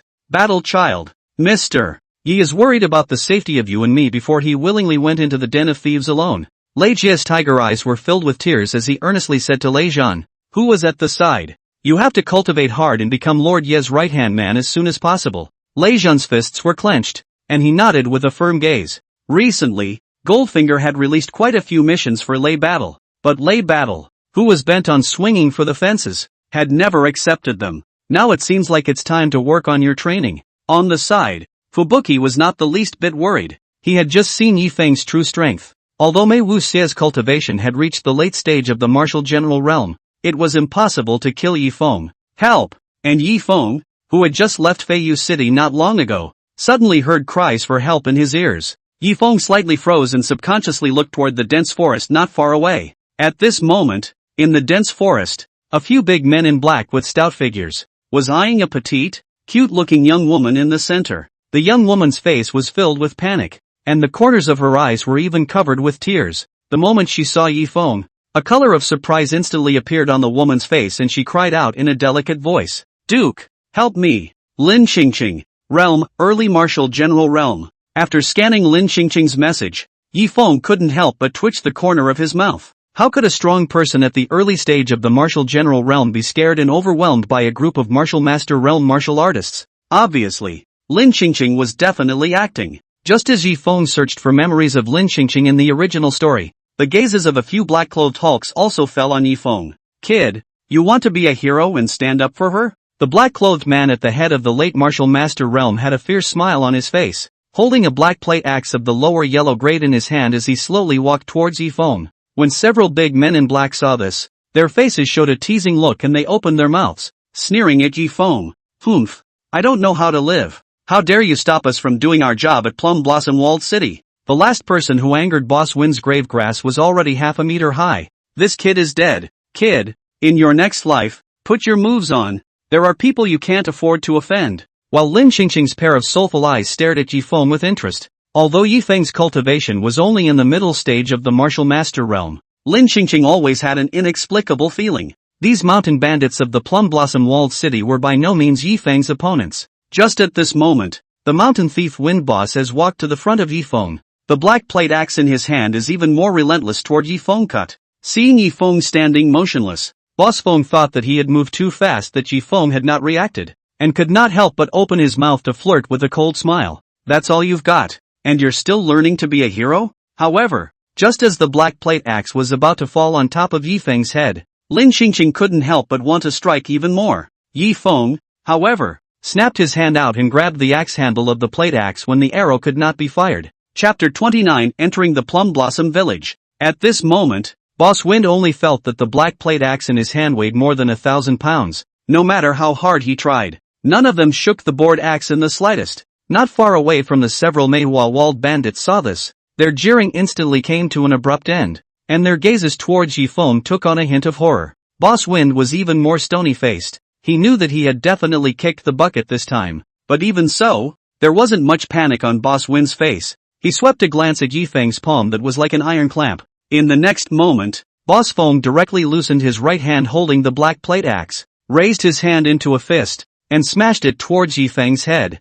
At the same time, Boss Wind's left hand flicked in the space pouch at his waist. A half-foot long, poison-hardened dagger with a dark green glow then appeared in Boss Feng's hand and silently stabbed at Yi Feng's dantian. With this light and dark attack, Boss Wind had once decapitated an early-stage Grand Martial Master Realm powerhouse. Even if Yi Feng was incredibly powerful, Boss Feng was confident that he could kill Yi Feng with a single strike. But in the next moment, before Boss Wind could react, Yi Feng was holding a black plate axe and chopped downward violently. Ka-ching! Ka-ching! Ah! Accompanied by a miserable scream, Yi Feng came after him, and between the swing of his plate axe, he directly chopped off both of Boss Wind's arms. In the next moment, without waiting for Boss Feng to open his mouth to beg for mercy, Yi Feng turned the plate axe in his hand and directly chopped off Boss Feng's neck, casually putting Boss Wind's space bag into the system space. Yi Feng slowly walked towards the crowd with his plate axe in hand. When had the several Plum Blossom walled bandits ever seen this kind of battle? They were instantly terrified and didn't dare to move. Lin Qingqing, on the other hand, was looking at Yi Feng with a face full of excitement, her eyes full of admiration. Sweeping a glance at the sword-shaped pattern on the jade pendant on Lin Qingqing's waist, at this moment, Yi Feng finally recognized Lin Qingqing's identity. The only daughter of Sword City's city lord, Sword Madman Lin Wangu. The young city lord of Sword City, Lin Changchang. In System Smash, the villains are in charge, and they are all over the place. The three sects of Buddha, Taoism, and Devil contend, and they are even more unscrupulous in order to grab resources. However, there was a light that added a trace of warmth to this martial arts-oriented, cold to the core divine wind continent. That would be the Lin family of Sword City. Sword City was at the junction of the Heavenly Dragon Dynasty, the Hanhai Dynasty and the Demon Beast Mountain Range, and was the first line of defense for the human race against the demon race. Lin Wangu, the lord of Sword City, used his martial emperor realm cultivation to suppress the three major demon emperors with a single sword, frightening the crowd of demon clans who didn't dare to enter within 100 miles of Sword City. For the human race, valuable development time was bought. Lin Qingqing, moreover, Is the sword to go to the ends of the earth, to weed out the strong and help the weak, and to sweep away all the world's injustices? But in the end, Lin Wangu was counted by the Heavenly Dragon Emperor and the Vast Ocean Sea Emperor and died in battle in the Demon Beast Mountain Range. Lin Qingqing was even suppressed by several villains who joined forces to refine her soul and take away her spirit, and died tragically on the spot because she exposed the true colors of several villains. I had thought that when the time was right, I would help the Lin family to change their destiny against the heavens. Looking at Lin Qingqing, Yifeng could not help but flash a soft light in his eyes and secretly made up his mind. But since we've encountered it, then the Lin family will never repeat the same mistake. Between the turning of his thoughts, Yifeng had already arrived in front of a few plum blossom walled mountain thieves, just when Lin Qingqing thought that Yifeng would directly strike and exterminate a few mountain bandits. Yifeng, however, ripped off the rope around the waist of one of the mountain thieves and walked directly towards Lin Qingqing. In the next moment, under everyone's unbelievable gazes, Yifeng unexpectedly tied up Lin Qingqing as his body flashed. At the same time, with a face full of disdain, he rebuked the several plum blossom walled mountain thieves. Humph, with a beauty. You don't think of offering it to the walled city lord. You guys are not trying to progress at all. No wonder with the same cultivation level. I'm already a great captain, while you guys, you're still only able to be the pawns of the looters. Learn more. Watch more. Ding. Congratulations to the host for his successful death-defying act, and obtaining a rewarded chi value of 100 points. At the same time Yifeng opened his mouth, the system prompt instantly sounded in his ears. At this moment, whether it was Lin Qingqing or the crowd of mountain bandits, they were all confused. This lord, since they are all brothers of the plum blossom walled city, why did you kill the waiting boss? Although Yifeng said it with a straight face, there were still some mountain thieves who showed a puzzled look and opened their mouths to ask. Humph. Yifeng not only didn't panic at all when he heard this, but instead, he coldly snorted and opened his mouth with a face full of disdain. A tiny little captain. How dare you commit the following offense and take a shot at me? Shouldn't it be killed? Before Yifeng's words fell, his sharp gaze swept towards the crowd of mountain bandits. When they came into contact with Yifeng's gaze, the mountain bandits were instantly silenced and did not dare to say anything more. On the other hand, Lin Qingqing, who was tied up by the side, had a hint of sulkiness flashed in her eyes. I thought that I had met my own Gaijin, but I didn't realize that I was in the same boat as these mountain bandits. Just when Lin Qingqing wanted to break free from her bonds and cut down Yifeng and all the mountain bandits present, Yifeng's whispered voice, however, suddenly rang in Lin Qingqing's ears. If you want to do the people a favor and strike down Mei Wuxie, keep on acting. Lin Qingqing froze and subconsciously looked at Yifeng. When she saw the smile at the corner of Yifeng's mouth, Lin Qingqing instantly came to a realization. It turned out that Yifeng's purpose, surprisingly, was the same as hers, to get rid of Mei Wuxie. Soon, Lin Qingqing's cries for help rang out from the mountains and forests. Help! Humph! Go ahead and scream. No one will come to your rescue even if you scream your throat out. Break the throat. An hour later, Yifeng and his group finally arrived at the foot of the lotus-like Black Lotus Mountain. Looking at the Black Lotus Mountain where there was a guard at every 3 steps and a sentry at every 5 steps, Lin Qingqing could not help but feel happy in her heart. If he hadn't listened to Yifeng's advice, even with his cultivation at the early stage of the martial general realm, he would only die if he broke into Plum Blossom Walled City. The guard posts on Black Lotus Mountain were dense, but they were very slack. After simply sweeping the appearance of a few mountain thieves, he directly chose to let them go, without any intention of interrogating them at all. After all, in the view of the crowd of mountain bandits and guards, even Feiyu City's Lord Zhao Feiyu had returned in defeat when facing Plum Blossom Walled City. How could anyone be so impatient to come to Plum Blossom Walled City? Soon, Yifeng, Lin Qingqing and a few mountain thieves made their way unhindered to a large hall at the top of Black Lotus Mountain. Please inform the walled city lord that the first captain, Liu Changhe, has offered a beautiful woman, and I hope the walled city lord will smile. Yifeng's gaze flickered as he pointed to Lin Qingqing on the side and opened his mouth to the 2 guards in the early stage of the Grand Martial Master realm at the entrance of the main hall. The Plum Blossom Walled City had the backing of the devil cult behind it, and killing Mei Wuxie would inevitably lead to the liquidation of the devil cult. Yifeng naturally wouldn't use his real name, and Liu Changhe in Feiyu City is not a small reputation, usually even more everywhere to proclaim their cynicism and hatred, to weed out the strong and help the weak. It's natural to use it for backstabbing. However, listening to Yifeng's words, the guard on the left side had a puzzled look on his face. Chapter 30, Heavenly Sword. How come I've never seen you before? The left guard's gaze swept over Yifeng's face, and a hint of vigilance flashed in his eyes. Yi Feng and Lin Xingqing's hearts tightened. Just as Yi Feng and Lin Xingqing hesitated to forcefully kill the two guards and directly break into the main hall, the guard on the right,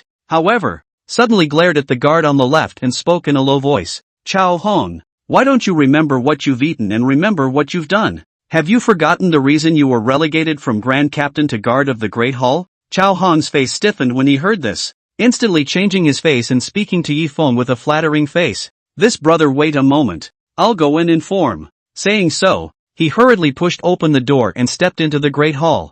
Half a month ago, Chao Hong was still the first captain of Plum Blossom Walled City, but in the course of a tour of the mountain gates, he suspected that the third brother-in-law who had just arrived at Plum Blossom Walled City was a spy sent by Feiyu City. But after some investigation, not only did he not find any evidence, but he offended the third master. Chao Hong was relegated to the position of guard of the Great Hall by the third patriarch the next day because he stepped into the Plum Blossom Walled City with his left foot first. Yi Feng was able to serve as a captain with a mid-stage cultivation in the martial master realm, so his background must not be simple. Chao Hong, who has suffered losses, how dare he offend easily? Although Yi Feng was a bit puzzled by Chao Hong's reaction, he didn't ask any more questions and instead looked around as if nothing had happened. The guards around the Grand Hall were much less than those at the foot of Black Lotus Mountain though. However, their strength had all reached the Grand Martial Master realm or above. Even if he killed Mei Wuxie, it wouldn't be too easy to escape. Looks like it's going to be another bloody battle in a while. Yi Feng couldn't help but secretly sigh. And right at this moment, Chao Hong, who was full of smiles, pushed open the door of the main hall and walked out. Captain Liu, the walled city lord has an invitation. Chao Hong pushed the large hall door open a little more before bowing and retreating to the side. Yi Feng nodded and without the slightest hesitation, he directly led Lin Xingqing to step into the hall. In the midst of the glorious hall, a middle-aged man dressed in black with a gloomy face was sitting on top of a throne made of pure gold, faintly looking at Yi Feng and Lin Xingqing. At the same time, the middle-aged man's information appeared before Yi Feng's eyes. Mei has no regrets. Realm, late Marshal General Realm. Greetings, walled city lord. Yi Feng arched his hand at Mei Wuxie, then pointed at Lin Xingqing on the side and spoke in a deep voice. Walled city lord. I captured this girl outside of Feiyu City and brought her here specially to offer to walled city lord. After saying that, without waiting for Mei Wuxie's reaction, Yi Feng pushed Lin Xingqing towards Mei Wuxie with one hand. However, in the instant he did so, Yi Feng had already silently untied the knot behind Lin Xingqing. As Lin Xingqing staggered closer to Mei Wuxie, a chilling dark blue longsword had appeared in her right hand behind her back. Ding! Congratulations to the host for his successful death-defying act, and obtaining a reward of 500 points of chi value. No good. Listening to the system prompts coming from his ears, Yi Feng instantly reacted and hurriedly opened his mouth to Lin Xingqing to remind him. Retreat! This guy had his defenses up. Since the system ruled that the death-defying act was successful, it meant that Mei Wuxie had already started killing Yi Feng. Yi Feng and Mei Wuxie had never met. The only explanation was that Mei Wuxie had seen through Yi Feng and Lin Xingqing's trick. As expected, before Lin Xingqing could make a move, a hint of killing intent surged in Mei Wuxie's eyes. Two rats, how dare you barge into my Plum Blossom Walled City to spill your guts? Since you've lived long enough, I'll fulfill you here. Accompanied by a cold, stern voice, Mei Wuxie did not get up, but simply slapped out a palm. In the next moment, a millstone-sized palm print of demonic energy instantly came out of his hand and smashed towards Lin Xingqing. As the eyes and ears of the devil cult planted in Feiyu City, Mei Wuxie naturally acted differently from other mountain bandits and was very cautious. Mei Wuxie was very familiar with every great captain in the Plum Blossom Walled City. Lu Changhe was not in it at all. Releasing Yi Feng and Lin Xingqing into the middle of the Great Hall was just Mei Wuxie's cat playing with a mouse. Wanting to see what tricks the duo would play, facing Mei Wuxie's sudden attack, Lin Xingqing didn't listen to Yi Feng's advice and instead advanced instead of retreating. Between the swings of the Ice Trace sword, which was of the top grade of the Earth grade, in his hand, a deep blue sword chi directly chopped into the palm of the demonic aura. Snort! After a sound of approaching cracking brocade, the demonic chi palm was instantly churned to pieces by the sword chi. At the same time, Lin Xingqing, who had come close to Mei Wuxie, held the Ice Trace sword and directly stabbed at Mei Wuxie's dantian. There's something else. Looking at the Ice Trace sword that was close at hand, Mei Wuxie, however, did not panic in the slightest as she pointed her fingers repeatedly. With Mei Wuxie's movements, an arm-thick chain of demonic chi was like a spirit snake, directly curling towards Lin Xingqing, who was holding the ice trace sword. Lin Qingqing's gaze was fixed, and the aura in her dantian was like a tidal wave, surging down her meridians into the ice trace sword. Chop! Accompanied by a dainty cry, Lin Qingqing swung her ice trace sword and chopped out a 3 feet long shocking sword chi, heading straight for the demonic chi chains. Swish! What made Lin Qingqing somewhat surprised was that a demonic chi chain did not have the slightest resistance under the sword chi. It was chopped up as much as it could be in an instant. But the next moment, before Lin Qingqing could let out a sigh of relief, the aura chains that had been chopped off turned around and recovered as if they were still there, once again coming at him. At the same time, Mei Wuxie's smug voice rang in Lin Qingqing's ears. Humph! I've already cultivated this earth-grade lower-grade demonic chi chain to the grand completion realm. As long as I still have aura in my dantian, that demonic aura chain will be repaired at any time and will never be able to be severed. Fix? Lin Qingqing couldn't help but let a hint of hesitation flash across her face when she heard this, but looking at Mei Wuxie's smug expression, it eventually turned into a look of determination. Then I'd like to see if it's your demonic chi chain that repairs fast, or my ice trace sword that's sharp.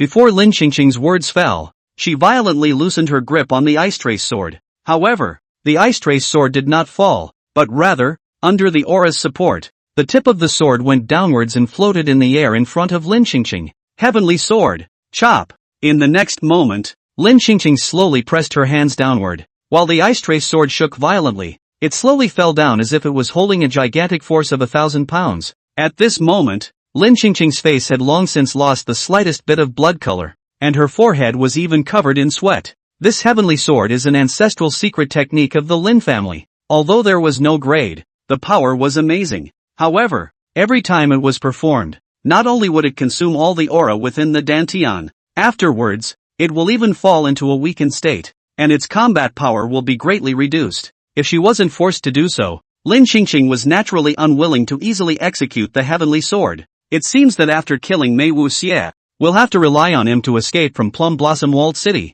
Lin Qingqing couldn't help but flash Yifeng's cynical face in her mind and subconsciously looked back. But the scene in front of her caused Lin Qingqing's face to change drastically. Chapter 31, Sneak Attack from Behind. Behind Lin Qingqing, it had long been empty. Where was Yifeng's figure? Did this guy see a bad situation? Retreat from the battlefield and run away? At this moment, Lin Qingqing's heart was filled with disappointment. However, once the heavenly sword was out, it could not be interrupted at all. As the ice trace sword in front of Lin Qingqing slowly fell, a 3-foot-long spatial crack suddenly appeared out of nowhere above Mei Wuxie's head. Subsequently, a deep blue sky-covering giant sword, violently and slowly emerged from the spatial cracks and chopped down towards Mei Wuxie. Although the giant sword was not fast, the moment it appeared, an invisible pressure enveloped Mei Wuxie. Whether it was Mei Wuxie or the demonic chi chains in the Great Hall, all of them were imprisoned in place, unable to move. This is the famous skill of the ancient sword emperor Lin Wangu,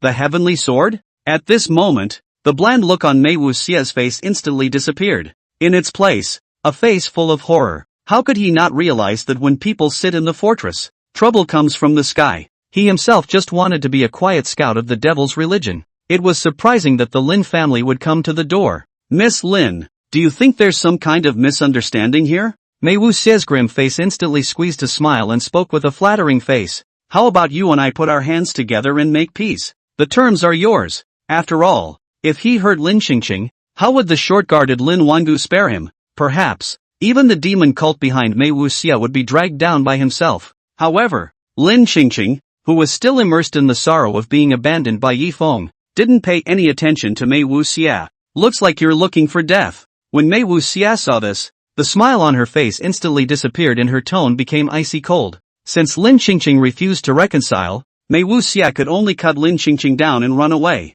However, before that, there was still the heavenly sword's attack to be blocked. Otherwise, it's all talk. Although his body couldn't move under the suppression of the heavenly sword, but as soon as Mei Wuxie's thoughts moved, one treasure from the spatial ring flew out one after another, rushing towards the heavenly sword. When it was a matter of life and death, Mei Wuxie didn't dare to have the slightest reservation at all, and even the most precious earth-grade lower-grade weapon in his hand, the yin-yang blade, smashed out. Boom boom boom. In the next moment, the heavenly sword directly clashed with Mei Wuxie's multitude of treasures, emitting a terrifying roar. Under the impact of the heavenly sword, numerous treasures fell one after another like meteors. The yin-yang blade, which was of the lower grade of the earth grade, was even shattered by the heavenly sword and turned into fragments in the sky. Mei Wuxie, however, couldn't care less about the heartache. After all, at this moment, the heavenly sword, after losing its hindrance, once again came at Mei Wuxie.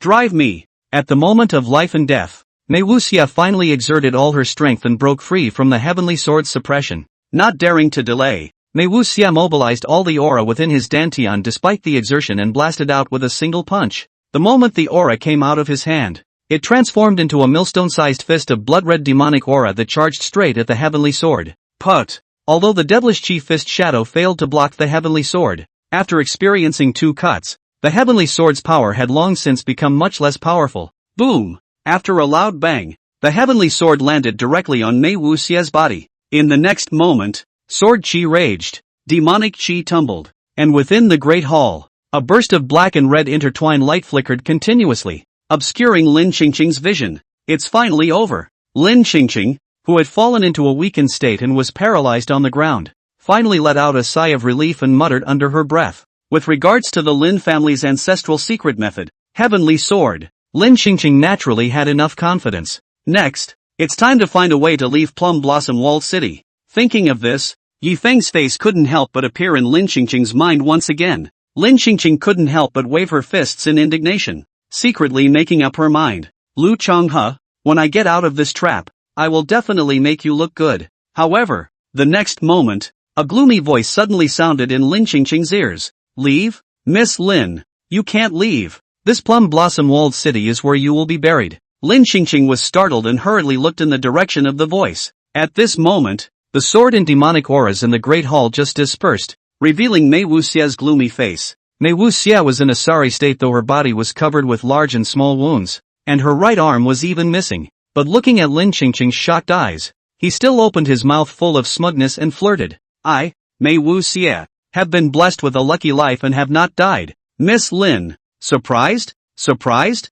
Feeling the powerful aura of Mei Wuxie's body, Lin Qingqing's eyes instantly revealed a look of despair. Now that she had fallen into a weakened state, even a samurai realm martial artist might not be able to defeat her. As for Mei Wuxie, although her injuries were not light, apart from her broken arm, they were all superficial wounds that did not have much effect on her battle strength at all. By himself, he was simply no match for Mei Wuxie. Since Miss Lin has prepared herself, then please, Miss Lin, be on your way. Mei Wuxie, who was afraid of a late change, had a surge of demonic energy in his left hand, and was about to directly strike, resulting in Lin Qingqing's life. However, just as Lin Qingqing was wearing a bitter smile on her face, thinking that she was bound to die, a familiar voice suddenly sounded behind Mei Wuxie. 10,000 swords return. The one who opened his mouth was none other than Yi Feng, who was hiding behind Mei Wuxie and waiting for an opportunity to sneak attack. You didn't leave? When Lin Qingqing saw this,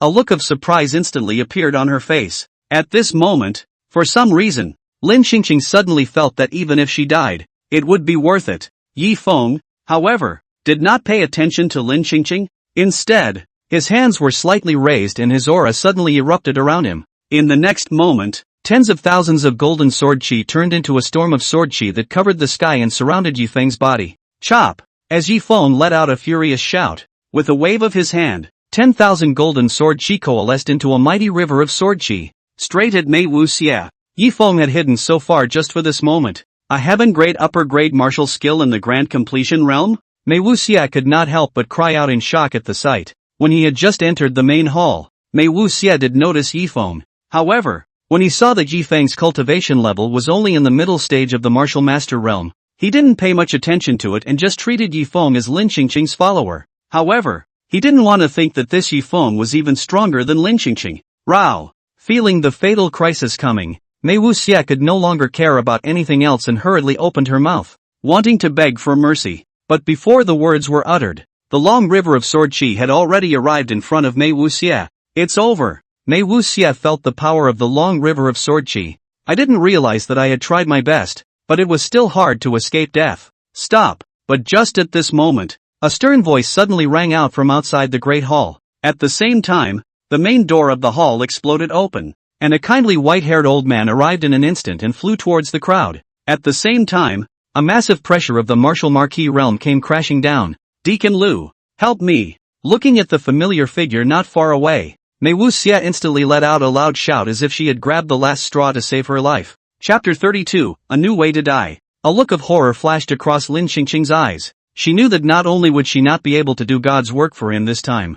I'm afraid that both myself and Yifeng will die here. Kid, you can't kill me. Seeing that Deacon Liu was getting closer and closer, Mei Wuxia's face flashed with a hint of joy after the robbery, and she opened her mouth to Yifeng to taunt him. Deacon Liu was an expert of the demon sect, although his cultivation was only at the early stage of the martial marquis realm. But the real strength was enough to fight with an ordinary middle martial marquis realm martial artist. Yifeng, how could he dare to disobey Deacon Liu's order? However, the next moment, the scene in front of him completely stunned Mei Wuxia. Facing the threat of the martial marquis realm powerhouse, Deacon Liu, Yifeng was not the least bit moved, and with a wave of his hand, the long river of sword chi smashed into Mei Wuxia. Boom! In the next moment, Mei Wuxia didn't even have time to let out a miserable scream before she was completely engulfed by the long river of sword chi. Ding! Congratulations to the host for his successful death-defying act, and obtaining a reward of 500 points of chi luck value, while killing Mei Wuxia.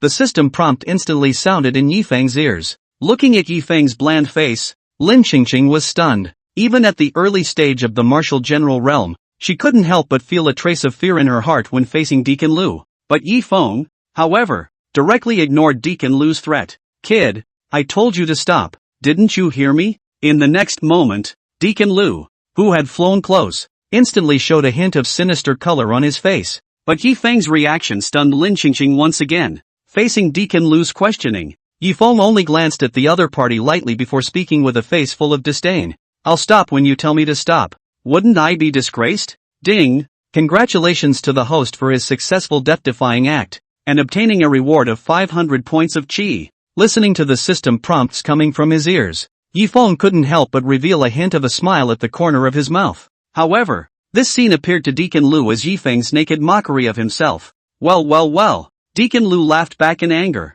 His gaze swept over Lin Xingqing who was on the side, and he coldly opened his mouth. Today, I will kill your accomplices in front of you, and then slowly canonize you. Lin Xingqing man was dumbfounded. The one who provoked Deacon Liu was clearly Yifeng, but why was he the one who got hurt? However, Lin Xingqing still braced her weak body and slowly stood up, facing directly at Deacon Liu and spoke in a deep voice. You go first, I'll stop him. At this moment, Lin Xingqing had already held the heart of certain death, intending to fight to the death to gain a ray of life for Yifeng. What a sentimental little girl, Deacon Liu praised on his lips, but the killing intent in his eyes did not subside in the slightest. Then I will fulfill you. After saying that, between Deacon Liu's wave of his hand, a dagger emitting a blood-red demonic aura had already stabbed at Lin Xingqing. Father, my daughter is unfilial, so I'll go first. Lin Xingqing trembled her hands and raised the ice trace sword in her hand. Sword City martial artists, even if they died, they could not be without a sword in their hands.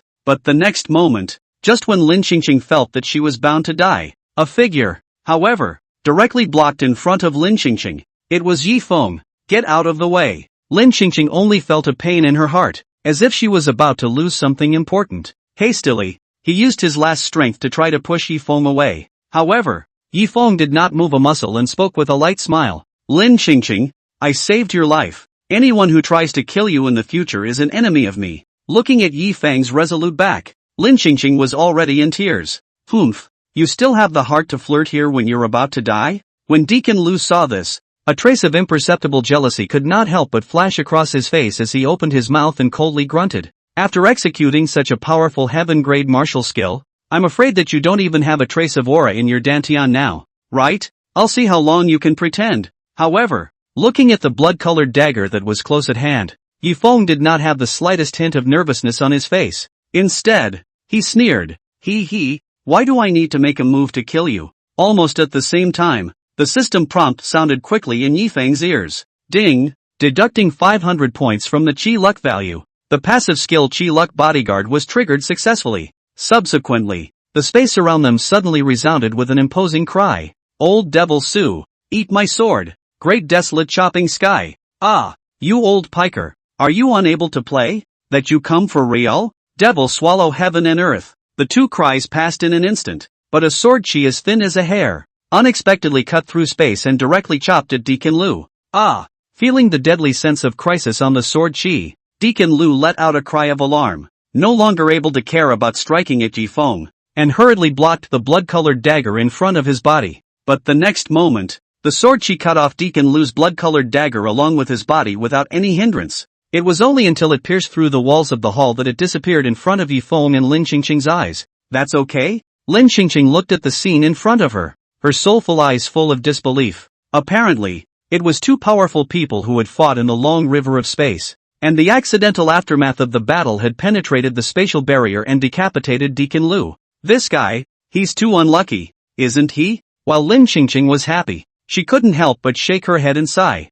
Yifeng's face, however, did not have the slightest look of surprise. Deacon Liu's death was nothing more than the passive skill Chi Luck Protector triggering and the death-defying system arranging a new death for him. I didn't realize that the system was playing with flowers. Sighing, Yifeng suddenly frowned and swept a glance in the direction of the entrance of the Great Hall, directly turning his head to Lin Qingqing and opened his mouth. The mountain bandits are coming. Before Yifeng's words fell, outside the Great Hall, the sound of disorganized footsteps rang out. At the same time, a gruff voice suddenly sounded outside the door and, "Walled City, are you alright?" The next moment, a group of plum blossom walled mountain thieves entered the room in a row. Of the two people at the head, on the left side was a middle-aged man with a simple look and a sturdy figure. On the right side, on the other hand, there was a lewd old man with a sharp mouth and a short stature. The one who opened his mouth was none other than the stout middle-aged man. At the same time, the information of the duo appeared in front of Yifeng's eyes. Stone Peak, Realm, Early Martial General Realm. Ginger Bamboo, Realm, Early Martial General Realm. Plum Blossom Wall's second and third bosses are actually here. Looking at Shifeng, Jiang Zhu and the crowd of mountain bandits behind the duo, Yifeng was not surprised but pleased. This way, it's just enough to wipe you all out. Ding! Congratulations to the host for his successful death-defying act, and obtaining a reward of 300 points of chi. As Yifeng spoke, the system prompt sounded in his ears, and when Shifeng, Jiang Zhu and the rest of the mountain bandits heard this, they instantly became furious. Arrogant! Not only are there hundreds of experts above the Grand Martial Master Realm here, there are even thousands of Martial Master Realm brothers outside the hall. With you want to wipe us out? A punk in the middle stage of the Martial Master Realm. His breath is even weaker to the extreme. And I don't know who gave him the courage. When you kowtow and beg for mercy later, I hope you'll be as tough-talking. Lin Qingqing, who was behind Yifeng, even had a worried look on her face. Even in her heyday,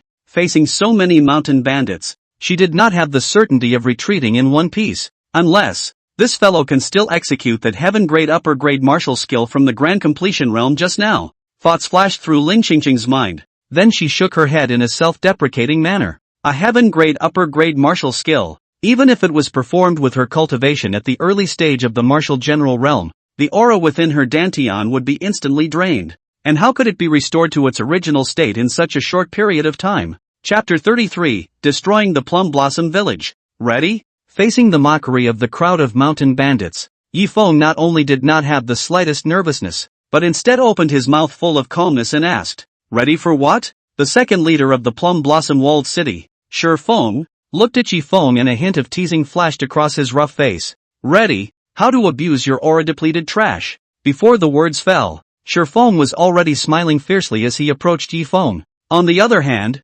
Jiang Zhu, the third leader on the side, did not open his mouth hastily. The moment he entered the main hall, although he didn't see Mei Wuxie, Jiang Zhu saw Deacon Liu's body on the ground split in two. Although he didn't know Deacon Liu, even though he had already hung up, the majestic aura of Deacon Liu's body was still intimidating. Strong as Deacon Liu, he died tragically in the Great Hall. How could he, who was cunning and cautious by nature, dare to make a move so easily? Seeing that Shifeng was getting closer and closer to him, Yifeng no longer hesitated and directly commanded to the death-doing system. System, raise a small realm. Ding, consuming 2,000 points of fortune value. Congratulations to the host for raising his realm to the late Martial Master Realm. The moment the system prompt sounded, Yifeng only felt as if a river was turning over in his body. Although the dantian and meridians did not expand again, it was as if they had gone through 1,000 hammers, becoming tough and incomparable. Above the blood, flesh,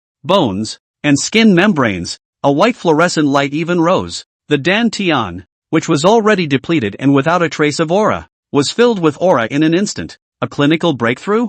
Feng's face was a bit ugly, but he did not worry too much. So what if it's in the late martial master realm? A stronger mole is still a mole, destroyable with your bare hands. However, Lin Qingqing behind Yifeng was brightening up. After Yifeng's breakthrough, wouldn't he be able to perform the 10,000 swords returning to the palace again? Thinking of the earth-shattering power of the 10,000 swords returning, Lin Qingqing couldn't help but bring a hint of sympathy to her gaze towards the people of the Plum Blossom Walled Village, as expected of Lin Qingqing. In the next moment, between Yifeng raising his hand, tens of thousands of golden sword chi turned into a storm of sword chi that covered the sky and surrounded Yifeng's body. Go! As Yifeng let out a furious shout, with a wave of his hand, 10,000 golden sword chi coalesced into a powerful river of sword chi, rushing towards the crowd of mountain bandits. Escape! Feeling the power of the 10,000 swords, Jiang Zhu was the first to react, performing his stance martial arts and turning around to run. Quite a few mountain thieves with active minds hurriedly followed behind and ran towards the outside of the Great Hall.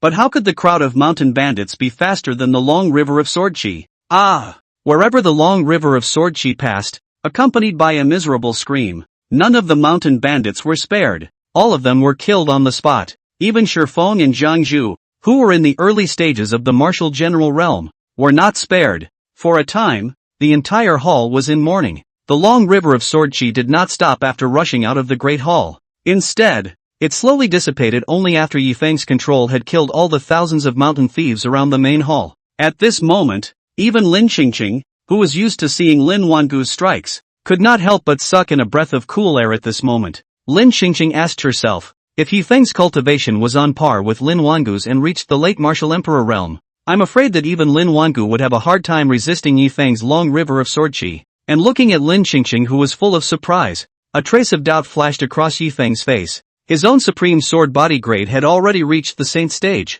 and even Li Zhangjian, who had awakened his 7th stage sword body, would find it difficult to resist when facing himself. But Lin Qingqing, however, didn't react at all. Could it be that the supreme sword body only has a suppressive effect on martial artists who have awakened their sword bodies? And Lin Qingqing, at this time, happens to not have awakened her sword body? In the original, when Lin Qingqing's physique was introduced, it only said that Lin Qingqing's soul was damaged in order to awaken the 7th Order Green Emperor's sword body. As for when he had awakened the Green Emperor's sword body, he did not explicitly say so. Therefore even Yifeng was not sure if the Lin Qingqing at this moment possessed a special physique. Yifeng didn't know that at this time. In Lin Qingqing's sea of consciousness, a small, nearly transparent, green-colored sword was being crushed to the ground. Shivering. The small green-colored sword was one of the 3 great demon emperors that had been killed by Lin Wangu with a single sword back then. Sword Demon Green Emperor. The moment he was struck down by Lin Wangu, the remnant soul of the Green Emperor attached itself to Lin Qingqing's Ice Trace sword.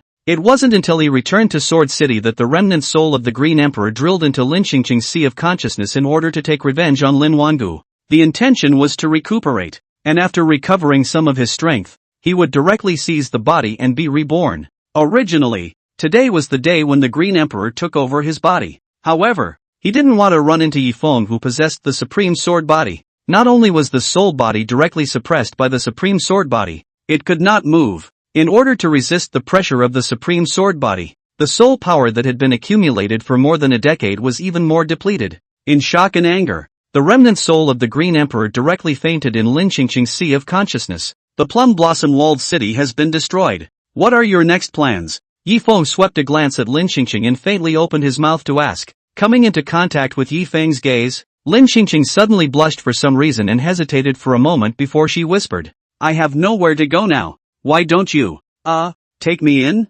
Lin Qingqing had thought that Yifeng would refuse, but unexpectedly, Yifeng directly nodded and spoke in a deep voice. Good, come with me. Where are we going? The pleasantly surprised Lin Qingqing hurriedly opened her mouth and asked. Plum Blossom Cottage Treasure Trove. As Yifeng spoke, he had already arrived at the entrance of the main hall. However, just at the moment when he was about to leave the hall, Yifeng swept a glance at the corpses at his feet and could not help but have a smirking expression on his face. However, Yifeng didn't point it out, but took Lin Qingqing and left the hall straight away, rushing towards the Plum Blossom Wall Treasure Trove. Just a few moments after Yifeng and Lin Qingqing left, the corpses at the entrance to the main hall suddenly shook. In the next moment, Chao Hong, whose face was covered in blood, climbed out directly from the pile of dead people. This Lu Changhe, it's just too terrifying. Chao Hong looked at the direction Yi Feng left with palpitations, his eyes filled with fear. But then, a hint of hesitation appeared on Chao Hong's face. If he were to leave this way,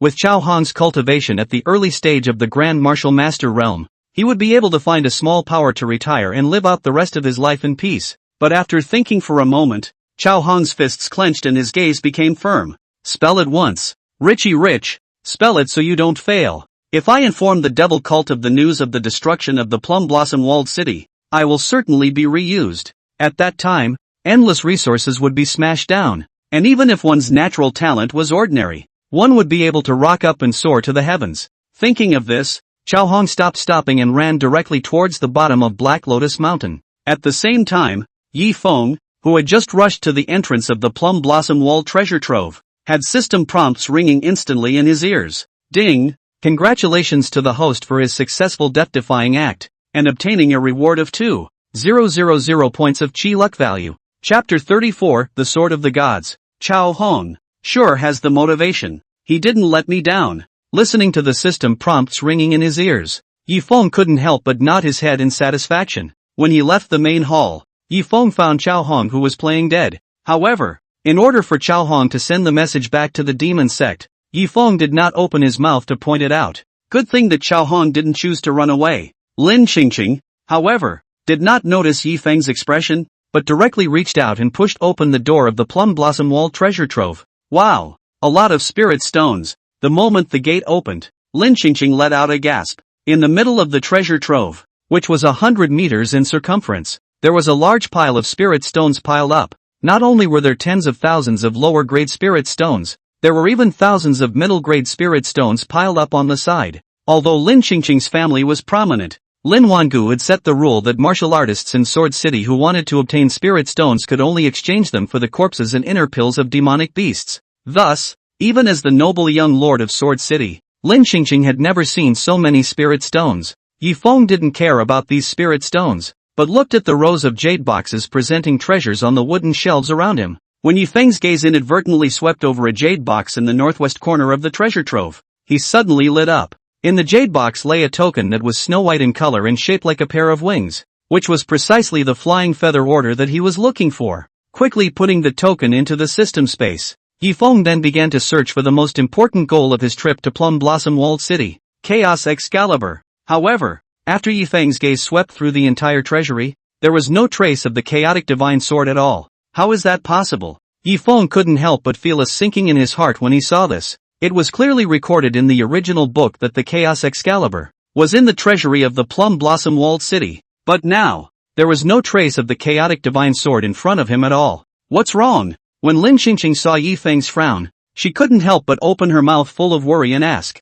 Nothing. Yi Feng raised his hand and directly put all the treasures in the treasury into the system space at the same time. He urged Lin Qingqing, come on. This Plum Blossom Walled City is a force under the demon cult. If we overthrow it, there will definitely be strong demon sect members coming to check it out later. Lin Qingqing nodded obediently and followed Yi Feng outside. But just a moment before he was about to leave the Plum Blossom Walled treasure trove, Lin Qingqing's eyes suddenly lit up when her gaze inadvertently swept over the night pearl used for illumination above her head. This night pearl, too, cannot be left to the devil cult, Lin Qingqing said, leapt up, grabbed the basketball-sized night pearl above her head with both hands, and pulled downward with force. Clang! In the next moment, the night pearl, along with a rusty heavy sword, was directly pulled down by Lin Qingqing. At the same time, the information of the heavy sword appeared in front of Yi Feng's eyes. Chaos Excalibur, broken. Grade, Divine Soldier. Effect, Woundbreaker, activated. The divine sword rusts and has a higher probability of causing the target to fall into a weakened state when dealing damage to the target.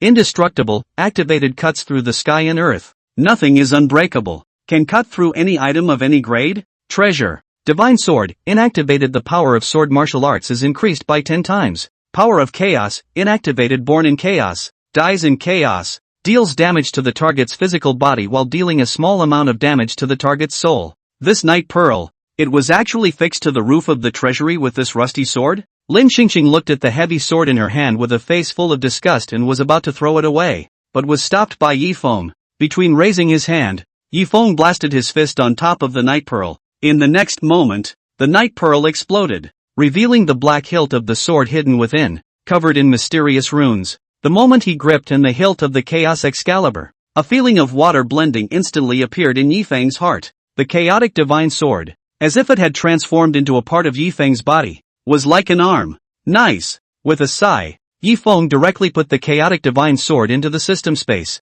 then took Lingqingqing and left the Black Lotus Mountain with quick steps. And just less than an hour after Yifeng and his duo left Black Lotus Mountain, a pitch-black spatial passage then appeared directly above Black Lotus Mountain. Afterward, a white-haired old man with a rosy complexion and high spirits, carrying Chao Hong, stepped out of the spatial passage with great strides, sweeping a glance at the corpse-strewn plum-blossom-walled city below. The old man's face instantly became gloomy. When he stepped into the plum-blossom-walled city's main hall with Chao Hong and saw Deacon Lu's corpse split in two, the old man was even more stormy and furious. How dare you abuse my demon sect's deacon? What a nerve! Seeing this, Chao Hong, whose face was pale after traveling through the space, hurriedly walked forward and spoke with a respectful face. Elder son, this is all the work of Liu Changhua of the Liu family of Feiyu City, and as far as I know, Liu Chenghua's second daughter, Liu Rumeng, will be participating in the Dao Court's outer disciple examination in 3 months. The mastermind behind all of this may be the Dao Court.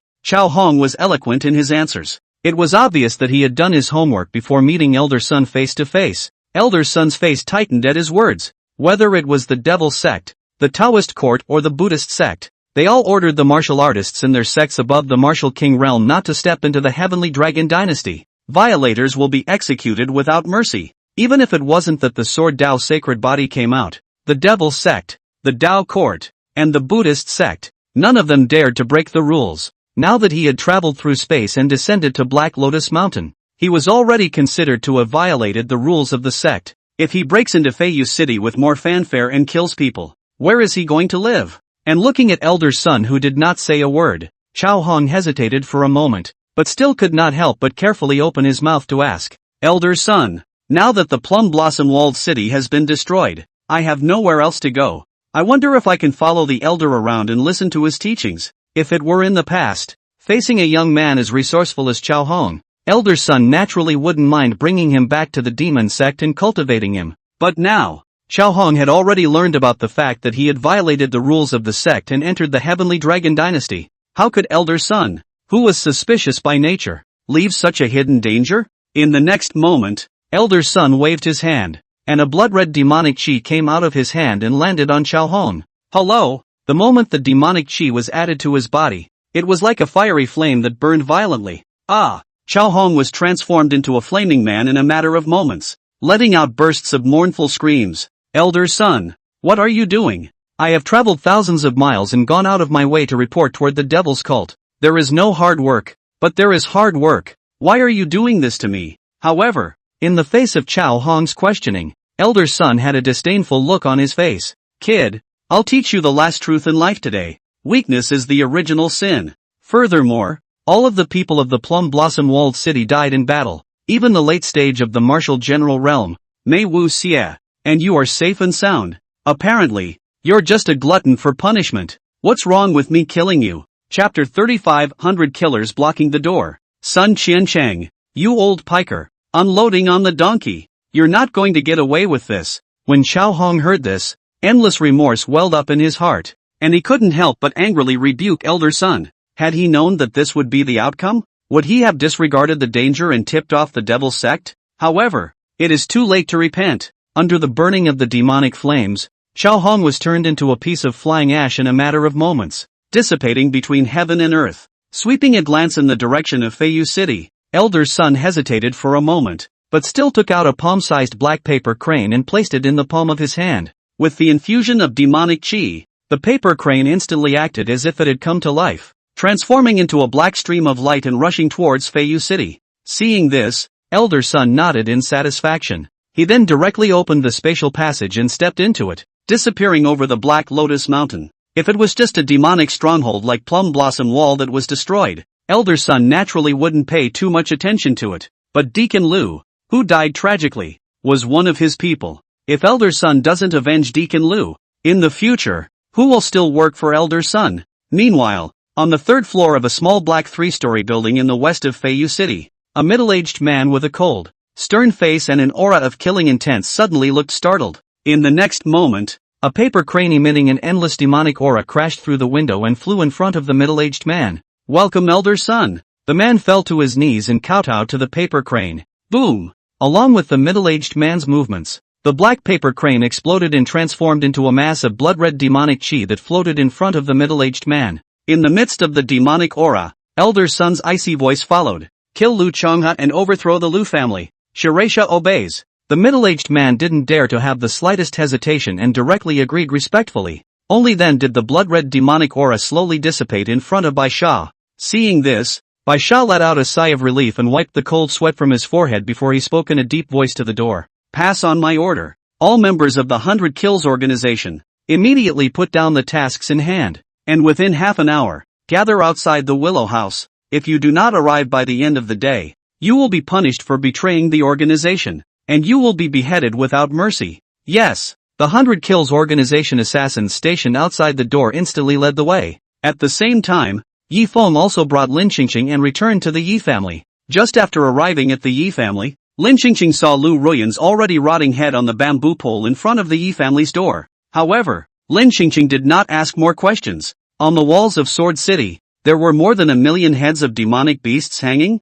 Lin Qingqing had long since become accustomed to this kind of thing. Yi Feng didn't explain too much. He just briefly introduced Lin Qingqing to Uncle Fu, Lei Jie and Lei Zhan. Then he handed Lin Qingqing over to Uncle Fu, while he himself returned to the Yi family study alone. Taking a deep breath, Yi Feng then took out the Chaos Divine Sword. Looking at this extremely powerful divine soldier in the original story, even Yi Feng, at this time, could not hide the excitement in his heart. After all, even in the late stage of the original system Smash, the Chaos Excalibur has passed through several streams, but no one has ever succeeded in restoring it and making it sharp again. Of the Chaos Excalibur special effects, both Wound Breaker and Indestructible are very rare. However, what Yi Feng cared about the most was the Divine Sword effect and the Chaos Power effect. The Divine Sword effect was able to increase the power of one's sword Dao martial skill by 10 times. Together with the addition of the Supreme Sword Body, Yi Feng was able to increase his power by 100 times when he executed his sword Dao martial skills. In this way, under the same premise of Cultivation Realm, even if it was a yellow grade lower grade martial skill, after Yi Feng executed it, its power was not inferior to a heaven grade martial skill. As for the Chaos Power effect, it was even more terrifying. The soul, by nature, was the most difficult area for martial artists to explore. However, under the effect of the power of chaos, when using the Chaos Divine Sword to attack, it could actually injure the opponent's soul. System: how can I turn on the Divine Sword effect and the Chaos Power effect of the Chaos Divine Sword? After playing with it again for a moment, Yi Feng then put away the Chaos Divine Sword and opened his mouth to the system to inquire. Ding! The Divine Sword effect needs to consume 1,000,000 points of chi value to repair the Chaos Divine Sword to 10% before triggering the Divine Sword effect activation quest. The conditions for the start of the Chaos Power need to be known after the Excalibur effect is activated. 1,000,000 points of chi value? Listening to the numbers in the mouth of the death-doing system, Yi Feng's person went numb. It was important to know that breaking through from the late Martial Master realm to the early Grand Martial Master realm only required 10,000 points of chi value, but this was already considered astronomical for Yi Feng. Unexpectedly, it was only 1% of the value of chi needed to begin the Chaotic Excalibur Divine Sword effect. Looks like there's still a lot of work to do to die. After thinking for a moment, Yi Feng still decided that he would go to the Liu family to take a look. Shu Taizhan had already left for some time, but the Dao court was slow to act. It must be that Zhu Taizhan must not have informed Xinlian of the deaths of Xin Xiushui and Li Zhangjian. If he wanted Xinlian to know about this matter, then he could only pin his hopes on Liu Rumeng, who was a personal disciple of the Feathered Sect, a power under the Dao court, and Lin Qingqing, who had just learned of Yi Feng's real name from Uncle Fu, was about to question Yi Feng as to why he had deceived himself with a fake name. But unexpectedly, he happened to see Yi Feng's departing figure. Yi Feng, where are you going? Seeing this, Lin Qingqing could no longer care about blaming Yi Feng and hurriedly opened her mouth full of worry and asked. However, Yi Feng directly waved his hand without looking back. The Ryu family. Seeing Yi Feng's back disappearing in the distance, Lin Qingqing immediately turned her head to look at Fu Bo, Lei Jie and Lei Zhan who had run to eat melons, and opened her mouth with a face full of doubts and asked, the Ryu family? Yi Feng and the Liu family? Is there some kind of connection? Lin Qingqing remembered that the pseudonym Yi Feng had just used was Liu Chanhe. Uncle Fu and Lei definitely looked at each other. The two old men hurriedly lowered their heads to look at their noses and shut their mouths. Only Lei Juan didn't know the heights of heaven and immediately opened his mouth. Miss Lin, you don't know yet, do you? The Liu family, that's the power behind Lord Ye's fiancé, Liu Ruyan. However, before Lei Zhan continued to speak, Lei Jie and Fu Bo felt a chill come over their bodies. At the same time, Lin Qingqing's icy voice followed. Lei Zhuan, you've just broken through the middle stage of the martial master realm. Your realm isn't solid enough yet. Why don't we have a match? Just so we can help you stabilize your realm. By the way, make it clear what happened to Ruyan Lu. The next moment, before Lei Zhan agreed, Lin Qingqing's figure swept in like a hurricane. Soon, the Yi family resounded with the miserable screams of Lei Battle. I just remembered that the backyard hasn't been cleaned. Uncle Fu hurriedly found an excuse and ran towards the Yi family's backyard. I'm going to help. Lei Jie felt Lin Qingqing's aura of the early stage of the martial general realm and immediately followed Fu Bo's footsteps while secretly reassuring himself in his heart. Battle child, don't blame father. Father can't beat her either. It's your fault for not having a mouth on you. Consider it a beating to learn a lesson. And at this moment, in front of the Liu family's gate, hundreds of black-clothed killers with cold faces and killing intent were standing neatly outside the Liu family's gate. At the head of the group was none other than the leader of the 100 Kills organization, Baisha. At the same time, Baisha's message appeared in front of Yifeng's eyes. White Sands, Realm, Mid-Martial General Realm. Sinful Liu Chanha messed with no one, but messed with Feiyu City's #1 assassin organization. 100 Kills, isn't this looking for death? The 100 Kills organization's great leader, Baisha, is personally leading the team, and the organization's assassins are even almost fully deployed. So I'm afraid the Liu family will have no way of escaping.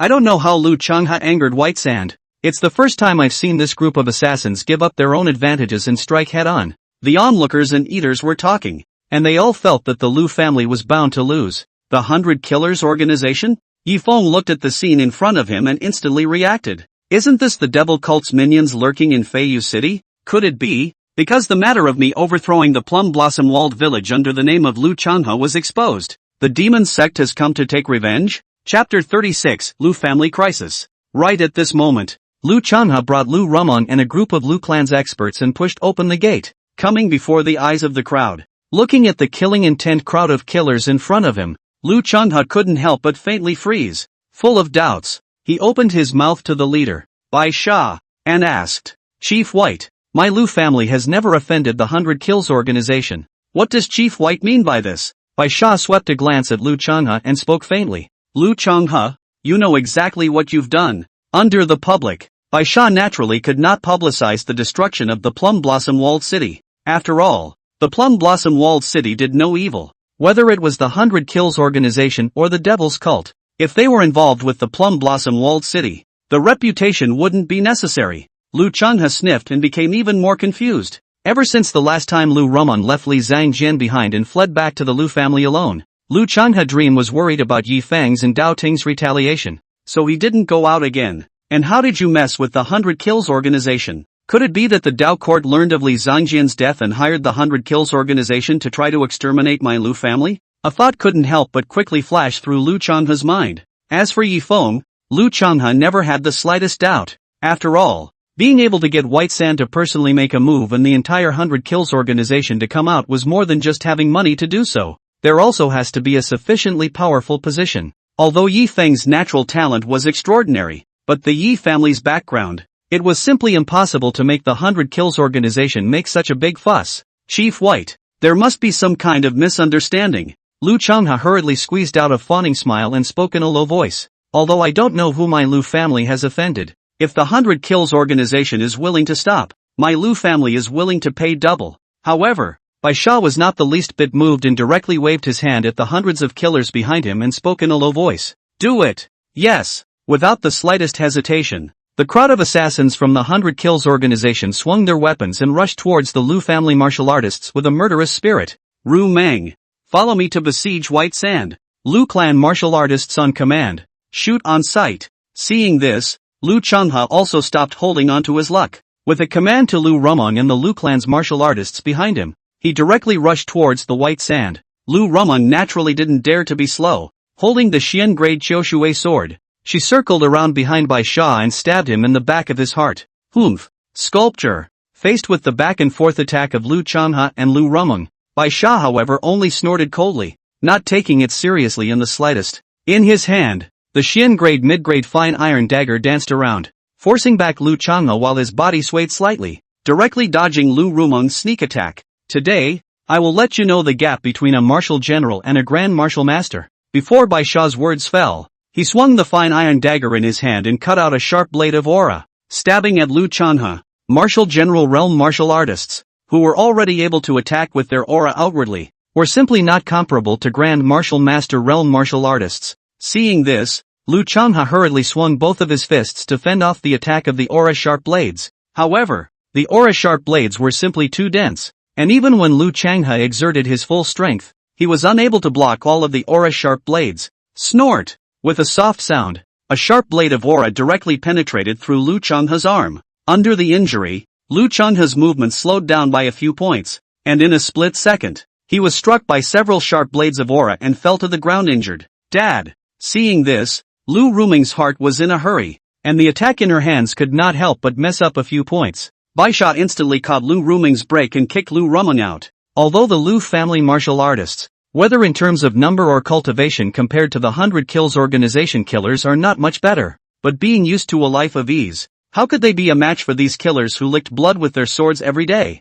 In less than a moment, the Liu clan's martial artists were retreating, with countless deaths and injuries. Bai Sha, my daughter Liu Rumeng is going to participate in the Dao Court's outer disciple examination 3 months from now. Liu Changhe saw that the Liu family was defeated, so he had no choice but to bring up Liu Rumeng's identity once again, trying to make Bai Sha throw his weight around and let the Liu family off the hook. Do you want to make an enemy of the Dao Court? However, listening to Liu Changhe's words, not only did Bai Sha not have the slightest fear, instead, the killing intent in his eyes increased. No wonder he dared to anger elder son, so it's because he's backed by the Dao Court. Thoughts flashed through his mind as Bai Sha directly swung his fine iron dagger and rushed towards Liu Changhe. White sand, stand down. Just as Liu Changhe was showing despair and felt that he was bound to die, a familiar voice suddenly exploded in everyone's ears. In the next moment, a powerful pressure of the martial marquee realm instantly descended, suppressing towards Bai Sha.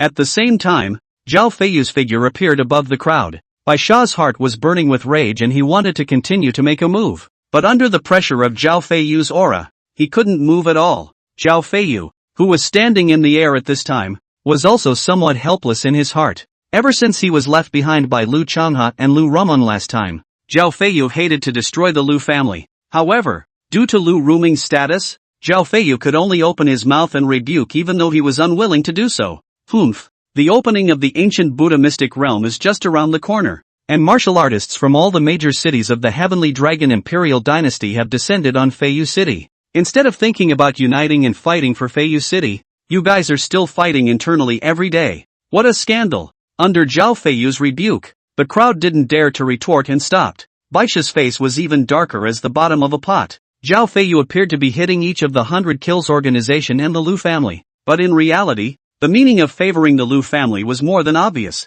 Otherwise, why would he show up to stop the Liu family when it was about to be destroyed? But facing this feudal official, without revealing his devilish identity, Bai Sha had no way of taking Zhao Feiyu. Seeing this, Zhao Feiyu couldn't help but show a hint of smugness in his eyes. But just as Zhao Feiyu wanted to open his mouth and tell the crowd to disperse, a voice full of mockery suddenly sounded in the crowd. City Lord Zhao, what an official authority! In the next moment, Yi Feng's figure crossed the crowd and appeared in front of the crowd. Yi Feng, when Liu Changhe and Liu Rumeng saw this, they couldn't help but tighten their hearts. Yi Feng's strength was not bad, even Li Zhangjian was not a match, and he had a grudge against the Liu family. Standing out now, he certainly wouldn't be here to help the Liu family. White Sand's face, however, flashed with a hint of hope. Recently, Yi Feng's name was making a lot of noise in Feiyu City. It was especially popular for several cross-country battles. There were even rumors that Liu Rumeng, the first genius of Feiyu City, had once lost to Yi Feng. Now that Yi Feng had appeared, maybe there was still a chance for him to overturn the Liu family. Zhao Feiyu, who was on the side, was tightening his heart. The shocking pressure of the martial king realm and the hundreds of Dabi pockets in front of the Yi clan's gate at the beginning were still fresh in his mind. At this moment, when he saw Yi Feng, Zhao Feiyu's face was somewhat conditioned to vaguely ache. But after all, as the lord of a city, the momentum could not be lost. Zhao Feiyu took a deep breath and fixed his mind before he opened his mouth to Yi Feng and asked, Yi Feng, what do you mean? Chapter 37, Liu Changhe's death. Ha, what do you mean? Yi Feng sneered and looked at Zhao Feiyu, his eyes full of teasing. Martial Dao vendettas are already rare, but Zhao Chengdu's head is a bit lenient, isn't he? The ancient Buddha mystic realm is about to open, and with this time to take a dog and meddle in other people's business, City Mistress Zhao might as well dive into some cultivation, lest we fail to suppress the various powerhouses and disgrace our Feiyu city. At this moment, whether it was the 100 Kills organization killers, the Liu family or the surrounding people who were eating the food, they were all stunned. Zhao Feiyu in Feiyu city, it was an existence like that of an Earth Emperor. No one dared to mess with him at all. Now, he was being counted to his face by a youngster in the late martial master realm. Yi Feng isn't crazy, is he? Even the city lord dares to mess with him? However, Yi Feng's words are not unreasonable. The divine wind continent, strength is inherently honored, and the rise and fall of forces is inevitable. I bet that with city lord Zhao's fiery personality, he will definitely cut Yi Feng down on the spot, and maybe, he will even make a move to exterminate the Yi family. The crowd murmured, and their gazes towards Yi Feng all took on a hint of sympathy. Yi Feng is a ruthless person nah. Bai Sha even secretly gave Yi Feng a thumbs up. Only Liu Changhe and Liu Rumeng on the side were gloomy without the slightest hint of surprise. After all, when he had seen Yi Feng wildly whip Zhao Feiyu for hundreds of dabi pockets, Zhao Feiyu did not move at all, letting Yi Feng do it. Now, not to mention verbal humiliation, even if Yi Feng went out to beat up Zhao Feiyu, Liu Changhe and Liu Rumeng wouldn't feel surprised. What really worried the duo was in case Zhao Feiyu was scared off by Yi Feng, then who can keep the Ryu family too? In the next moment, to the crowd's surprise, Zhao Feiyu didn't have the intention of making a move at all. Instead, he defended himself somewhat sheepishly. A duel between the 100 Slayers organization and the Liu family is bound to injure innocents, and I'm doing this for the sake of Feiyu City's stability. However, Zhao Feiyu didn't know that Yi Feng, at this moment, was equally dissatisfied to the extreme in his heart. He had gone through all the trouble and fought to the death, but he hadn't even been rewarded with 1 point of chi value. Apparently, even if he opened his mouth to humiliate himself, Zhao Feiyu did not have a killing intent towards himself. Yi Feng, who was somewhat unwilling in his heart, immediately continued to sneer. Yes, that 3 days ago when the Zhao family in the south of the city bloodwashed the eastern family in the city. I remember that the city lord was present, but did not take action to stop it. Could it be that because the Zhao family in the south of the city is a distant relative of the city lord, the interests of the Zhao family are a bit more important than the stability of Feiyu City? At this moment, the gazes of everyone in the surroundings who looked at Zhao Feiyu became strange. It was obvious that if this matter spread, Zhao Feiyu's prestige in Feiyu City would definitely be greatly reduced. Ding! Congratulations to the host for his successful death-defying act, and obtaining a reward of 1,000 points of chi luck value. Before Yi Feng's words fell, the system prompt sounded quickly in his ears. Apparently, Zhao Feiyu finally couldn't hold it together and his killing heart rose. Just when Yi Feng thought that Zhao Feiyu would not be able to resist striking out at himself, he was even ready to trigger the chi luck protection body. Zhao Feiyu still took a deep breath and forced himself not to make a move. Sweeping a glance at the strange gazes of the surrounding crowd, Zhao Feiyu finally couldn't help but show his cards. Yi Feng, Liu Rumeng has already obtained the qualification for the Dao Court's outer disciple examination. Once you pass it you'll be a Dao Court disciple. Could it be that you want to make an enemy of the Dao Court? Listening to Zhao Feiyu's words, the crowd instantly came to a realization and understood why Zhao Feiyu was trying to protect the Liu family. The Dao Court, after all, was one of the 3 great overlords of the Divine Wind Continent. Who would dare to offend? Liu Rumeng was even more complacent and looked at Yi Feng with a face full of pride. Even if Yi Feng's natural talent was unbelievable, without the examination and recommendation quota, he wouldn't be able to join the Dao Court. But listening to Zhao Feiyu's words, not only did Yi Feng not retreat in the slightest, but instead, his face turned cold and he questioned in a stern voice. Zhao Feiyu, you hold a salary from the Heavenly Dragon Dynasty. On top, you should be loyal to His Majesty, and on the bottom, you should love the people of Feiyu City. But you're bent on currying favor with the Dao Court. Are you an official of the Heavenly Dragon Dynasty or a traitor to the Dao Court? Hearing Yi Feng's words, Zhao Feiyu's person went numb. The brocade guards of the Heavenly Dragon Dynasty were spread all over the dynasty. Once Yi Feng's words today reached the ears of the Heavenly Dragon Emperor Dragon King, with the Dragon King's temperament, he would definitely not let himself go. At this moment, Zhao Feiyu no longer had the heart to argue with Yifeng and hurriedly grabbed Liu Changhe and Liu Rumeng, wanting to fly away. However, Yifeng had not yet informed Liu Rumeng of the deaths of Shen Qiushui and Li Zhangjin, and would not easily let the two go. Zhao Feiyu, you're saying that I don't dare to make an enemy of the Dao court? I won't hide it from you. Shen Qiushui, the daughter of the Dao court's outer sect elder, and Li Zhangjin, a disciple of the Dao court's outer sect, both died by my hands. Today, I will behead Liu Rumeng.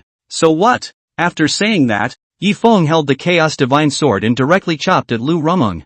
Yifeng's move, naturally, was not really wanting to kill Liu Rumeng, but just wanting to make the other party fearful and report to Xinlian earlier. However, Zhao Feiyu was directly flustered when he saw this. With a thought, a 2-meter-tall copper mirror emitting dazzling golden light appeared in front of the three. If it isn't the defense treasure in the city lord's hands, the Earth-grade lower-grade divine elemental mirror. The moment they saw the bronze mirror, many people let out a gasp of surprise. On the contrary, the rusty Chaos Divine Sword in Yifeng's hand. Under this, the crowd was speechless for a while. There was even a martial artist who spoke with conviction. Humph, the divine elemental mirror is indestructible. I'm afraid that the rusty sword in Yifeng's hand will break if he cuts up to it. Ka-ching! But the next moment, along with a crisp shattering sound, the divine elemental mirror exploded into pieces all over the ground. The rusty Chaos Divine Sword in Yifeng's hand was unharmed. At this moment, the crowd was instantly dumbfounded, all frozen in place.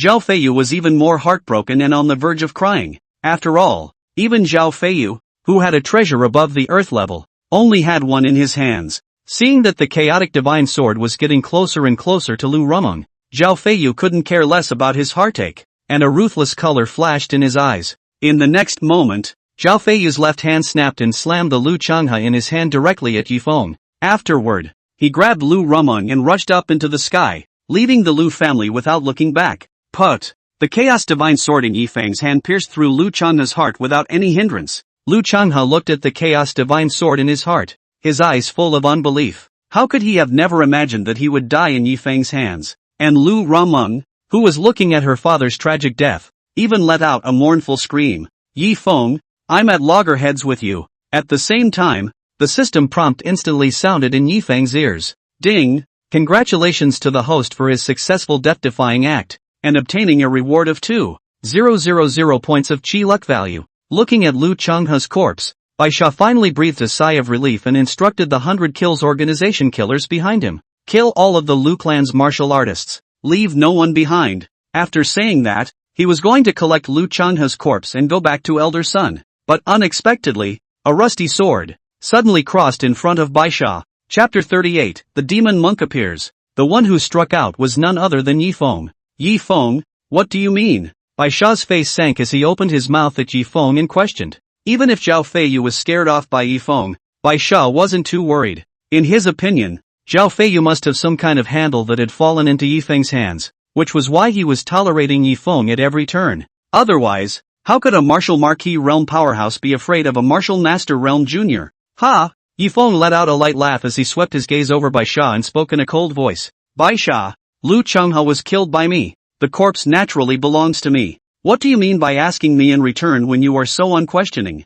Do you want more face? Ding! Congratulations to the host for his successful death-defying act, and obtaining a reward of 500 points of chi. Before Yifeng's words fell, the system prompt sounded in his ears. Obviously, Baisha had already had a murderous intent towards Yifeng. Yifeng, I advise you not to be ungrateful. Baisha's face instantly turned cold at his words, drawing out his fine iron dagger and pointing it straight at Yifeng. Be a good boy and hand over Liu Changhe's corpse. Otherwise, I'll let you die horizontally on the spot. Baisha is really unloading on the donkey. If it wasn't for Yifeng taking hold of City Lord Zhao, where would he have had the chance to overthrow the Liu family? And now he's doing this to Yifeng. A bunch of killers. And you expect them to talk about morality? I think Yifeng has fallen this time. If he doesn't hand over Liu Changhe's corpse, White Sand will never show any mercy. The crowd that was about to disperse stopped and whispered when they saw this scene. However, in the face of Baisha's threat, Yifeng did not pay any attention to it. Instead, he directly spent 1 point of chi value and purchased a torch in the chi mall and threw it onto Liu Changhe's corpse. Hello, when the system produces a product, it will be a good product. The moment the torch landed on Liu Changhe's body, like pouring oil on fire, It instantly turned into a millstone-sized fireball that engulfed Liu Chanhe's corpse.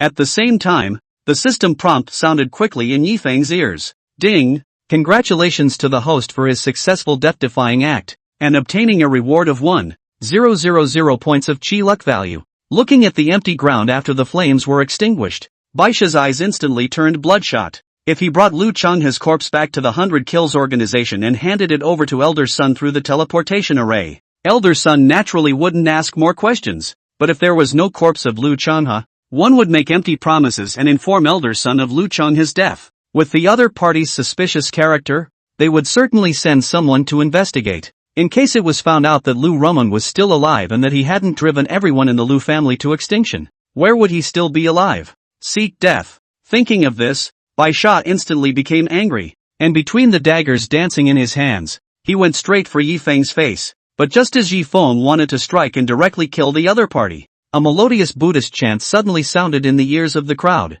Amat Ba. At the same time, a small monk wearing a grey robe with kind eyebrows and holding a black rosary appeared. The moment he appeared, the little monk clasped his hands together and spoke in a deep voice. Scholar, put down the butcher's knife and become a Buddha. Although the voice was not loud, it was as if it had some kind of magical power, instantly causing the surrounding crowd's complexion to turn into a trance. The assassins of the 100 Kills organization, who had slaughtered all of the Liu family's martial artists, even directly dropped the weapons in their hands and cried out in pain. Ah! I'm not a human being. I stole when I was 5. I robbed when I was 7. I killed for the first time when I was 10. I'm an animal. Back then, in order to obtain the Xin grade lower grade martial skill in my master's hands, I even exterminated 13 members of my master's family. I deserve to die. I want to convert to Buddhism. Only by converting to Buddhism can I atone for my sins. Many killers, moreover, directly kneeled down in front of the young monk, wanting to shave their heads and become a monk. Bai Sha, who bore the brunt of the attack, even threw the fine iron dagger on the ground and covered her face as she cried out. At the same time, by Yifeng's ears, the system prompt sounded instantly. Ding! Demon Buddha Zen sound detected. Automatically deducting 4 points of chi value to eliminate the Demon Buddha Zen sound effect. Yifeng, however, ignored the system prompts and looked at the little monk's message with a face full of surprise. Dustless Realm, Early Martial General Realm. Although the young monk was young, he had cultivated to the early stage of the martial general realm, which was very rare. But what really surprised Yifeng was the name of the little monk. Dustless, not just one of the original villains. It's even the only demon villain in the original. Dustless was originally a martial emperor realm powerhouse from the Buddhist sect, but he didn't want to be sneak attacked by his fellow disciple, Wu Nian. When he was breaking through to the martial emperor realm, caught off guard, Dustless not only failed to cross the threshold, what's more, he was forced by his senior brother at the time of his weakness and was forced to pass away, turning into a martial emperor realm relic that was seized by his senior brother, Wu Nian. Luckily, Dustless did not die completely, but seized a demon race and completed his rebirth. And, in a different way, he had researched a way to use demonic power to catalyze Buddhist martial arts. Not only were the Buddhist martial arts under the impetus of demonic power even more powerful, they even carried a hint of compelling power. As a result, Dustless was also called the demon monk by all the martial artists. However, cultivating Buddhist techniques with a demon body, Dustless had to endure great pain all the time, and the power of chi is a good medicine to ease the pain. That was why Dustless had joined the villainous army of wool-gathering sons of chi. Dustless looked around at the crowd full of pious faces, and a hint of smuggness instantly appeared in his eyes. Even the pain in his body from the clash between demonic power and Buddhist martial arts could not help but be a few points less. After all, these people would be the underpinnings of their own revenge in the future. However, soon after, Dustless' face changed. The Yifeng in front of him, not only was he not affected by the demon Buddha's Zen voice, but he was looking at himself with a smile on his face. What surprised Dustless the most was the golden light of chi that was as dazzling as the sun on Yifeng's body. Although they were a few meters apart, the pain in his own body magically disappeared when the chi-like golden light shone. This person must be used for me. Dustless looked at Yifeng and secretly made up his mind. Seeing that Yifeng stood still for a moment, Dustless hesitated for a moment, but still slowly stepped forward and faintly spoke. Scholar, put down the butcher's knife and become a Buddha. As he spoke, Dustless then once again cast the demon Buddha Zen sound at Yifeng. Ding! 4 points of chi value are automatically deducted to eliminate the demon Buddha Zen sound effect. listening to the system prompts ringing in his ears again. Yi Feng couldn't help but darken his face. Although the amount of chi value deducted each time wasn't much, how could Yi Feng tolerate this kind of naked provocation from Dustless? Sweeping a glance at Dustless' calm face, Yi Feng's gaze turned and he opened his mouth with a light smile and asked, "Little monk, since you said that by putting down the butcher's knife, you can become a Buddha on the ground, then why are you still practicing hard? Why don't you just go around doing evil, burning and looting, and wait until you've had enough fun, before putting down the butcher's knife, and immediately cultivating your life? Wouldn't that be nice?" Chapter 39 Dustless Breaks Defense. Ding! Congratulations to the host for his successful death-defying act, and obtaining a reward of 1,000 points of chi luck value. Before Yi Feng's words fell, the system prompt sounded in his ears. Dustless, on the other hand, was directly confused. Having immersed himself in the Buddhist path for 10,000 years in his previous life, it was surprising that Dustless had never thought about this. The so-called enlightenment of the Buddha's way is nothing more than reciting Buddhist scriptures and memorizing them by rote. Not to mention him, even those Buddhist martial artists at the martial emperor realm, when they worshipped the Buddhist scriptures, they did not ask for anything. At this moment, Dustless's Buddha heart was unexpectedly shaken by Yi Feng's words, and even his realm showed signs of falling. No good. Dustless was shocked. Where did he dare to stay? He hurriedly executed his body martial arts and rushed outside of Feiyu City on the battlefield. By the way, little monk, doesn't the Buddhist sect say that the four great things are all empty and that there is no desire? It was so hard to see this demon monk. Yi Feng naturally would not let go of this good opportunity to die,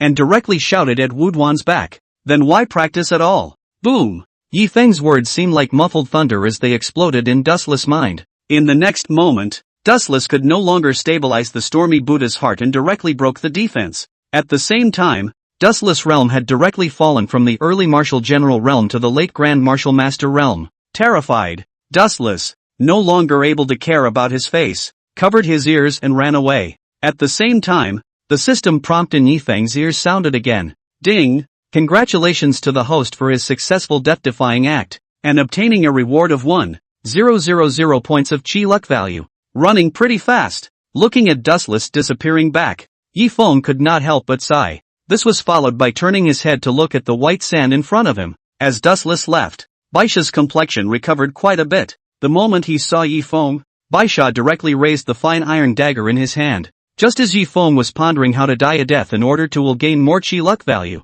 Baisha directly flipped his wrist, holding the fine iron dagger, and sent it to Yi Feng's eyes, opening his mouth with a face full of sincerity. Yi Feng, I was wrong just now. I hope you can be an adult and forgive me. This fine iron dagger, consider it compensation for you. I hope Mr. Yi will smile. This demonic monk, it's truly terrifying. Looking at Baisha with a look that Yi Feng would not stop until he accepted it. Yi Feng could only accept the dagger with a face full of helplessness, shaking his head and sighing. Sweeping a glance at the crowd that was still repenting, Yi Feng didn't stay too long and directly rushed back to the Yi family. Just after arriving at the Yi family, Yi Feng heard Lin Xingqing's chorus of questions. Are you going to say it or not? Tough mouth. I'd like to see whether it's your mouth or my fist that's tough. Yi Feng was startled in his heart and hurriedly followed the direction of the voice to the Yi family martial arts arena. In the middle of the martial arts arena, Lin Xingqing was outputting frantically against Lei Zhuan, and her fists were even raining down on Lei Zhuan's body.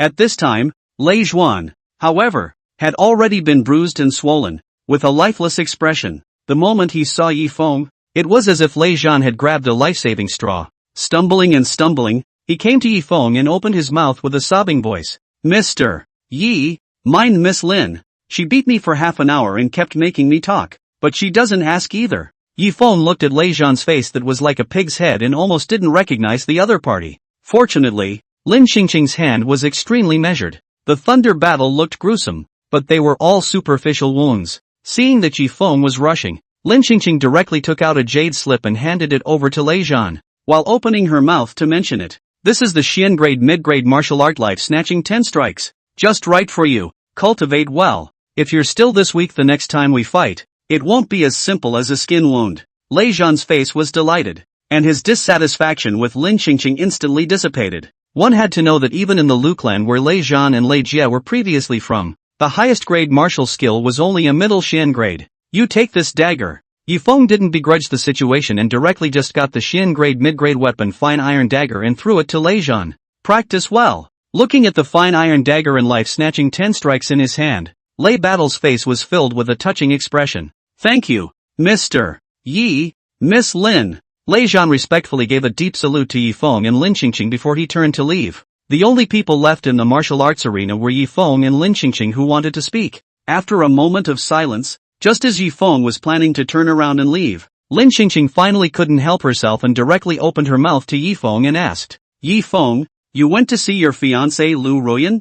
Yifeng froze, looking at Lin Qingqing with a face full of confusion, and asked back with a puzzled opening, Ruyan Liu? Don't we see each other every day? She's right outside Ye's door. Lin Qingqing froze, a trace of mist instantly surged out of her eyes, and she huffed and puffed as she walked quickly towards the door of the Yi family. Lin Qingqing, who had just arrived at the door and looked around but didn't find Ruyan Liu's figure, happened to see Uncle Fu who was trying to go out. Unable to help himself, he opened his mouth in confusion and asked, Uncle Fu. Yifeng said that Liu Ruyan is at the door. Where is she? Uncle Fu looked at the murderous Lin Qingqing and hurriedly pointed at the already rotting head of Liu Ruyan on the bamboo pole and opened his mouth to explain. Miss Lin, this is Ruyan Liu. Back then, Liu Ruyan teamed up with Long Tang and came to the Yi family to withdraw from the marriage and humiliate the young master. That's why young master struck out in anger and beheaded Ruyan Liu. This head has been hanging in front of the Yi family for some days. Lin Qingqing's face instantly blushed at his words.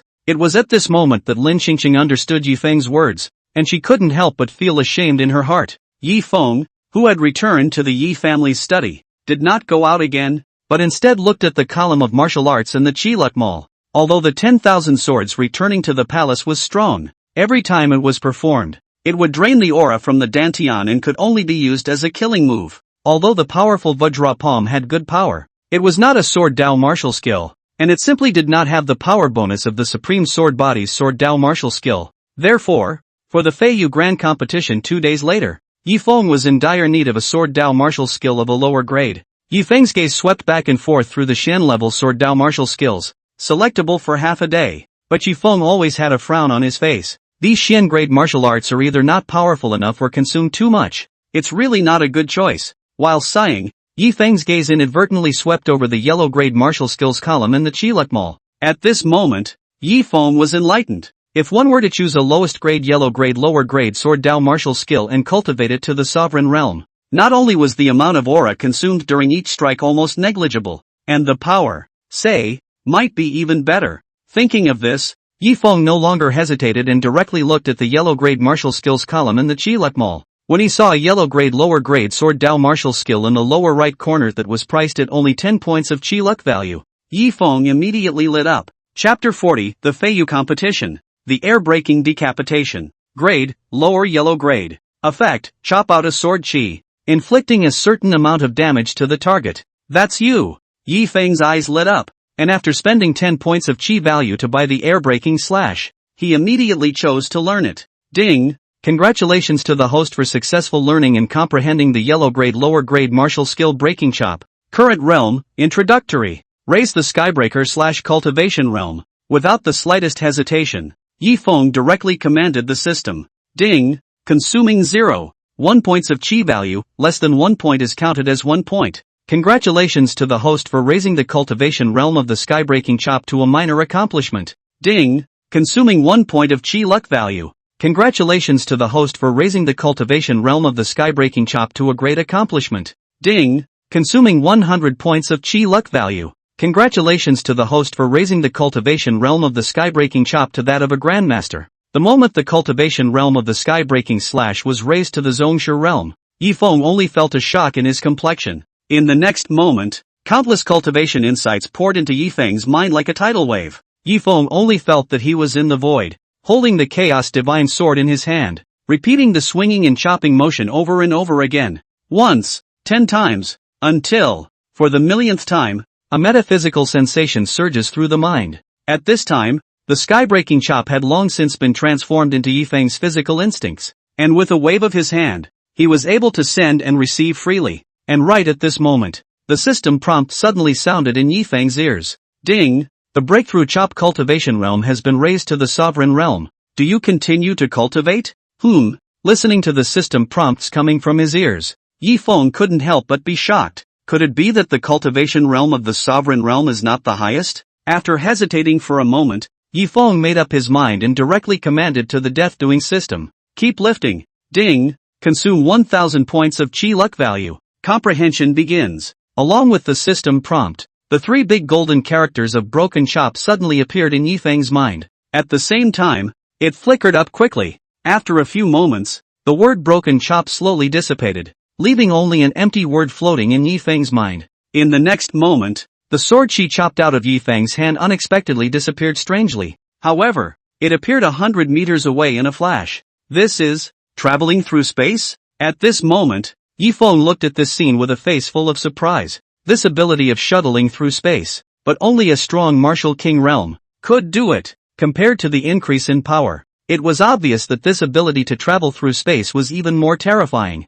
Ding! The Breaking Chop cultivation realm has been successfully raised. Congratulations to the host for comprehending the Breaking Chop spatial characteristics. The system prompts coming from his ears further verified Yi Feng's thoughts. For the next 3 days, Yi Feng didn't leave the Yi family, but kept familiarizing himself with the martial arts he had mastered. 3 days later, after the first rays of sunlight reflected in the study, leaving behind Lei Battle and Lei Jie to watch over the house, Yi Feng then took Uncle Fu and Lin Qingqing and left the Yi family. At this moment, the streets of Feiyu City were filled with traffic and people. Countless martial artists scrambled to be the first, all rushing in the direction of the city lord's mansion. After all, today was the triennial event of Feiyu City, the Feiyu Grand Competition. Yi Feng, however, keenly noticed that there were quite a number of young martial artists of the Grand Martial Master realm from other cities participating in it. These people were clearly here for the ancient Buddha's secret realm in 5 days. This trip to the city lord's mansion was feared to be a way to understand the strength of Feiyu City's top heavenly pride through the Feiyu Grand Competition. Soon, Yi Feng's trio arrived at the square outside the city lord's mansion. At this time, the large square was already filled with bustling crowds. In the middle of the square was a lapis lazuli ring that was 100 meters in circumference. Around the ring, 3 gorgeous stands several meters high towered. The 3 most powerful forces in Feiyu City, the city lord's mansion, the Manhwa sect, and the ancient family stood on top of the stands. Below, there were the large and small forces and dignified figures of Feiyu City. Have you heard? The first place reward for this Feiyu Grand Competition not only has a quota to enter the ancient Buddha mysterious realm, but it also has a Xian grade upper grade weapon. The strength of all the heavenly prides of Feiyu City this term is very strong, and I wonder who this first place reward will go to.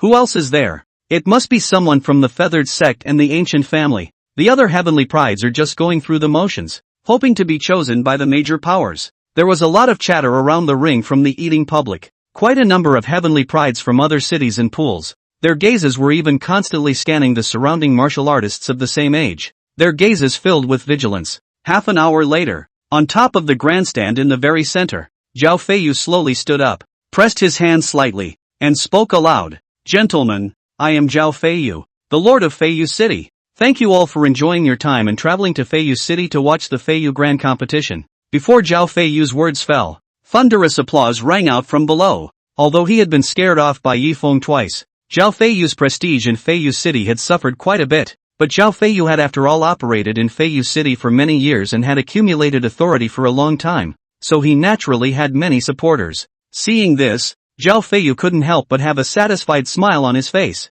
However, when Zhao Feiyu's gaze inadvertently saw Yi Feng's smiling face, Zhao Feiyu couldn't help but stiffen his face. The smile on his face also disappeared instantly. I declare the Feiyu Grand Competition officially begins. At this moment, Zhao Feiyu, no longer having the interest to say more, spoke bluntly. As for the rules, they are very simple. As long as one possesses the Flying Feather Order, one can go up to the stage and challenge. When no one dares to come up to the stage to challenge again, the Heavenly Pride in the ring will be the first place winner of this Feiyu Grand Competition. The reward for the first place in this Feiyu Grand Competition is not only 1,000 medium grade spirit stones, a Xian grade top grade weapon, the Rainfall Blade. There's even a key to the secret realm of the ancient Buddha, an ancient Buddha bead, that you've all been longing for. All the Flying Feather City Celestials, work hard. Zhao Feiyu said that and sat down without further words. However, after a few moments, the entire square fell into an eerie silence.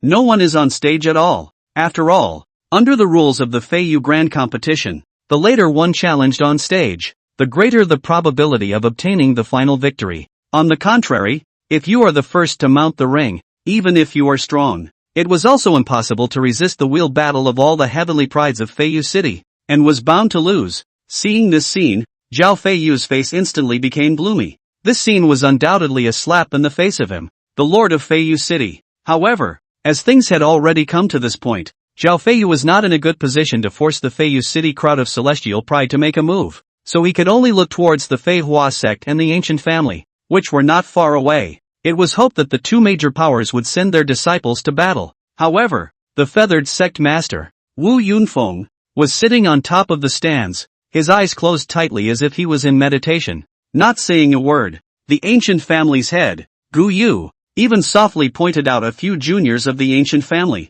as if she didn't see the embarrassed Zhao Feiyu.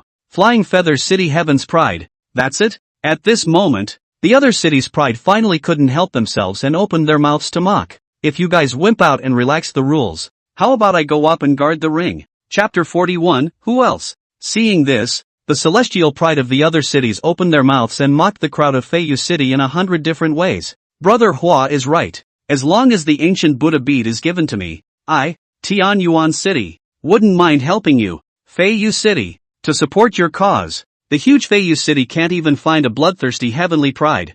Feiyu City, I'm afraid it's over. Whoever has the Flying Feather Order, I'm willing to pay one lower grade spirit stone for it. You won't be able to use it anyway, so you might as well sell it. The faces of the Flying Feather City's heavenly pride instantly became gloomy when they heard this. Many of the infuriated celestial pride could not help but want to fight. However, they were all directly stopped by their own elders. In the eyes of the top echelons of the major powers in Feiyu City, interests were paramount. For the reward of first place, any face can be spared. Moreover, with no one on stage, the most humiliated person was Zhao Feiyu. Right at this awkward moment, a silhouette suddenly leapt up and jumped onto the ring. It was Yi Feng. Afterward, Yi Feng waved his one hand and the Flying Feather Order in his hand was embedded on top of the ring. Yi family, Yi Feng, come and fight. Accompanied by Yi Feng's bland voice, the faces of the people of Feiyu City were filled with astonishment instead of the slightest bit of joy. Isn't this Feiyu City's #1 waste, Yi Feng? 3 years without an inch of progress in his cultivation. How did he have the courage to come forward? When did Yi Feng's cultivation break through to the late martial master realm? Humph. So what? The feathered sect's own disciple, Liu Rumeng, and the ancient family's first and eldest grandson, Gu Qin, who are such great martial artists, didn't even make a move. So when is it his turn? Only a few people, Zhao Feiyu, who knew Yi Feng's strength well, had complex looks on their faces. As for Liu Rumeng, who was in the feathered sect's stands, his eyes had long since turned blood red. Looking at Yi Feng's expression full of indifference, he recalled the scene of his father Liu Chanhe's death. Liu Rumeng hated to directly thwart Yi Feng. However, Liu Rumeng knew that she was not Yi Feng's opponent at all and could only force down the anger in her heart. Rumeng, you have a grudge against this kid? Right at this moment, a sword-browed, starry-eyed, handsome-looking young man beside Liu Rumeng suddenly opened his mouth and asked, Zhou Qingyang, my business is none of your business. Liu Rumeng coldly swept a glance at the young man and spoke with a face full of disdain. Mind your own business. Zhou Qingyang's face darkened, but he still spoke patiently. Rumeng, if you want, I can just go up to the stage and help you kill this kid called Yi Feng. Liu Rumeng swept a disdainful glance at Zhou Qingyang with a face full of contempt as she sniffed. Zhou Qingyang, what are you dreaming of? You're already over 30 this year, and you still want to participate in the Feiyu Grand Competition? However, Zhou Qingyang smiled blandly at his words and spoke with a face full of disdain. Rumeng, you are too naive. I'm a personal great disciple of the Feihua sect. If I say that I'm 29 years old, in the entire Feiyu City, who would dare to refute it? Liu Rumeng froze and subconsciously looked at feathered sect master Wu Yunfeng. However, Wu Yunfeng still had his eyes closed tightly and did not move a muscle. Obviously, Wu Yunfeng acquiesced to Zhou Qingyang's words. Seeing this, Liu Rumeng's gaze flickered, and endless hatred instantly surged in her heart. Zhou Qingyang, if you can help me kill Yi Feng, I will marry you. After saying that, Liu Rumeng directly threw the Flying Feather Order in her hand to Zhou Qingyang. Zhou Qingyang's eyes instantly lit up at his words. Ever since Liu Rumeng had entered the feathered sect, Zhou Qingyang had been in hot pursuit of this gifted junior sister. Nay, the groom is in love and the concubine is not. Even though Zhou Qingyang was the feathered sect's personal grand disciple and sect master Wu Yunfeng's own nephew, Liu Rumeng had never given Zhou Qingyang any good looks either. I didn't expect to come across such a heavenly opportunity today. Don't worry, senior sister. I will help you behead Yi Feng's doghead. The impatient Zhou Qingyang said that and was about to jump off the viewing platform. But before Zhou Qingyang could make a move, Yi Feng in the ring spoke directly. Gentlemen, I'm not targeting anyone. Rather, everyone here is a battlefield scum. No, you guys just form a team and go together. Boom. At this moment, whether it was the heavenly pride of Feiyu City or martial artists from other cities, they instantly became furious. And in Yi Feng's ears, the system prompt sounded as fast as a brush screen. Ding! Congratulations to the host for his successful death-defying act, and obtaining a reward of 200 points of chi value. Ding! Congratulations to the host for his successful death-defying act, and obtaining a rewarded chi value of 60 points. In just a few moments, Yi Feng's chi luck value had accumulated to 20,000 points. At the same time, a burly, cross-faced young man leaped up and landed directly on top of the ring. Swish! The moment the man landed on the ground, he directly smashed the flying feather order in his hand onto the ring while speaking aloud. Chu family, Chu Chuan Yuan. After saying that, Chu Chuan Yuan's figure was like a cheetah as he directly rushed towards Yi Feng. Chu Chuan Yuan, kill this arrogant fellow. There were martial artists below who had a good relationship with Chu Chuan Yuan, and they even directly cheered at Chu Chuan Yuan. At the same time, Chu Chuan Yuan's information also appeared before Yi Feng's eyes. Chu Chuan Yuan. Realm, late martial master realm. However, looking at the imposing Chu Chuan Yuan, a trace of disdain flashed across Yi Feng's face. Afterwards, he drew out the Chaos Divine Sword, and with his hand raised, a sky-breaking chop was directed at Chu Chuan Yuan. Yi Feng had just made a move when a hush came from below. Rusty sword? Yi Feng, is the Yi family in such a difficult situation now? Isn't this the yellow grade lower grade martial skill air-breaking chop? Yi Feng is afraid that he won't even be able to block a single move from Chu Chuan Yuan. But the next moment, the scene in front of them directly stunned the crowd. The moment Yi Feng struck, a golden sword chi suddenly surged out in front of Chu Chuan Yuan, who was 10 meters away. At the moment of crisis, Chu Chuan Yuan could only put his best foot forward and blocked his arms in front of his body. But, in the next moment, Chu Chuan Yuan's arms were directly severed by the sword chi. The sword chi then hoofed it and directly chopped Chu Chuan Yuan several meters away, falling under the ring. The moment it landed on the ground, Chu Chuan Yuan's corpse had already split in two, and had long since died. The crowd at this moment was instantly dumbfounded. Quite a few of the martial artists who had just clamored the most happily were even rushing to shut their mouths, not daring to say anything more. However, the most shocked ones were Uncle Fu, Wu Yunfeng and Zhao Feiyu, a few supreme experts. With their eyesight, it wasn't difficult to see that the air-breaking slash Yi Feng had executed had long since been cultivated to the Zhongshe realm. But what puzzled several people was that even if it was a Zhongshe realm's air-breaking slash, it was impossible to travel through space and come to Chu Chuan Yuan in an instant. After all, traveling through space, that was the standard for Martial King realm martial artists. Martial artists below the Martial King realm simply couldn't do it. Just as the crowd was puzzled, Yi Feng was holding the Chaos Divine Sword, pointing his sword at the crowd of heavenly pride below and said aloud, "Who else?